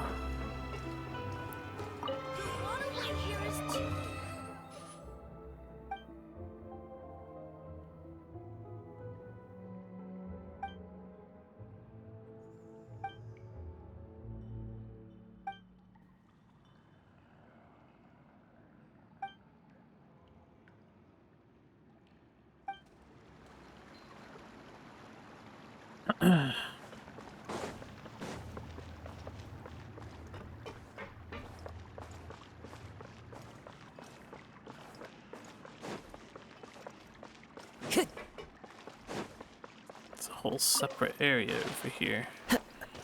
Oh, dirty cabbage. Ruined by the seaware water.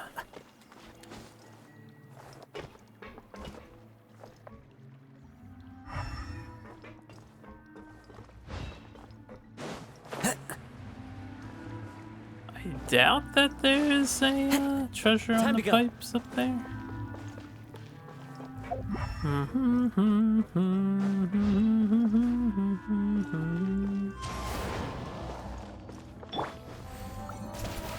Water jet!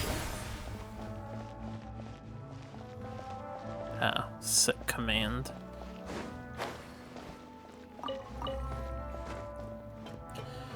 Alright, Zhongli, I need to hear old man grunts.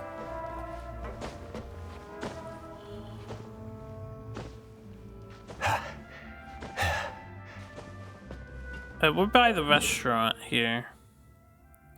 So there's a restaurant and there's a staircase that both lead down to this place. We can just teleport.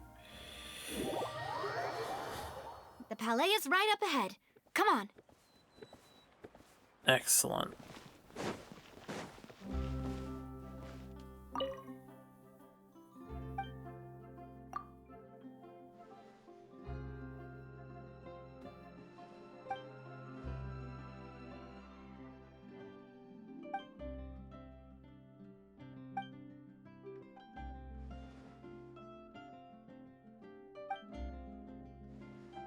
The Chief Justice has his own unit? That's sus.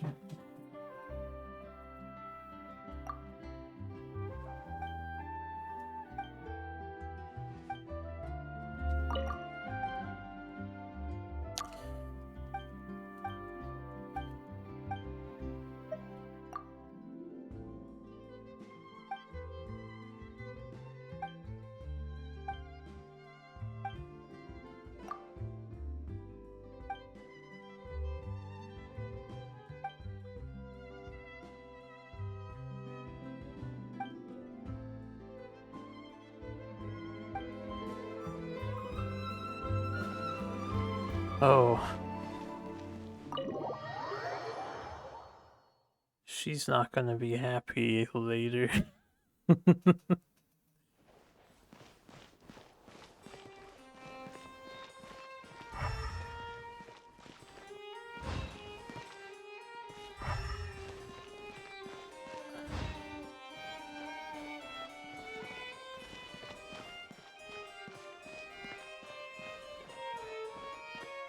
Man, a lot of different places here in Fontaine have their own theme songs. Pretty nutty.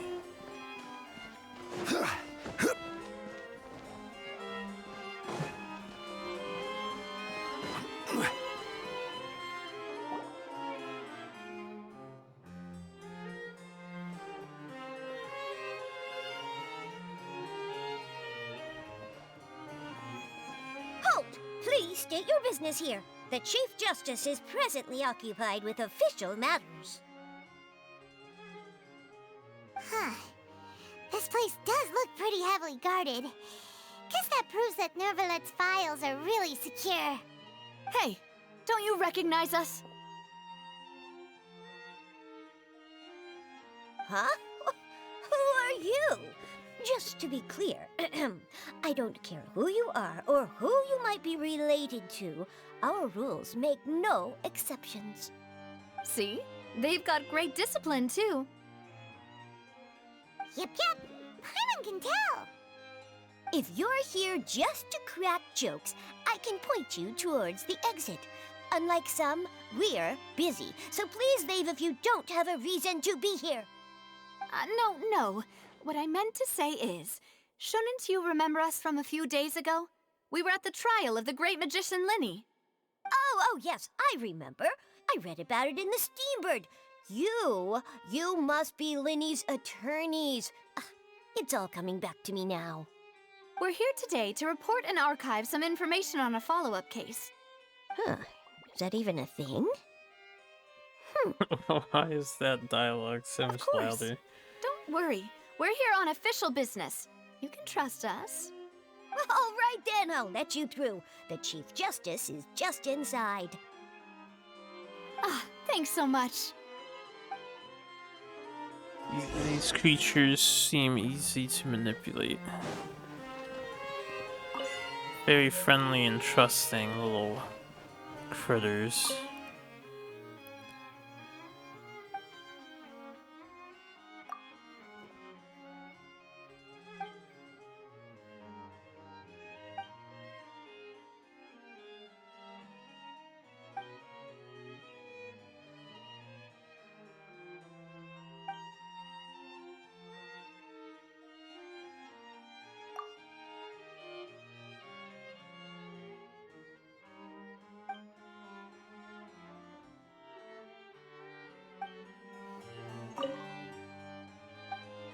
Okay, get some info on the two key players here.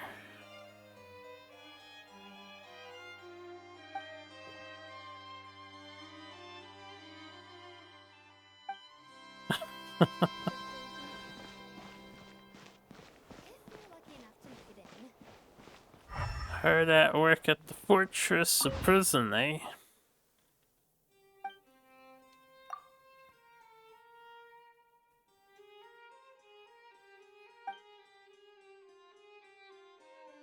Gotta send these ne'er-do-wells to Azkaban.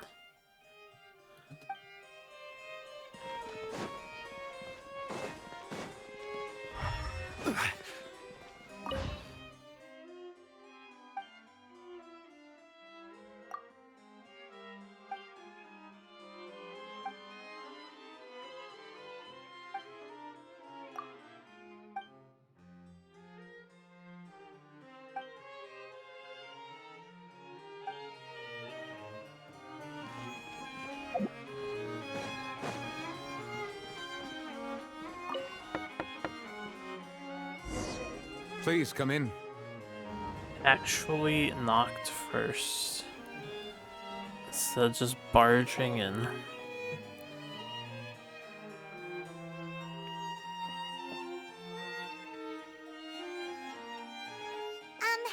Sorry to barge in, Monsieur Nervalet.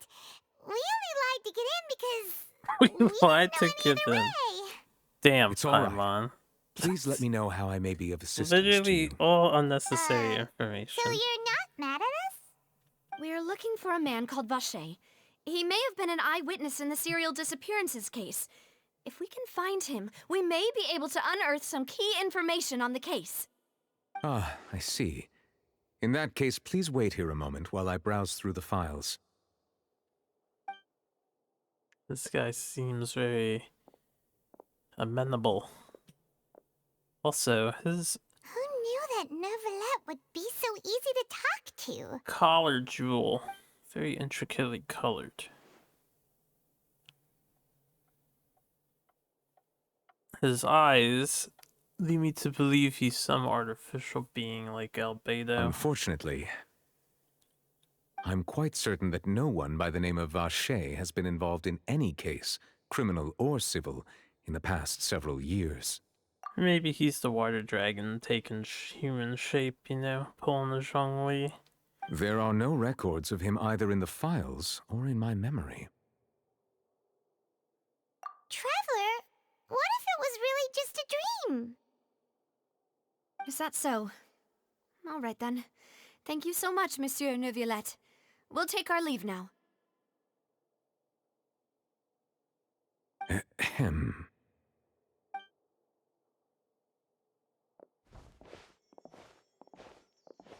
Miss Navia, I can understand how you feel.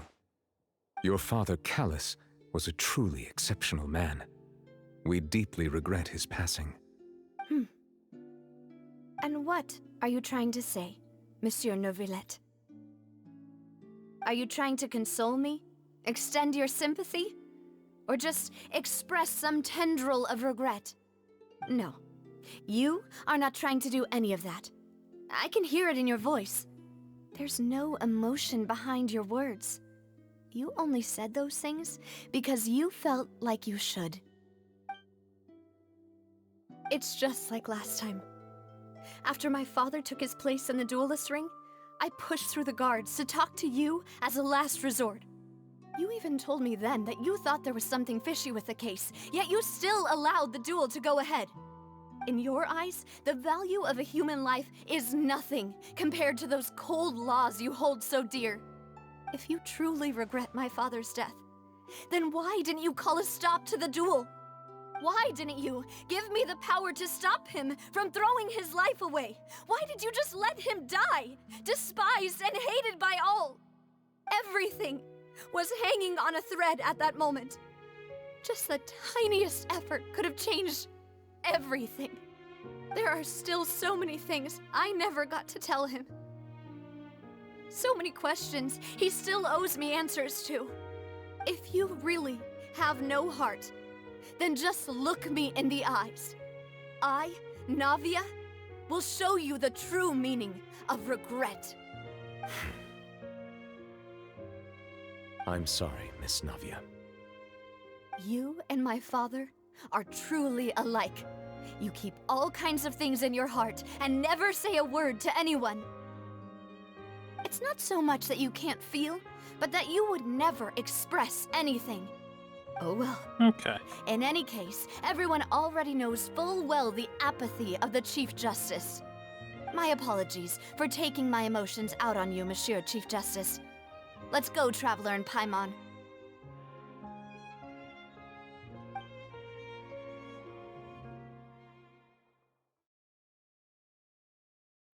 She had good control there.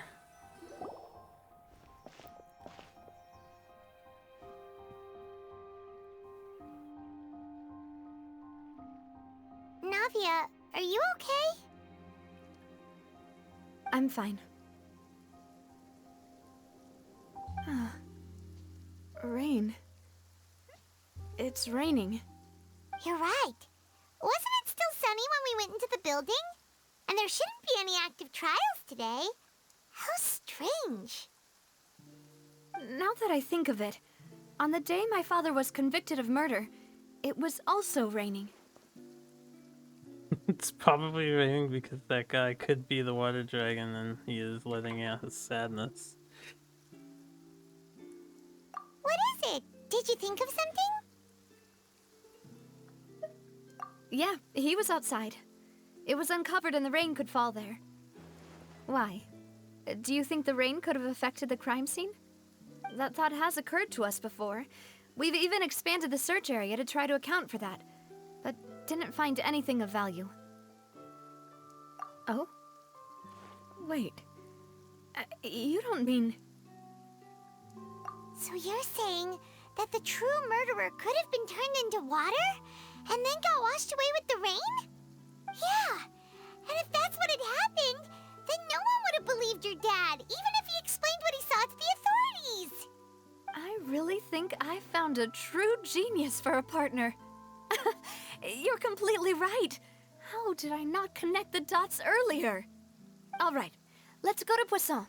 With this new lead in mind, we'll get to the bottom of my father's case for sure. Yeah, we're gonna make progress for sure this time. Do you want to go with me now? Or do you want to head over by yourself later? Great, let's go then. Teleport me.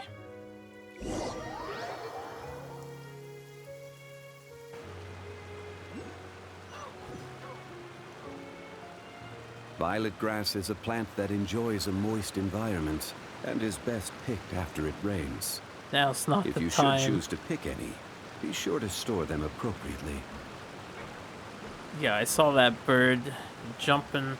Oh, he actually just jumps. I need more of these birds, man.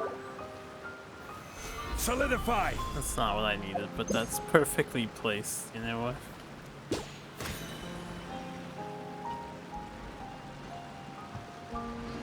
Let's see a viewpoint. What is this location there? Where are we? We're in an underground section over here. Croissant. Croissant. Wait, I'm curious. Alright, the thing is down. It says it's down.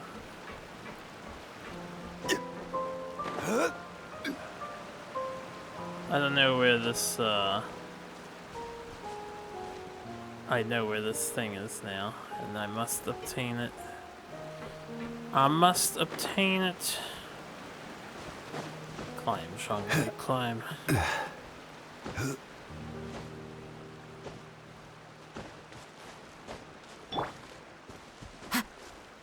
So there's some other puzzle here.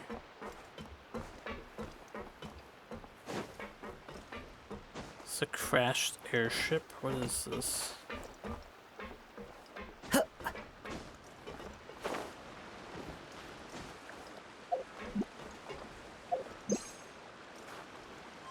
I was trying to do that earlier and I was like, why can't I use my skill? It's because I turned it off.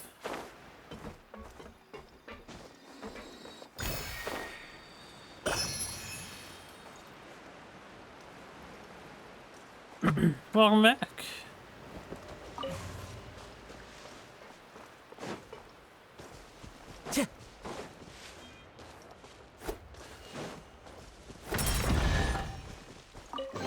I think I figured it out, tutorial. I think I figured it out.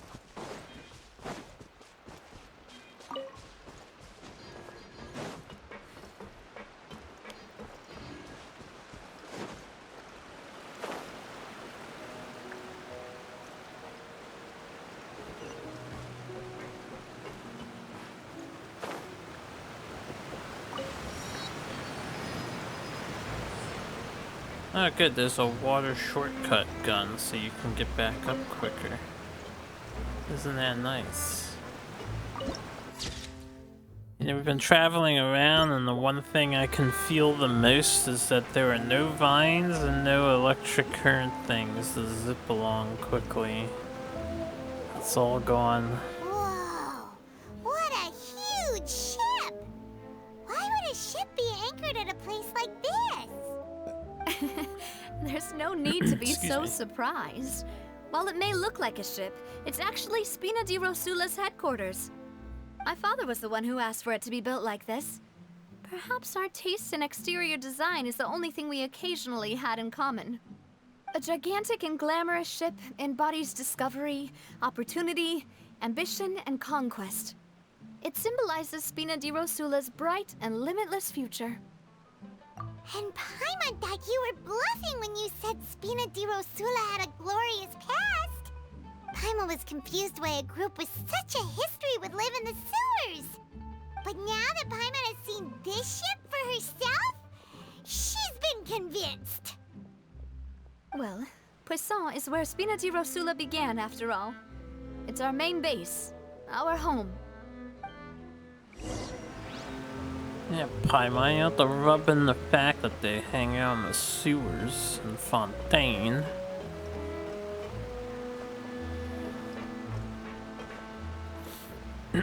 Look at that bird right there. Oh.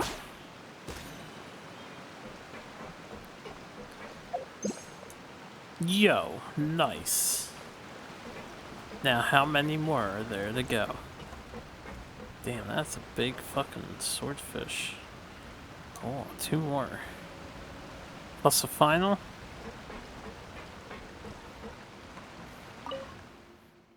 See that kid hiding his head back there.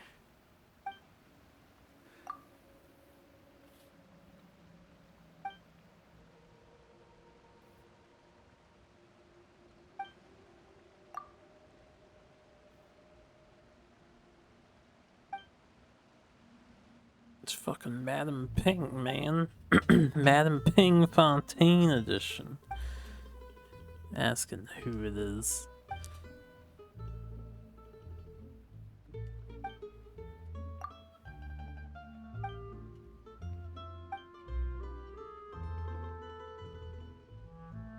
Have you gone to Baldur's Gate yet, though?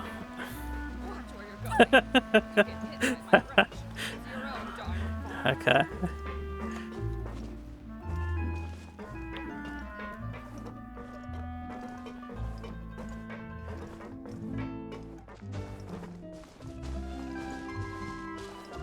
Follow the wind.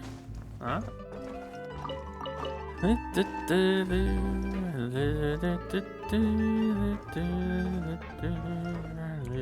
One second.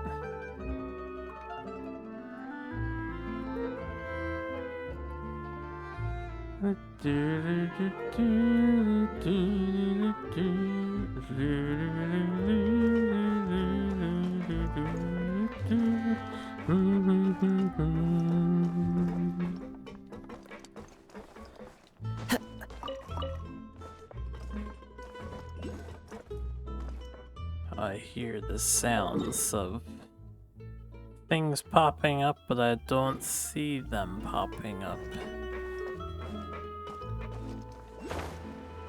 Ah, over here.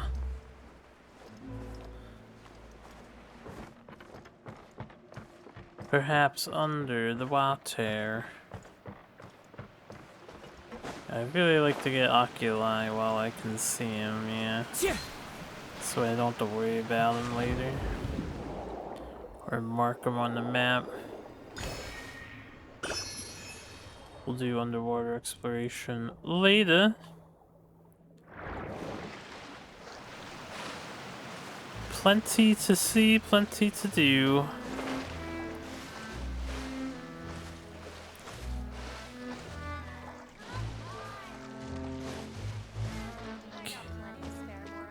Time to go.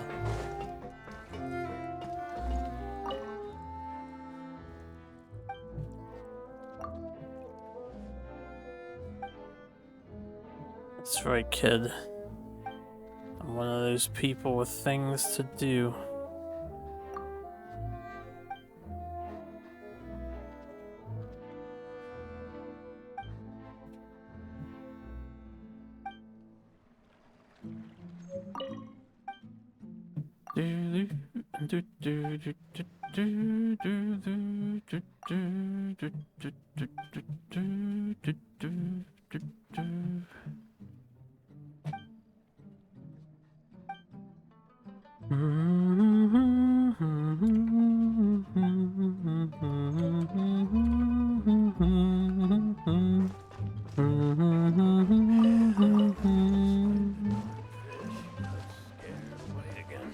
Darn fish.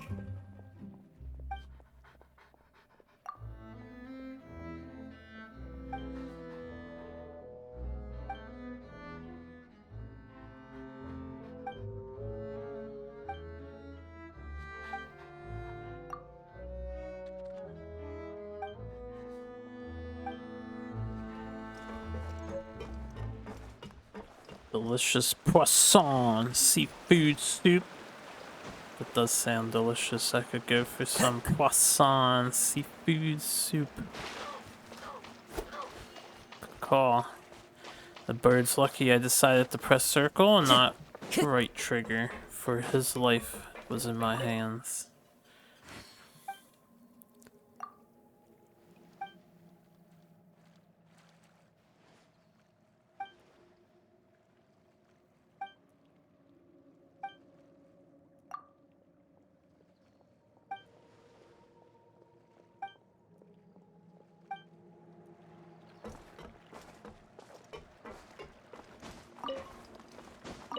If she's on vacation, why does she have so much fish to sell?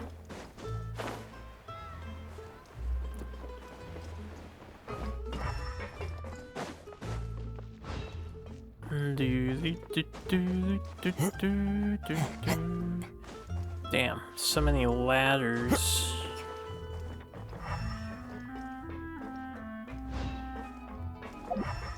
Bum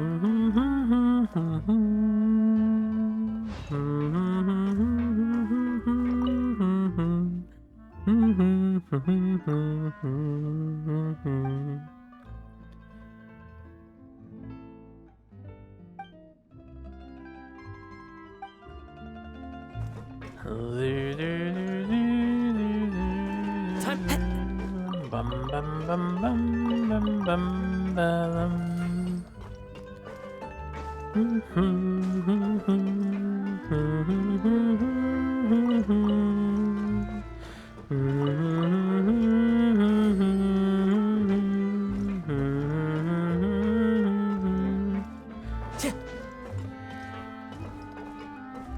Time to go. Alright, it's time to go, so you say, but where do we go? I'll have to, like, be a little more thorough later. It's getting close to 11. I'm willing to park it so I can hang out with my friends who I do not get to hang out with often enough. But we'll do another story beat and find this hydro oculi that just popped up on the map. Time to go. Yep.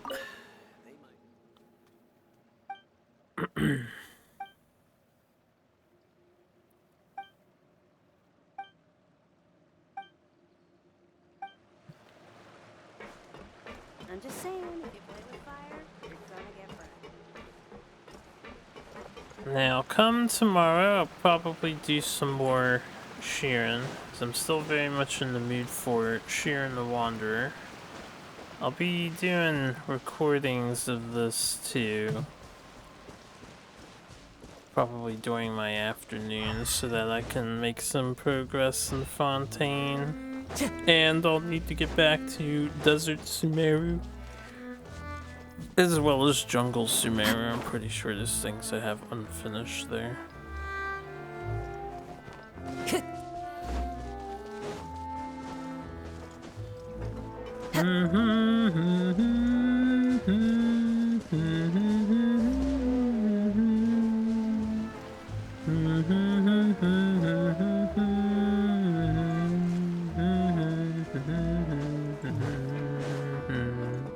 Time to go.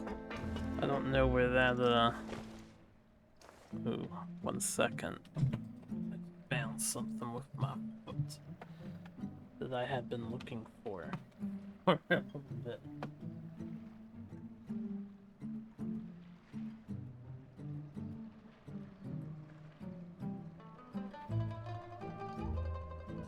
Tiny safety pin. I knew it fell down. I knew it fell down, but I couldn't see it earlier.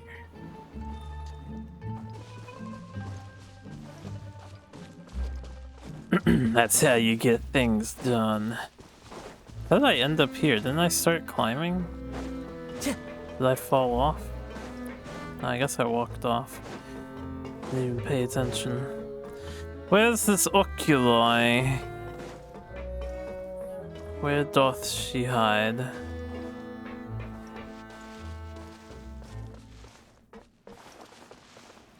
Probably on top of this. Oh, there's another one. Over here. We'll mark that one. There you are.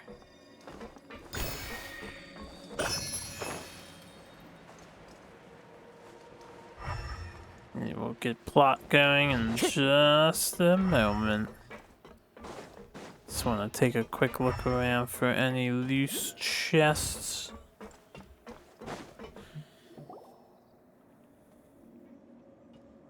Maloose, we're back. I will return to SNES Quest soon. I know I Apologies keep for the saying wait, that, Demoiselle, but we'll get and back our to most it. important partners. You said before that you still had some business at the court. What brings you back to Poisson so quickly? About that. It's because my partner here reminded me of something really important. You see, what if my father's case had something to do with water from the primordial sea? You still remember, right, Maloose? On that night, it was raining? Yes, the case was quite similar to that of Mr. Linney's. Both were what you'd call impossible murders. Could you tell us a bit more about what happened before? Yeah, of course. Many years ago, something called synth began to gain popularity in Poisson. At a glance, it was a kind of drink that could excite your mood and produce many pleasant hallucinations. Wait! Didn't that guard guy who turned into water also mention that the primordial water could be used to produce some kind of potion? Yes, he did. Considering what we know now, it's almost certain that synth is created using water from the primordial sea. If you drink synth for an extended amount of time, you'll suffer many side effects, such as losing the ability to focus or control your emotions. And if you were to stop drinking it completely, you'll experience flashes of paranoia and anxiety while lacking energy to do anything. It's an extremely dangerous substance. As he oversaw Poisson, my father was compelled to put a stop to synth abuse and called for a complete ban of it. Boss's uncompromising attitude incurred the synth vendor's wrath, but no matter how much they threatened or bribed him, he refused to yield. Not only that, Boss became determined to find the mastermind behind the synth operation and put an end to the problem once and for all. Yes, but the enemy was very cunning. So he could never get anything out of the dealers, all of whom only sold the stuff and weren't privy to the rest of the operation. Recognizing that, my father decided to contact the dealers in secret and cultivate personal relationships with them. Finally, he was able to convince someone to become his informant. The man's name was Jacques. He felt greatly ashamed about his work after seeing many families destroyed by synth abuse. That night, my father hosted a banquet at his countryside estate. He planned to meet up and exchange information with Jacques over some food. But then, we heard 2 gunshots from the courtyard. We raced to the scene and found my father, still holding a gun, and Jacques, who was already dead on the ground. Huh? How did that happen? Aren't they on the same side? Sounds just like Lenny's case, doesn't it? In both cases, the culprit seemed obvious, but neither appeared to have any motive at all. Looking back on it, though, I now believe the most important clue was something we all overlooked at the time. There were pieces of clothing left at the scene. I like how there's no guns, there's crossbows, there's bows, all this time, and there were cannons, but now guns are just like a thing that exists in the universe. Precisely. It's all thanks to you that I made the connection now. Back then, we all just thought they were some costumes that Jacques used to disguise himself at the banquet. But, considering it now, it's almost certain that they belong to a third person at the scene. With one extra person, we'll also need to reconsider why the 2 shots were fired. You're right. We still don't know what happened. But my intuition tells me that we're on the right track to figuring it all out. I'm finally headed towards the truth.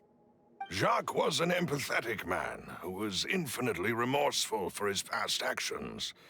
It's unlikely that he turned on Boss with 0 warning. I think this third person is probably the key to the full truth.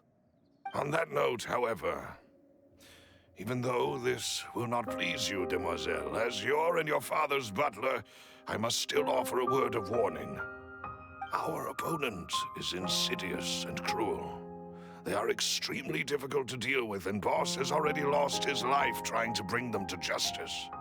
Even though Spina de Rosula has lost most of its former glory, Poisson has welcomed a new time of peace, and we have been allowed to live out our lives. There is no need to follow your father's path.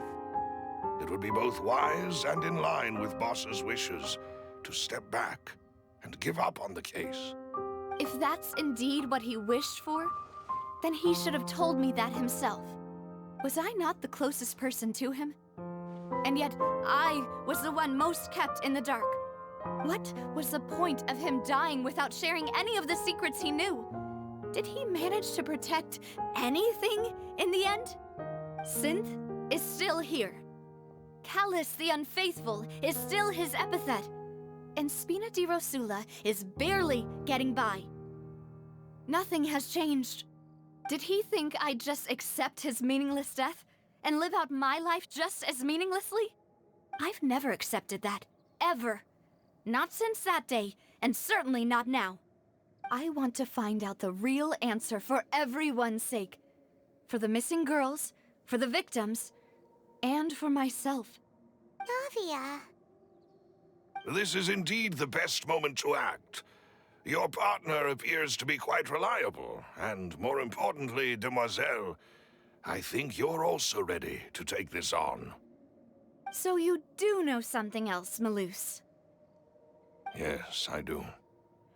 In fact, even before that banquet, Boss already knew of the connection between Synth and the serial disappearances case. But what drove all the tensions to the boiling point was the revelation that you, Demoiselle, had been selected as the next target to disappear. What?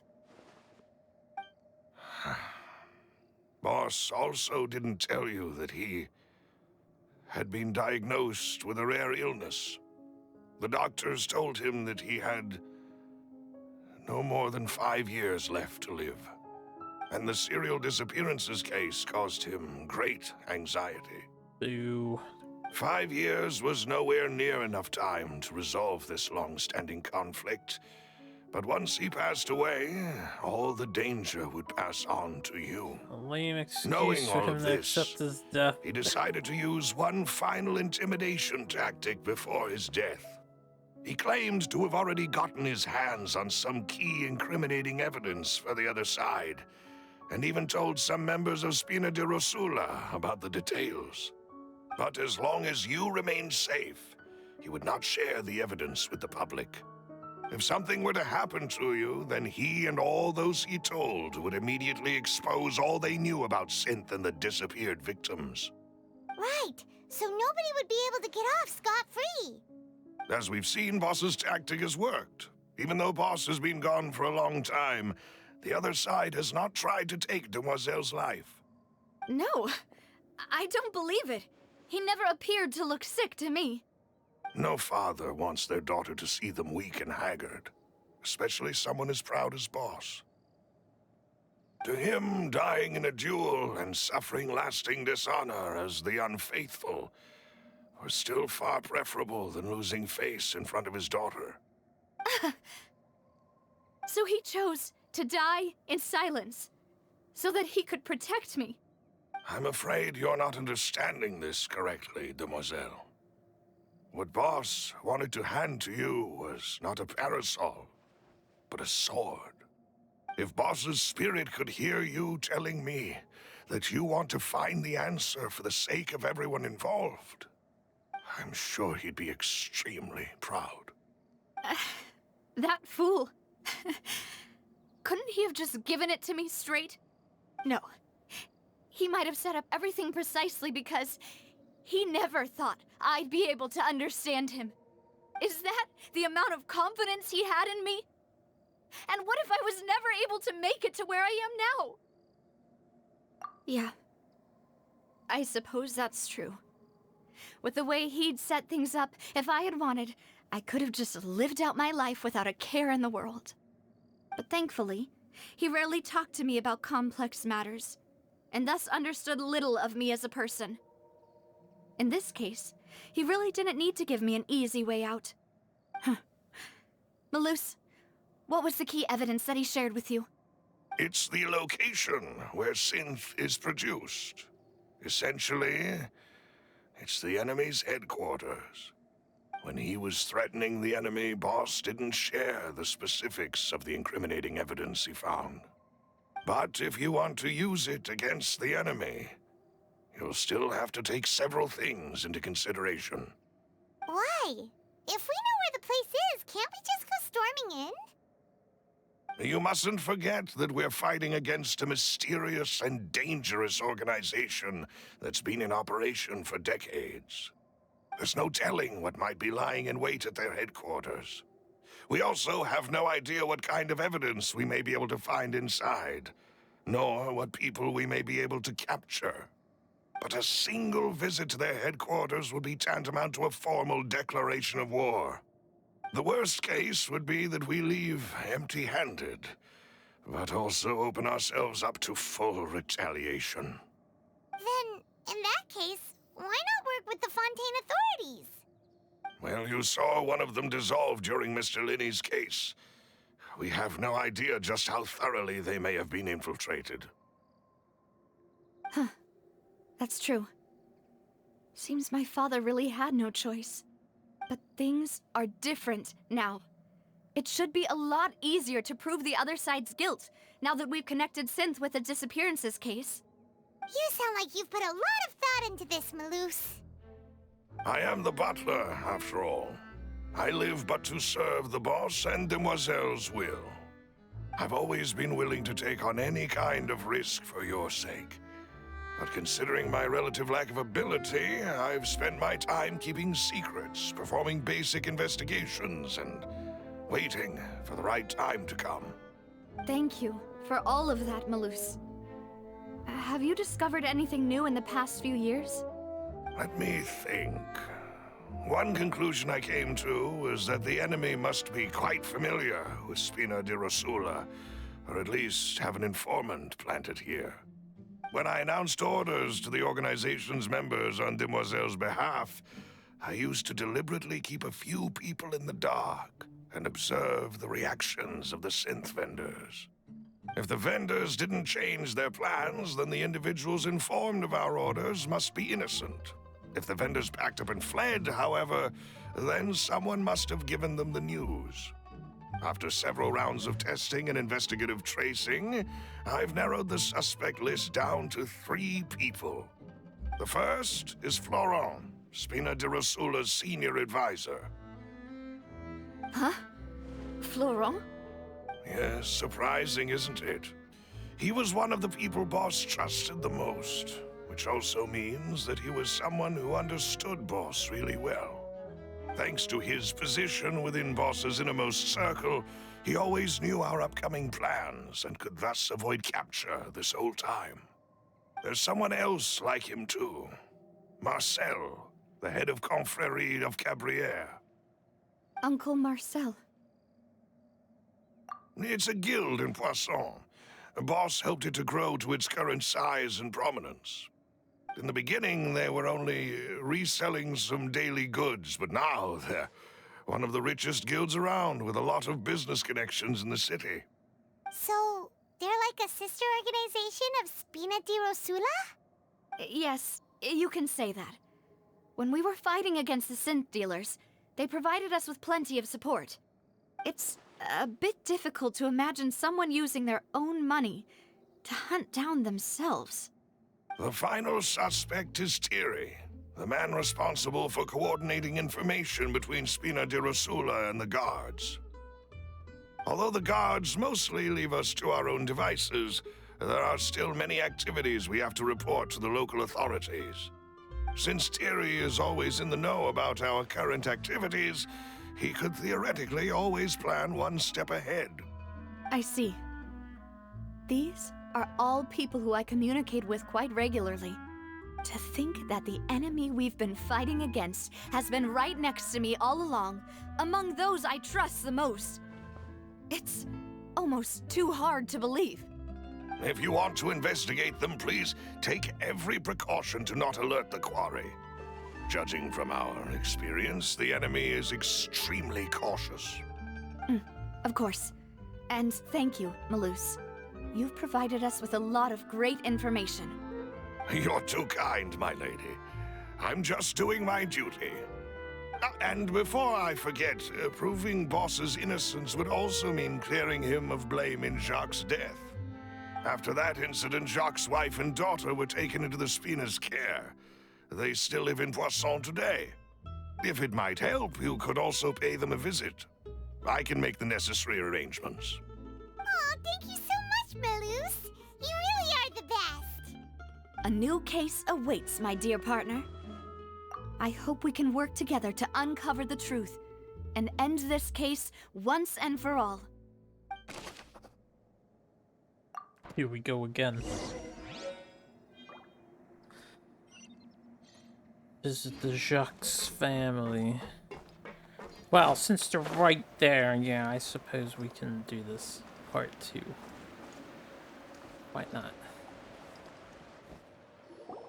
It is settled, then. Please excuse me, and enjoy your conversation at your leisure. Thank you for arranging everything for us, Malus. Excuse me, miss. Do you need anything from us? Oh. Hey, Navia's all quiet. This isn't like her at all. I'm sorry that I only came to visit after all this time. After what happened, I didn't know how I was supposed to face the two of you. They're like right next to your If it's about that, there's no need to apologize. After my husband died, Spina di Rosula sent us a lot of mora and support. I understood your guilt and apology to be genuine. But aren't all of those things nothing compared to the loss of Jacques?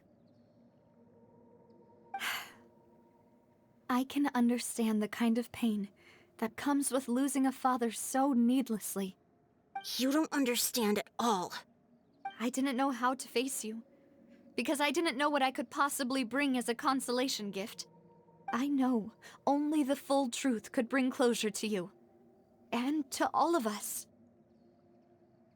I'm sorry. I appreciate the sentiment, but you don't have to carry all that guilt. On the matter regarding my husband, my daughter and I have more or less found our answer already. Would you mind sharing it with me? I really can't believe that my father could ever bring himself to shoot Jacques. I always knew that my husband's money was earned through others' suffering. He told me countless times that if he could turn back the clock, he would never go into the synth business again. He had many regrets, and felt that he took the idea of providing for his family too literally. For the longest time, he thought Mora was everything. So when Mr. Callis came to him with a proposal, he accepted it almost immediately. He tried to be as careful as he could, but even so, he was still found out by the higher-ups. They found out about his betrayal? Papa didn't say that exactly, but Papa did tell me that I should never be ungrateful. Before he left that day, he told me that he had no choice. It was only later that I realized it was his final farewell to the two of us. I don't know that for sure, but you could say that's the conclusion I eventually came to. Which is why I'm the one who should feel guilty. Callis had always taken great care of us, both when he was still alive and after he passed away. Even if he fired the shot that killed my husband, it was likely in self-defense. It is impossible for me to hate him for what he had done. But Mama, why is Papa still the bad guy if he did the right thing? Papa always wanted to be a good man, so why did he have to do a bad thing in the end? Well, things aren't always as they seem. You still feel like your Papa was a good man, right? Yeah, Papa was a really good man. The best in the whole world. Then you should hold on to that. If a good man had to do a bad thing, then he must have had his reasons. Regardless of whether he left you a parasol or a sword. He must have done so to give you a better life. Oh.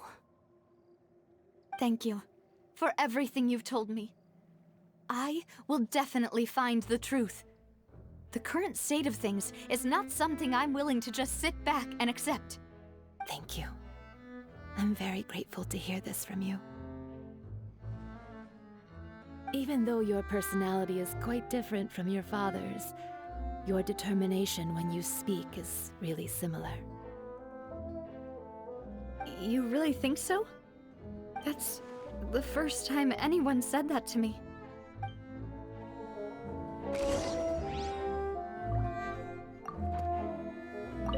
leave my husband's case to you. Thank you, Miss Spina, and Miss Spina's friend. Talk to Florent. Also here. Are you okay, Navia? I'm fine. Don't worry. Let's investigate the 3 suspects next. Florent should be nearby, and we should be able to find Thierry and Uncle Marcel in the city. I'll get myself together on the way, so please don't worry. We're worried.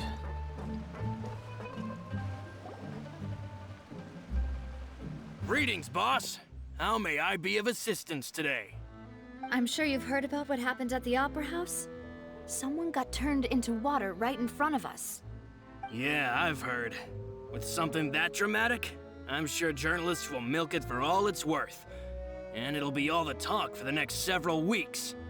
It also reminded me, on the day that the incident happened with my father, it was raining outside, and we found some clothes left at the scene. After my partner here put the dots together for me, I feel like we should try to reopen his case. Can you do me a favor and try to recall what happened that night? Let me think. Mr. Callis was feeling pretty upbeat that day. So he was drinking and bantering away with us at the table. After that, he told us that he wanted to go get some fresh air. So we let him go without thinking much of it. Who knew that we would hear 2 gunshots ring out right after? My first reaction was that Mr. Callis's life was in danger. So I grabbed my holster and made a mad dash toward the scene. But when I got there, it was already too late. Mr. Callis was standing over a dead body with a gun in his hands. All we could do was look back and forth at each other, not knowing what to say. So you also remember 2 gunshots then? Indeed. The guard said that the first shot didn't hit anyone, while the second killed Jacques. But I've never really bought that explanation. Reason being, Mr. Callis had left his gun on the table. I even made sure to confirm that before running to the scene. But according to the guards, that doesn't mean he couldn't have had other guns on his person. About the clothes left at the scene that you mentioned, do you think there was a 3rd person there who was turned into water? At least from our perspective, my father had no reason to kill.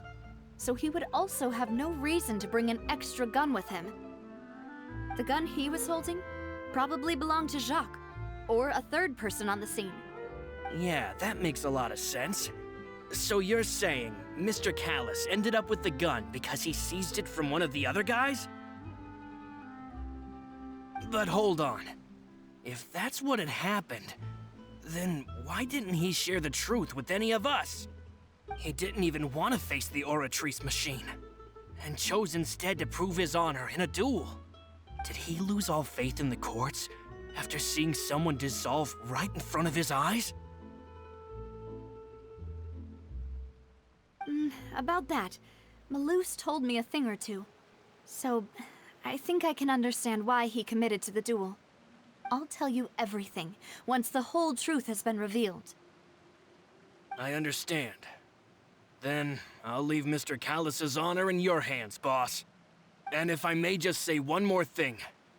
The whole Callis the Unfaithful epithet has been a thorn in my side since the day it was invented. Many people have laughed at me for still calling him Mr. Callis, even after so many years have passed. But it was Mr. Callis's trust that allowed me to rise through the ranks of Spina di Rosula and live the life I lead today. No matter what others might say, he'll always be the man I respect the most. And he'll always be my boss. Don't worry. I will definitely find the truth. You and all our other comrades at the Spina deserve to know the truth as well.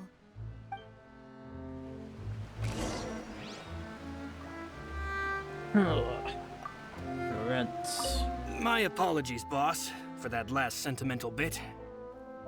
It's just, many years have passed while I've held my tongue.